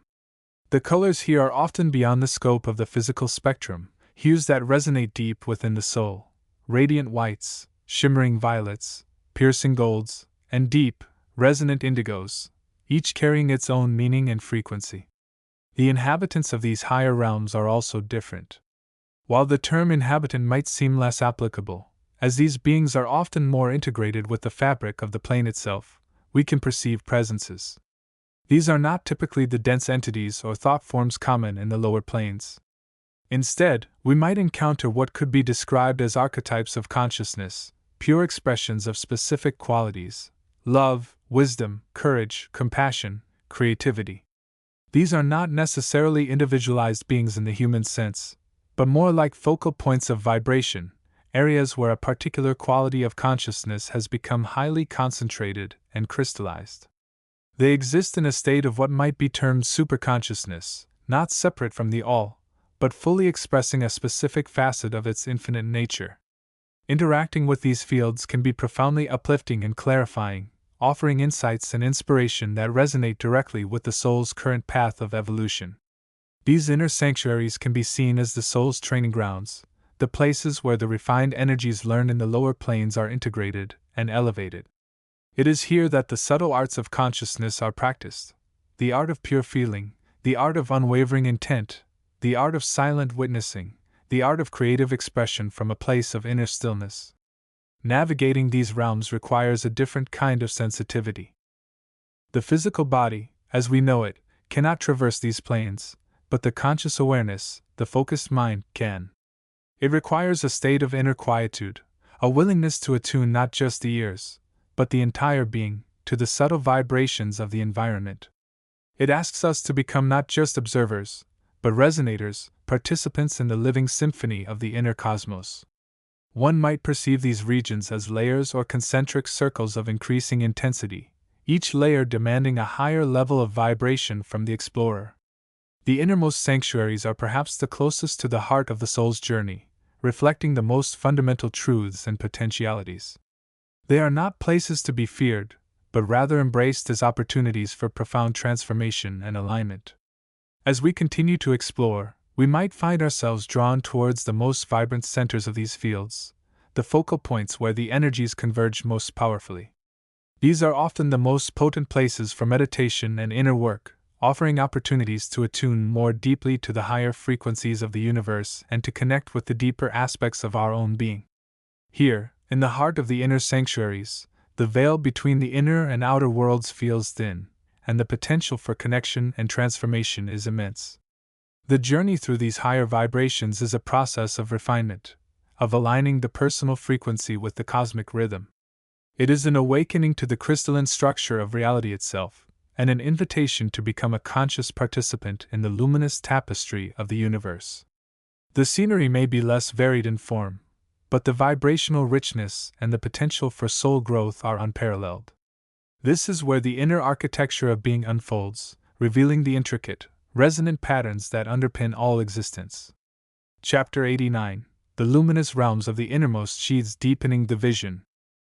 In the journey through the inner planes, we have navigated realms of increasing density and vibrancy, from the subtle resonances of the first sheath to the more substantial landscapes of the second and third. Yet, there remains a profound depth, a final layer of reality that resides beyond the purely mental and emotional constructs we have explored. This is the domain of the fourth sheath, often termed the causal or spiritual body, and the realms it permeates, the luminous landscapes of the innermost sheath. This chapter invites you to peer deeper into the heart of being, to contemplate the nature of the unmanifest potential that underlies all form and the radiant beings who dwell in the quietude of absolute reality. As we venture further inward, the nature of space itself transforms. It is no longer the vast, perhaps empty, expanse we might have perceived in earlier planes. Here, the space is imbued with a fundamental luminosity. It is not merely a background against which events occur. It is the very substance of the innermost sheath, the primordial light from which all manifestation arises and into which it dissolves. This is not darkness, but a profound, deep silence that is inherently bright. It is the field of pure potential, the unformed stuff of the divine imagination, yet it is not empty. It is the ocean of pure consciousness, the unwavering I am that underlies all existence. Visualize, if you can, a space that is both infinitely vast and infinitely small simultaneously. It is vast in its potential to manifest every conceivable reality. It is small in that it is the singular source, the absolute center from which all things flow and return. Within this luminous space, the subtle interplay of energies we might have perceived as colors or sounds in previous planes becomes more crystalline and pure. It is less about the vibration between points and more about the fundamental nature of the points themselves, the individual sparks of consciousness that constitute the inhabitants of this realm. The scenery of the innermost sheath is not composed of physical matter or even purely mental constructs like thought forms. It is composed of essence. You might perceive landscapes not of rock and water, but of pure feeling stuff, resonating with profound states of peace, unconditional love, or the quiet joy of being. These aren't just abstract concepts, they are tangible aspects of the environment, felt as deeply as sight is felt in the physical world. Think of areas where the very air, or rather, the fundamental substance, resonates with the vibration of profound understanding, or zones where the essence feels incredibly stable and unchanging, like a cosmic anchor point. These luminous landscapes are not static, however. They are dynamic fields of pure potentiality, constantly shifting and unfolding according to the collective and individual consciousness that permeates them. The geography is less defined by physical boundaries and more by the nature of the resonant frequencies present. Areas of high vibration might feel like shimmering, crystalline structures of light, while areas of deeper stillness might feel like vast, quiet oceans of pure being. There are no mountains in the traditional sense, perhaps, but there might be regions of immense height or depth in terms of the intensity of the resonant frequency or the degree of unmanifest potential concentrated in a given area. The inhabitants of this realm are perhaps the most profound aspect of the innermost sheath.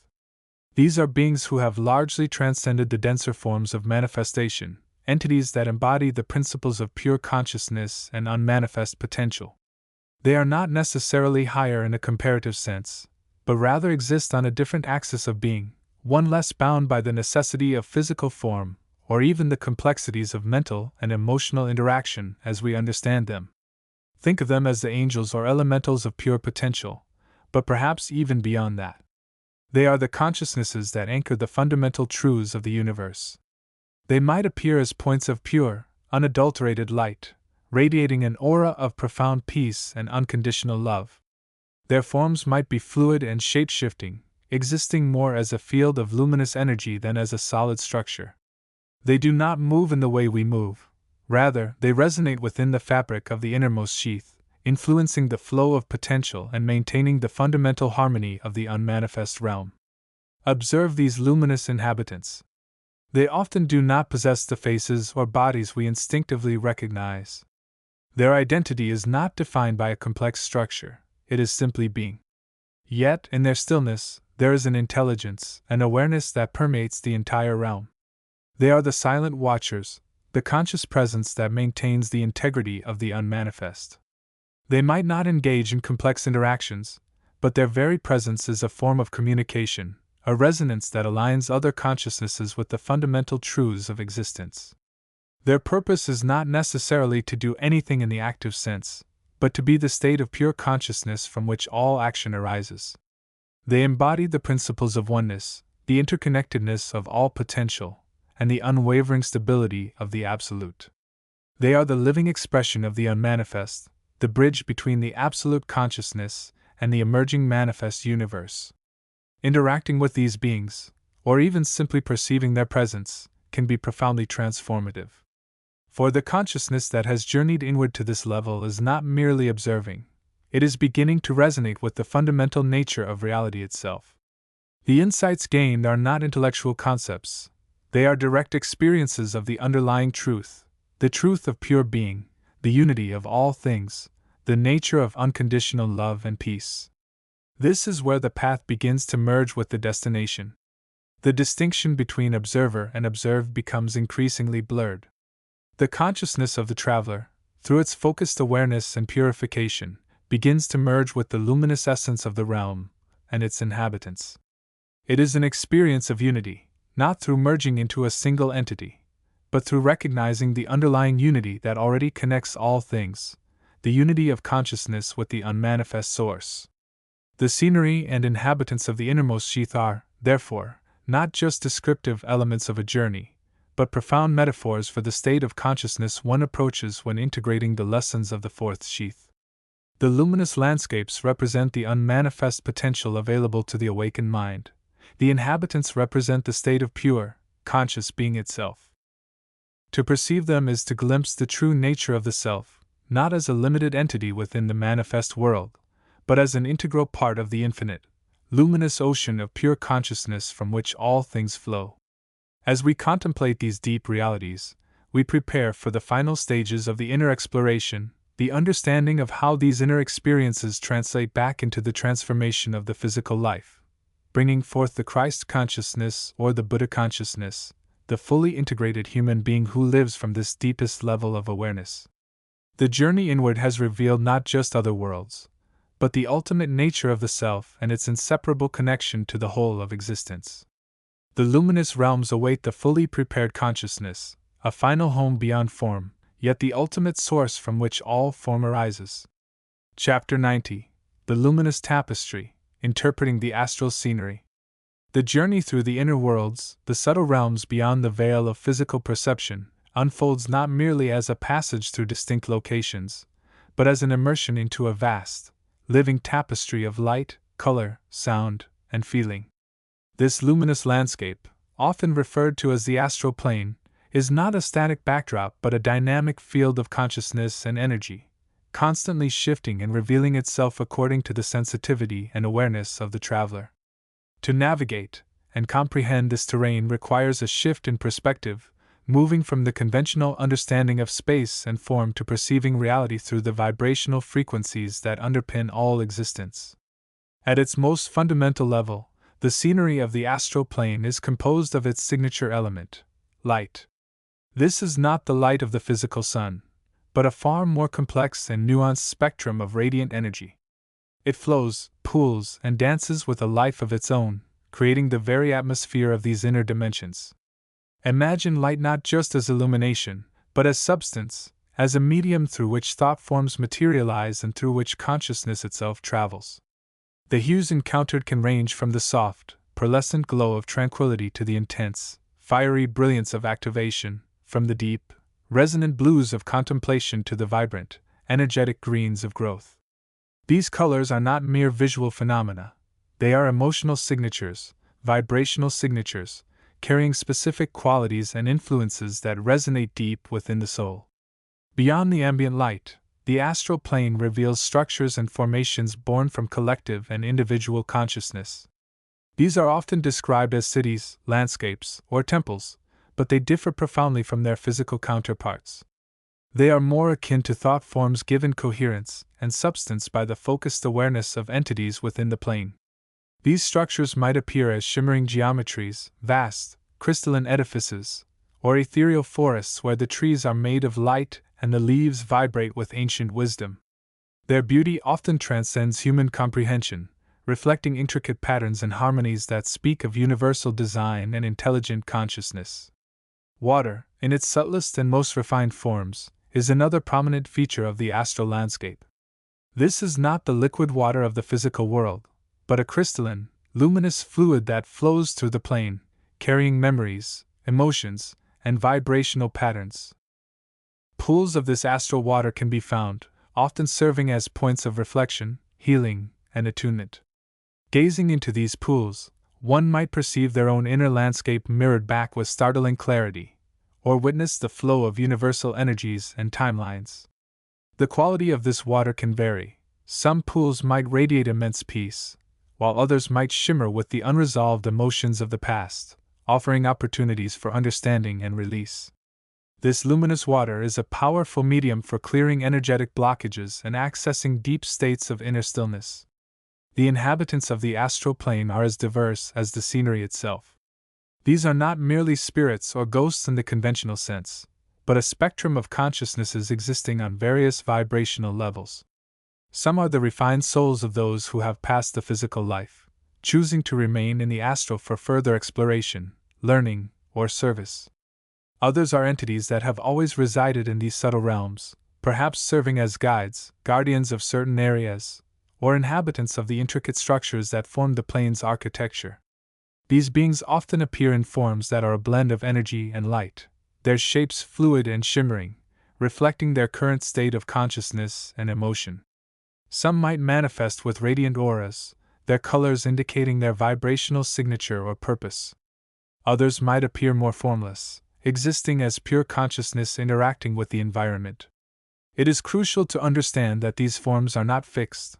They are projections of consciousness into the astral medium, and can often change shape or even dissolve entirely depending on the entity's state or the observer's focus. Interactions with these inhabitants can be profound. Encounters might range from chance meetings with fellow travelers to guided journeys led by benevolent entities attuned to the needs of the explorer. These beings often possess a deeper understanding of the universal laws and the nature of consciousness than physical dwellers. They can act as mirrors, reflecting aspects of the traveler's own inner landscape, or as teachers, offering insights into spiritual principles and personal growth. Communication, however, often transcends verbal language, relying more on telepathic resonance, intuitive understanding, and the shared vibrational frequency between beings. The scenery itself often holds messages and lessons. A particular color might appear, drawing the traveler's attention and prompting an inner inquiry into its corresponding emotional state. A structure might resonate with a specific aspect of the traveler's life, offering a symbolic representation of a challenge or an opportunity for development. The flow of the light and the movement of the luminous water can guide the traveler, indicating paths of least resistance, areas of high vibrational attunement, or zones requiring attention or healing. Navigating this luminous tapestry requires more than just physical presence. It demands an open heart, a clear mind, and a willingness to perceive beyond the limitations of the physical senses. It asks the traveler to become an observer of vibrational patterns, to interpret the language of light and feeling, and to engage with consciousness on a level that transcends the egoic personality. The scenery is not merely passively seen, it is actively perceived through the traveler's own state of being, revealing itself in accordance with their level of awareness and openness. As the traveler becomes more adept at interpreting the astral scenery, they gain a deeper understanding of the interconnectedness of all consciousness. They begin to see how their own thoughts and emotions contribute to the formation of the inner and outer worlds, and how the scenery they perceive reflects their own vibrational state and spiritual journey.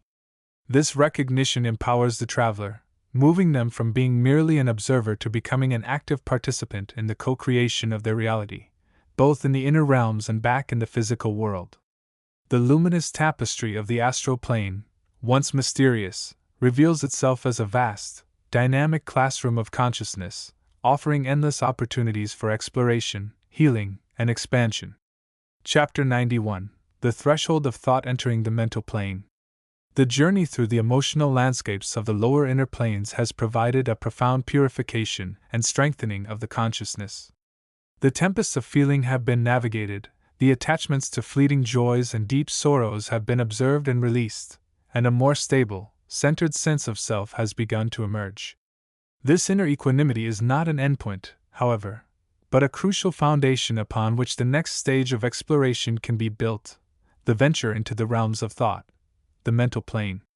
This transition is often described as moving from the world of feeling to the world of intellect, but such a simplification does not capture the full nature of the mental plane. It is not merely a place of abstract reasoning or dry logic, though these aspects certainly exist. Rather, it is the vast domain where the mind, in its purest form, operates, a realm of ideas, concepts, archetypes, and the very structure of consciousness itself. It is the plane where the subtlest forms of energy, often referred to as thought forms, reside and interact. To understand the mental plane, one must first grasp the nature of the mind as it functions on this level. Unlike the personal mind cluttered with memories, desires, and judgments, the mental consciousness is characterized by its clarity, objectivity, and speed. It operates with a directness that bypasses the need for physical sensory input, drawing instead upon the universal mental substance that permeates all creation. This substance is often described as a form of highly refined, intelligent energy, a luminous, almost crystalline medium. The scenery of the mental plane. The scenery of this plane defies conventional geometric understanding. Physical laws, as we know them, do not bind it. Landscapes are not composed of matter but of concepts given form. Imagine vast, shimmering plains where the grass is composed of flowing ideas, undulating hills representing complex philosophical concepts, and towering, crystalline structures that are the physicalizations of universal truths or archetypes. These structures do not decay, they stand eternally, beacons of understanding, available for the perceiver to study. The colors on the mental plane are not mere reflections of light, but states of mental vibration. Hues of intense blue, shimmering white, and vibrant violet are common, signifying clarity, purity, and high intellectual vibration. Deeper, more somber tones might indicate areas dense with complex problems or unresolved intellectual conflicts. The very air feels charged with potential, as if thought itself is a tangible substance that can be shaped and perceived. The inhabitants of the mental plane. The inhabitants of the mental plane are diverse, reflecting the myriad states of mind that can be achieved. These are not typically beings in the humanoid sense, but rather entities composed primarily of thought forms and mental energy. 1. The archetypal beings. These are perhaps the most significant inhabitants. They are not creators in the sense of designing worlds, but rather embody the fundamental patterns and principles that underpin existence.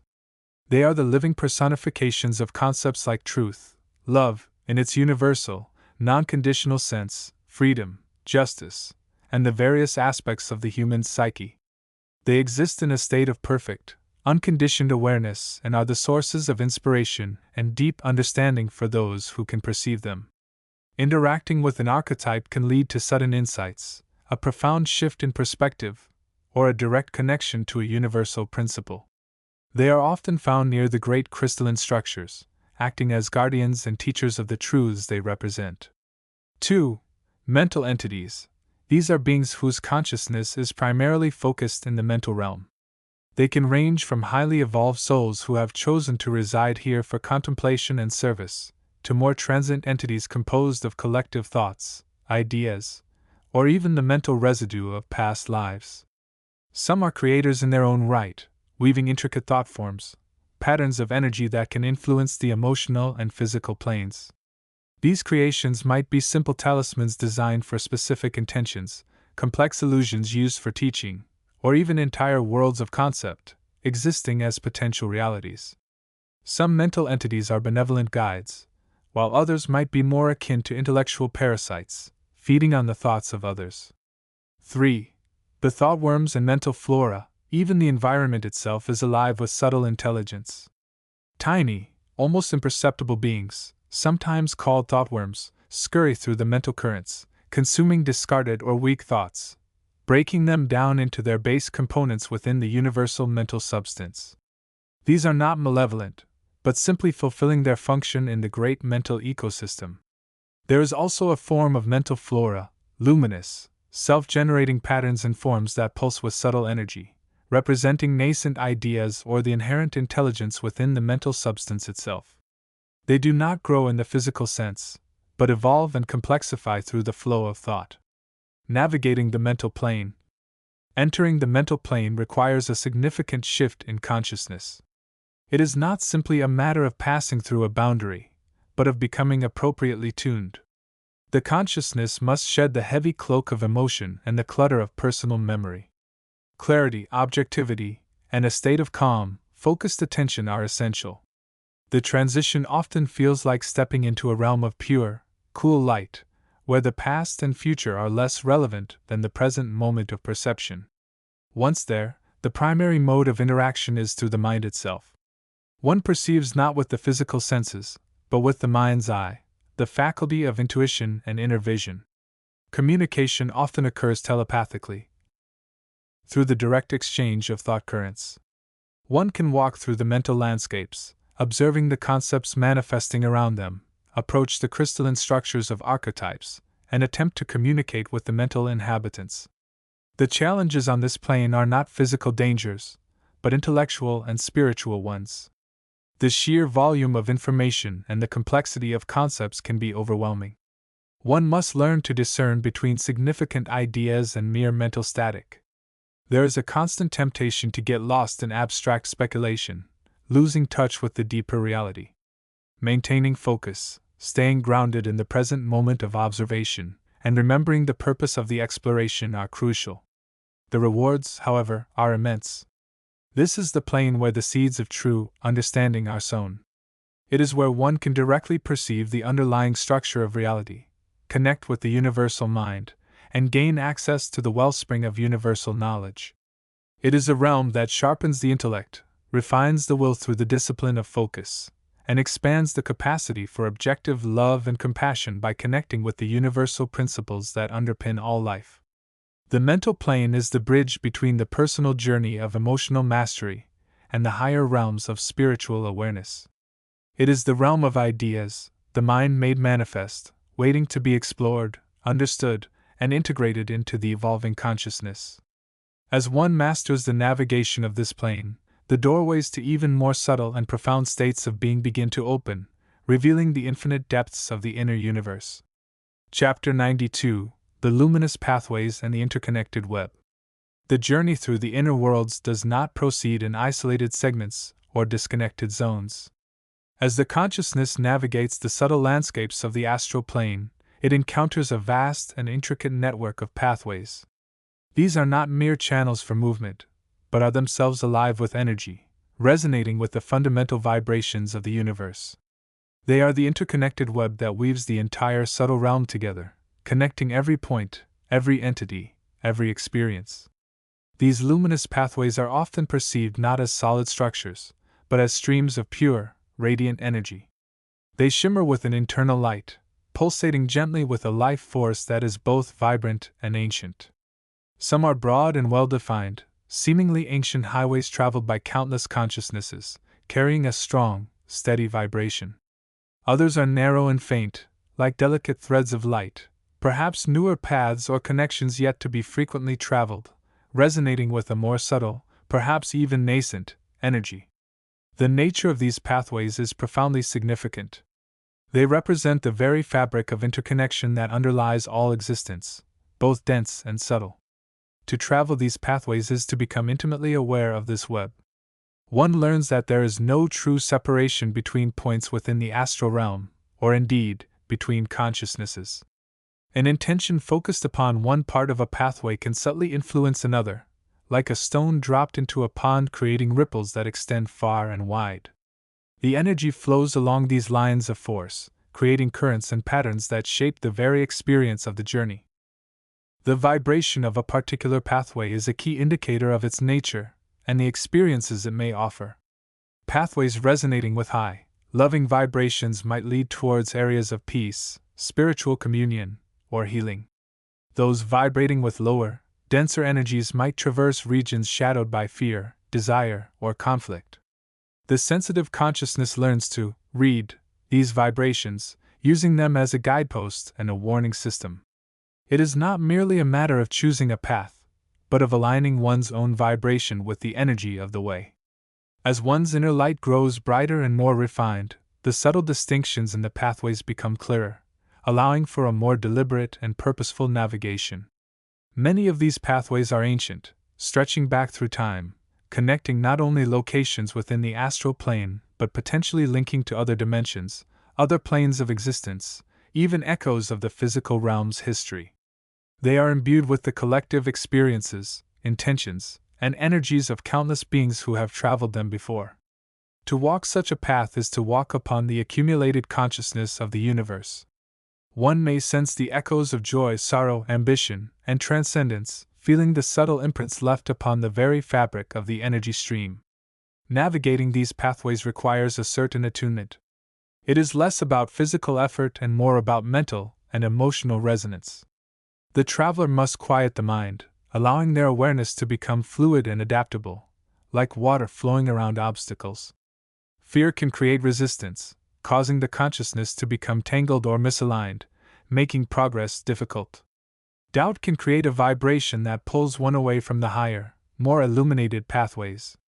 But as the inner light strengthens, these obstacles lessen. The awareness becomes sharp yet receptive, capable of perceiving the nuances of the energy, and choosing the path that best resonates with the soul's current learning and evolution. These pathways are not merely conduits for movement, they are opportunities for profound learning and growth.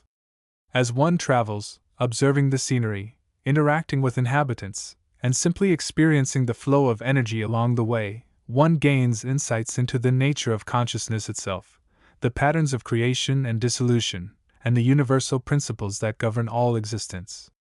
The interconnected web becomes a living classroom, where the lessons are woven directly into the fabric of the experience. Understanding the nature of these luminous pathways allows the traveler to navigate the astral plane with greater awareness and purpose. It transforms the journey from a simple passage through unknown lands into an exploration of the fundamental interconnectedness of all things, a recognition of the soul's journey as part of a vast, luminous tapestry.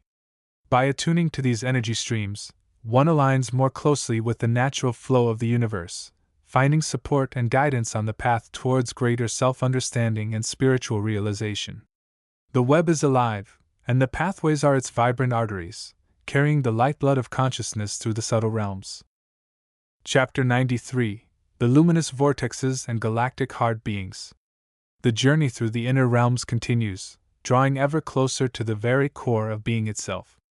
As the consciousness navigates the shimmering tapestries of light that constitute the astral plane, a new layer of complexity and awe reveals itself: the presence and influence of the luminous vortexes, and the profound wisdom emanating from the galactic heart beings. These vortexes are not mere geographical points, nor are they static energy centers.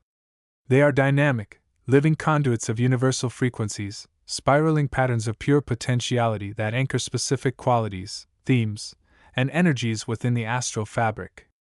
Imagine them as immense, luminous funnels, gently drawing in the raw, undifferentiated energy of the cosmos and spinning it, refining it, and imbuing it with specific vibrational signatures before releasing it back outwards, influencing the consciousness of beings throughout the realms.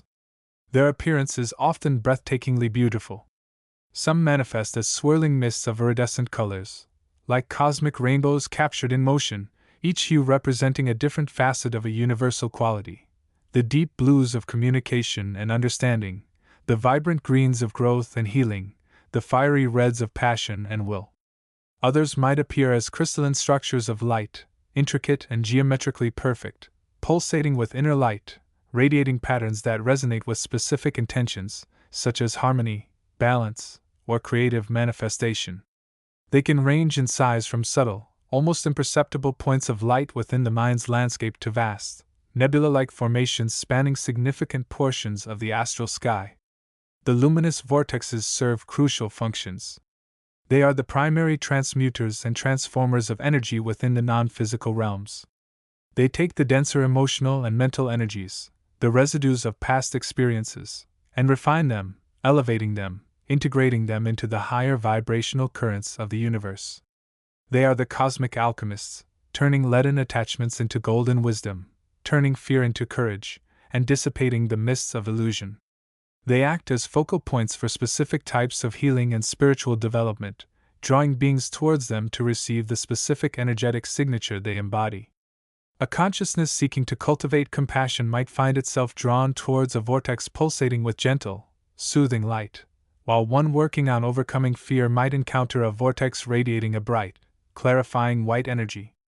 The inhabitants of these realms, the entities we perceive as the inhabitants, often have a deep, symbiotic relationship with the vortexes.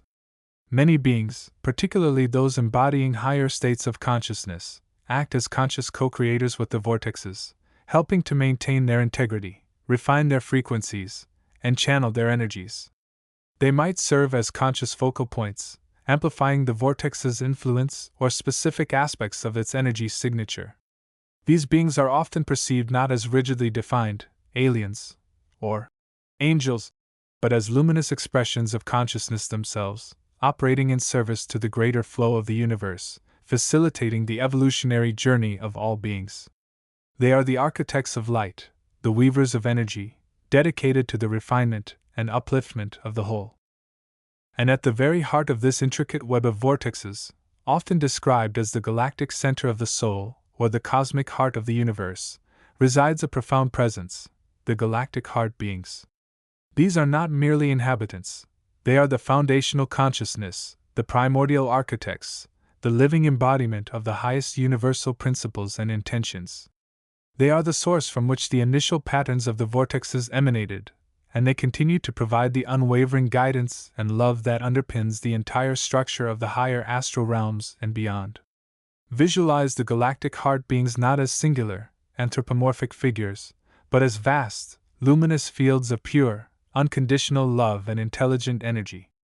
They might be perceived as a swirling vortex of infinite light at the deepest core of the soul's journey, or as a series of interconnected, radiant points of consciousness spread throughout the galactic sphere. Their energy signature is one of profound peace, unconditional acceptance, infinite wisdom, and boundless compassion. They are the ultimate source of inspiration, the ultimate guide for those seeking to navigate the complexities of the inner worlds and understand their place within the vast tapestry of existence. The galactic heart beings communicate on a level that transcends conventional thought. It is a direct transmission of understanding, of feeling, of resonant frequency. They perceive the intentions, the struggles, and the aspirations of the journeying consciousness with unparalleled clarity. They offer guidance not through commands, but through the gentle nudging of frequency, the illuminating of perspective, and the unwavering support of their boundless love. They help beings to connect with their own inner divinity, to recognize the patterns of their own soul's journey, and to align their will with the higher purpose of the universe. Connecting with the luminous vortexes and the galactic heart beings is a profound experience. It often begins with an inner attunement, a stilling of the mental chatter and a quieting of the emotional fluctuations. As the consciousness becomes receptive, it may begin to sense the subtle pulls of the vortexes, like gentle magnetic fields drawing it towards areas of specific energetic resonance. Approaching a vortex can feel like stepping into a different dimension, bathed in its unique light and filled with its specific energy signature. It can be a place of deep healing, profound insights, and accelerated spiritual growth. The galactic heart beings are accessed through a deeper level of connection, often through the heart center itself, the seat of love and universal awareness. Greeting them requires an opening of the heart, a surrender to the flow of unconditional love that they embody. When the consciousness meets the galactic heart, it is often met with a sense of overwhelming peace, a recognition of its true nature, and a deepening of its connection to the universal whole. They offer the keys to understanding the deeper patterns of existence, the purpose of the soul's journey, and the path towards ultimate liberation and unity. These luminous centers and their wise guardians are not abstract concepts, they are tangible, accessible realities within the astral plane and deeper dimensions. Engaging with them, understanding their energies and intentions, provides a crucial map and compass for the soul's journey. They represent the universe's ongoing commitment to refinement, love, and the evolutionary unfolding of consciousness towards ever greater states of awareness and unity with the Source. They are the vibrant heartbeats of the cosmos, inviting all who dare to explore the inner realms to connect with their frequencies and integrate their wisdom, thereby accelerating their own path towards the light. End of Awakening the Senses Book 2.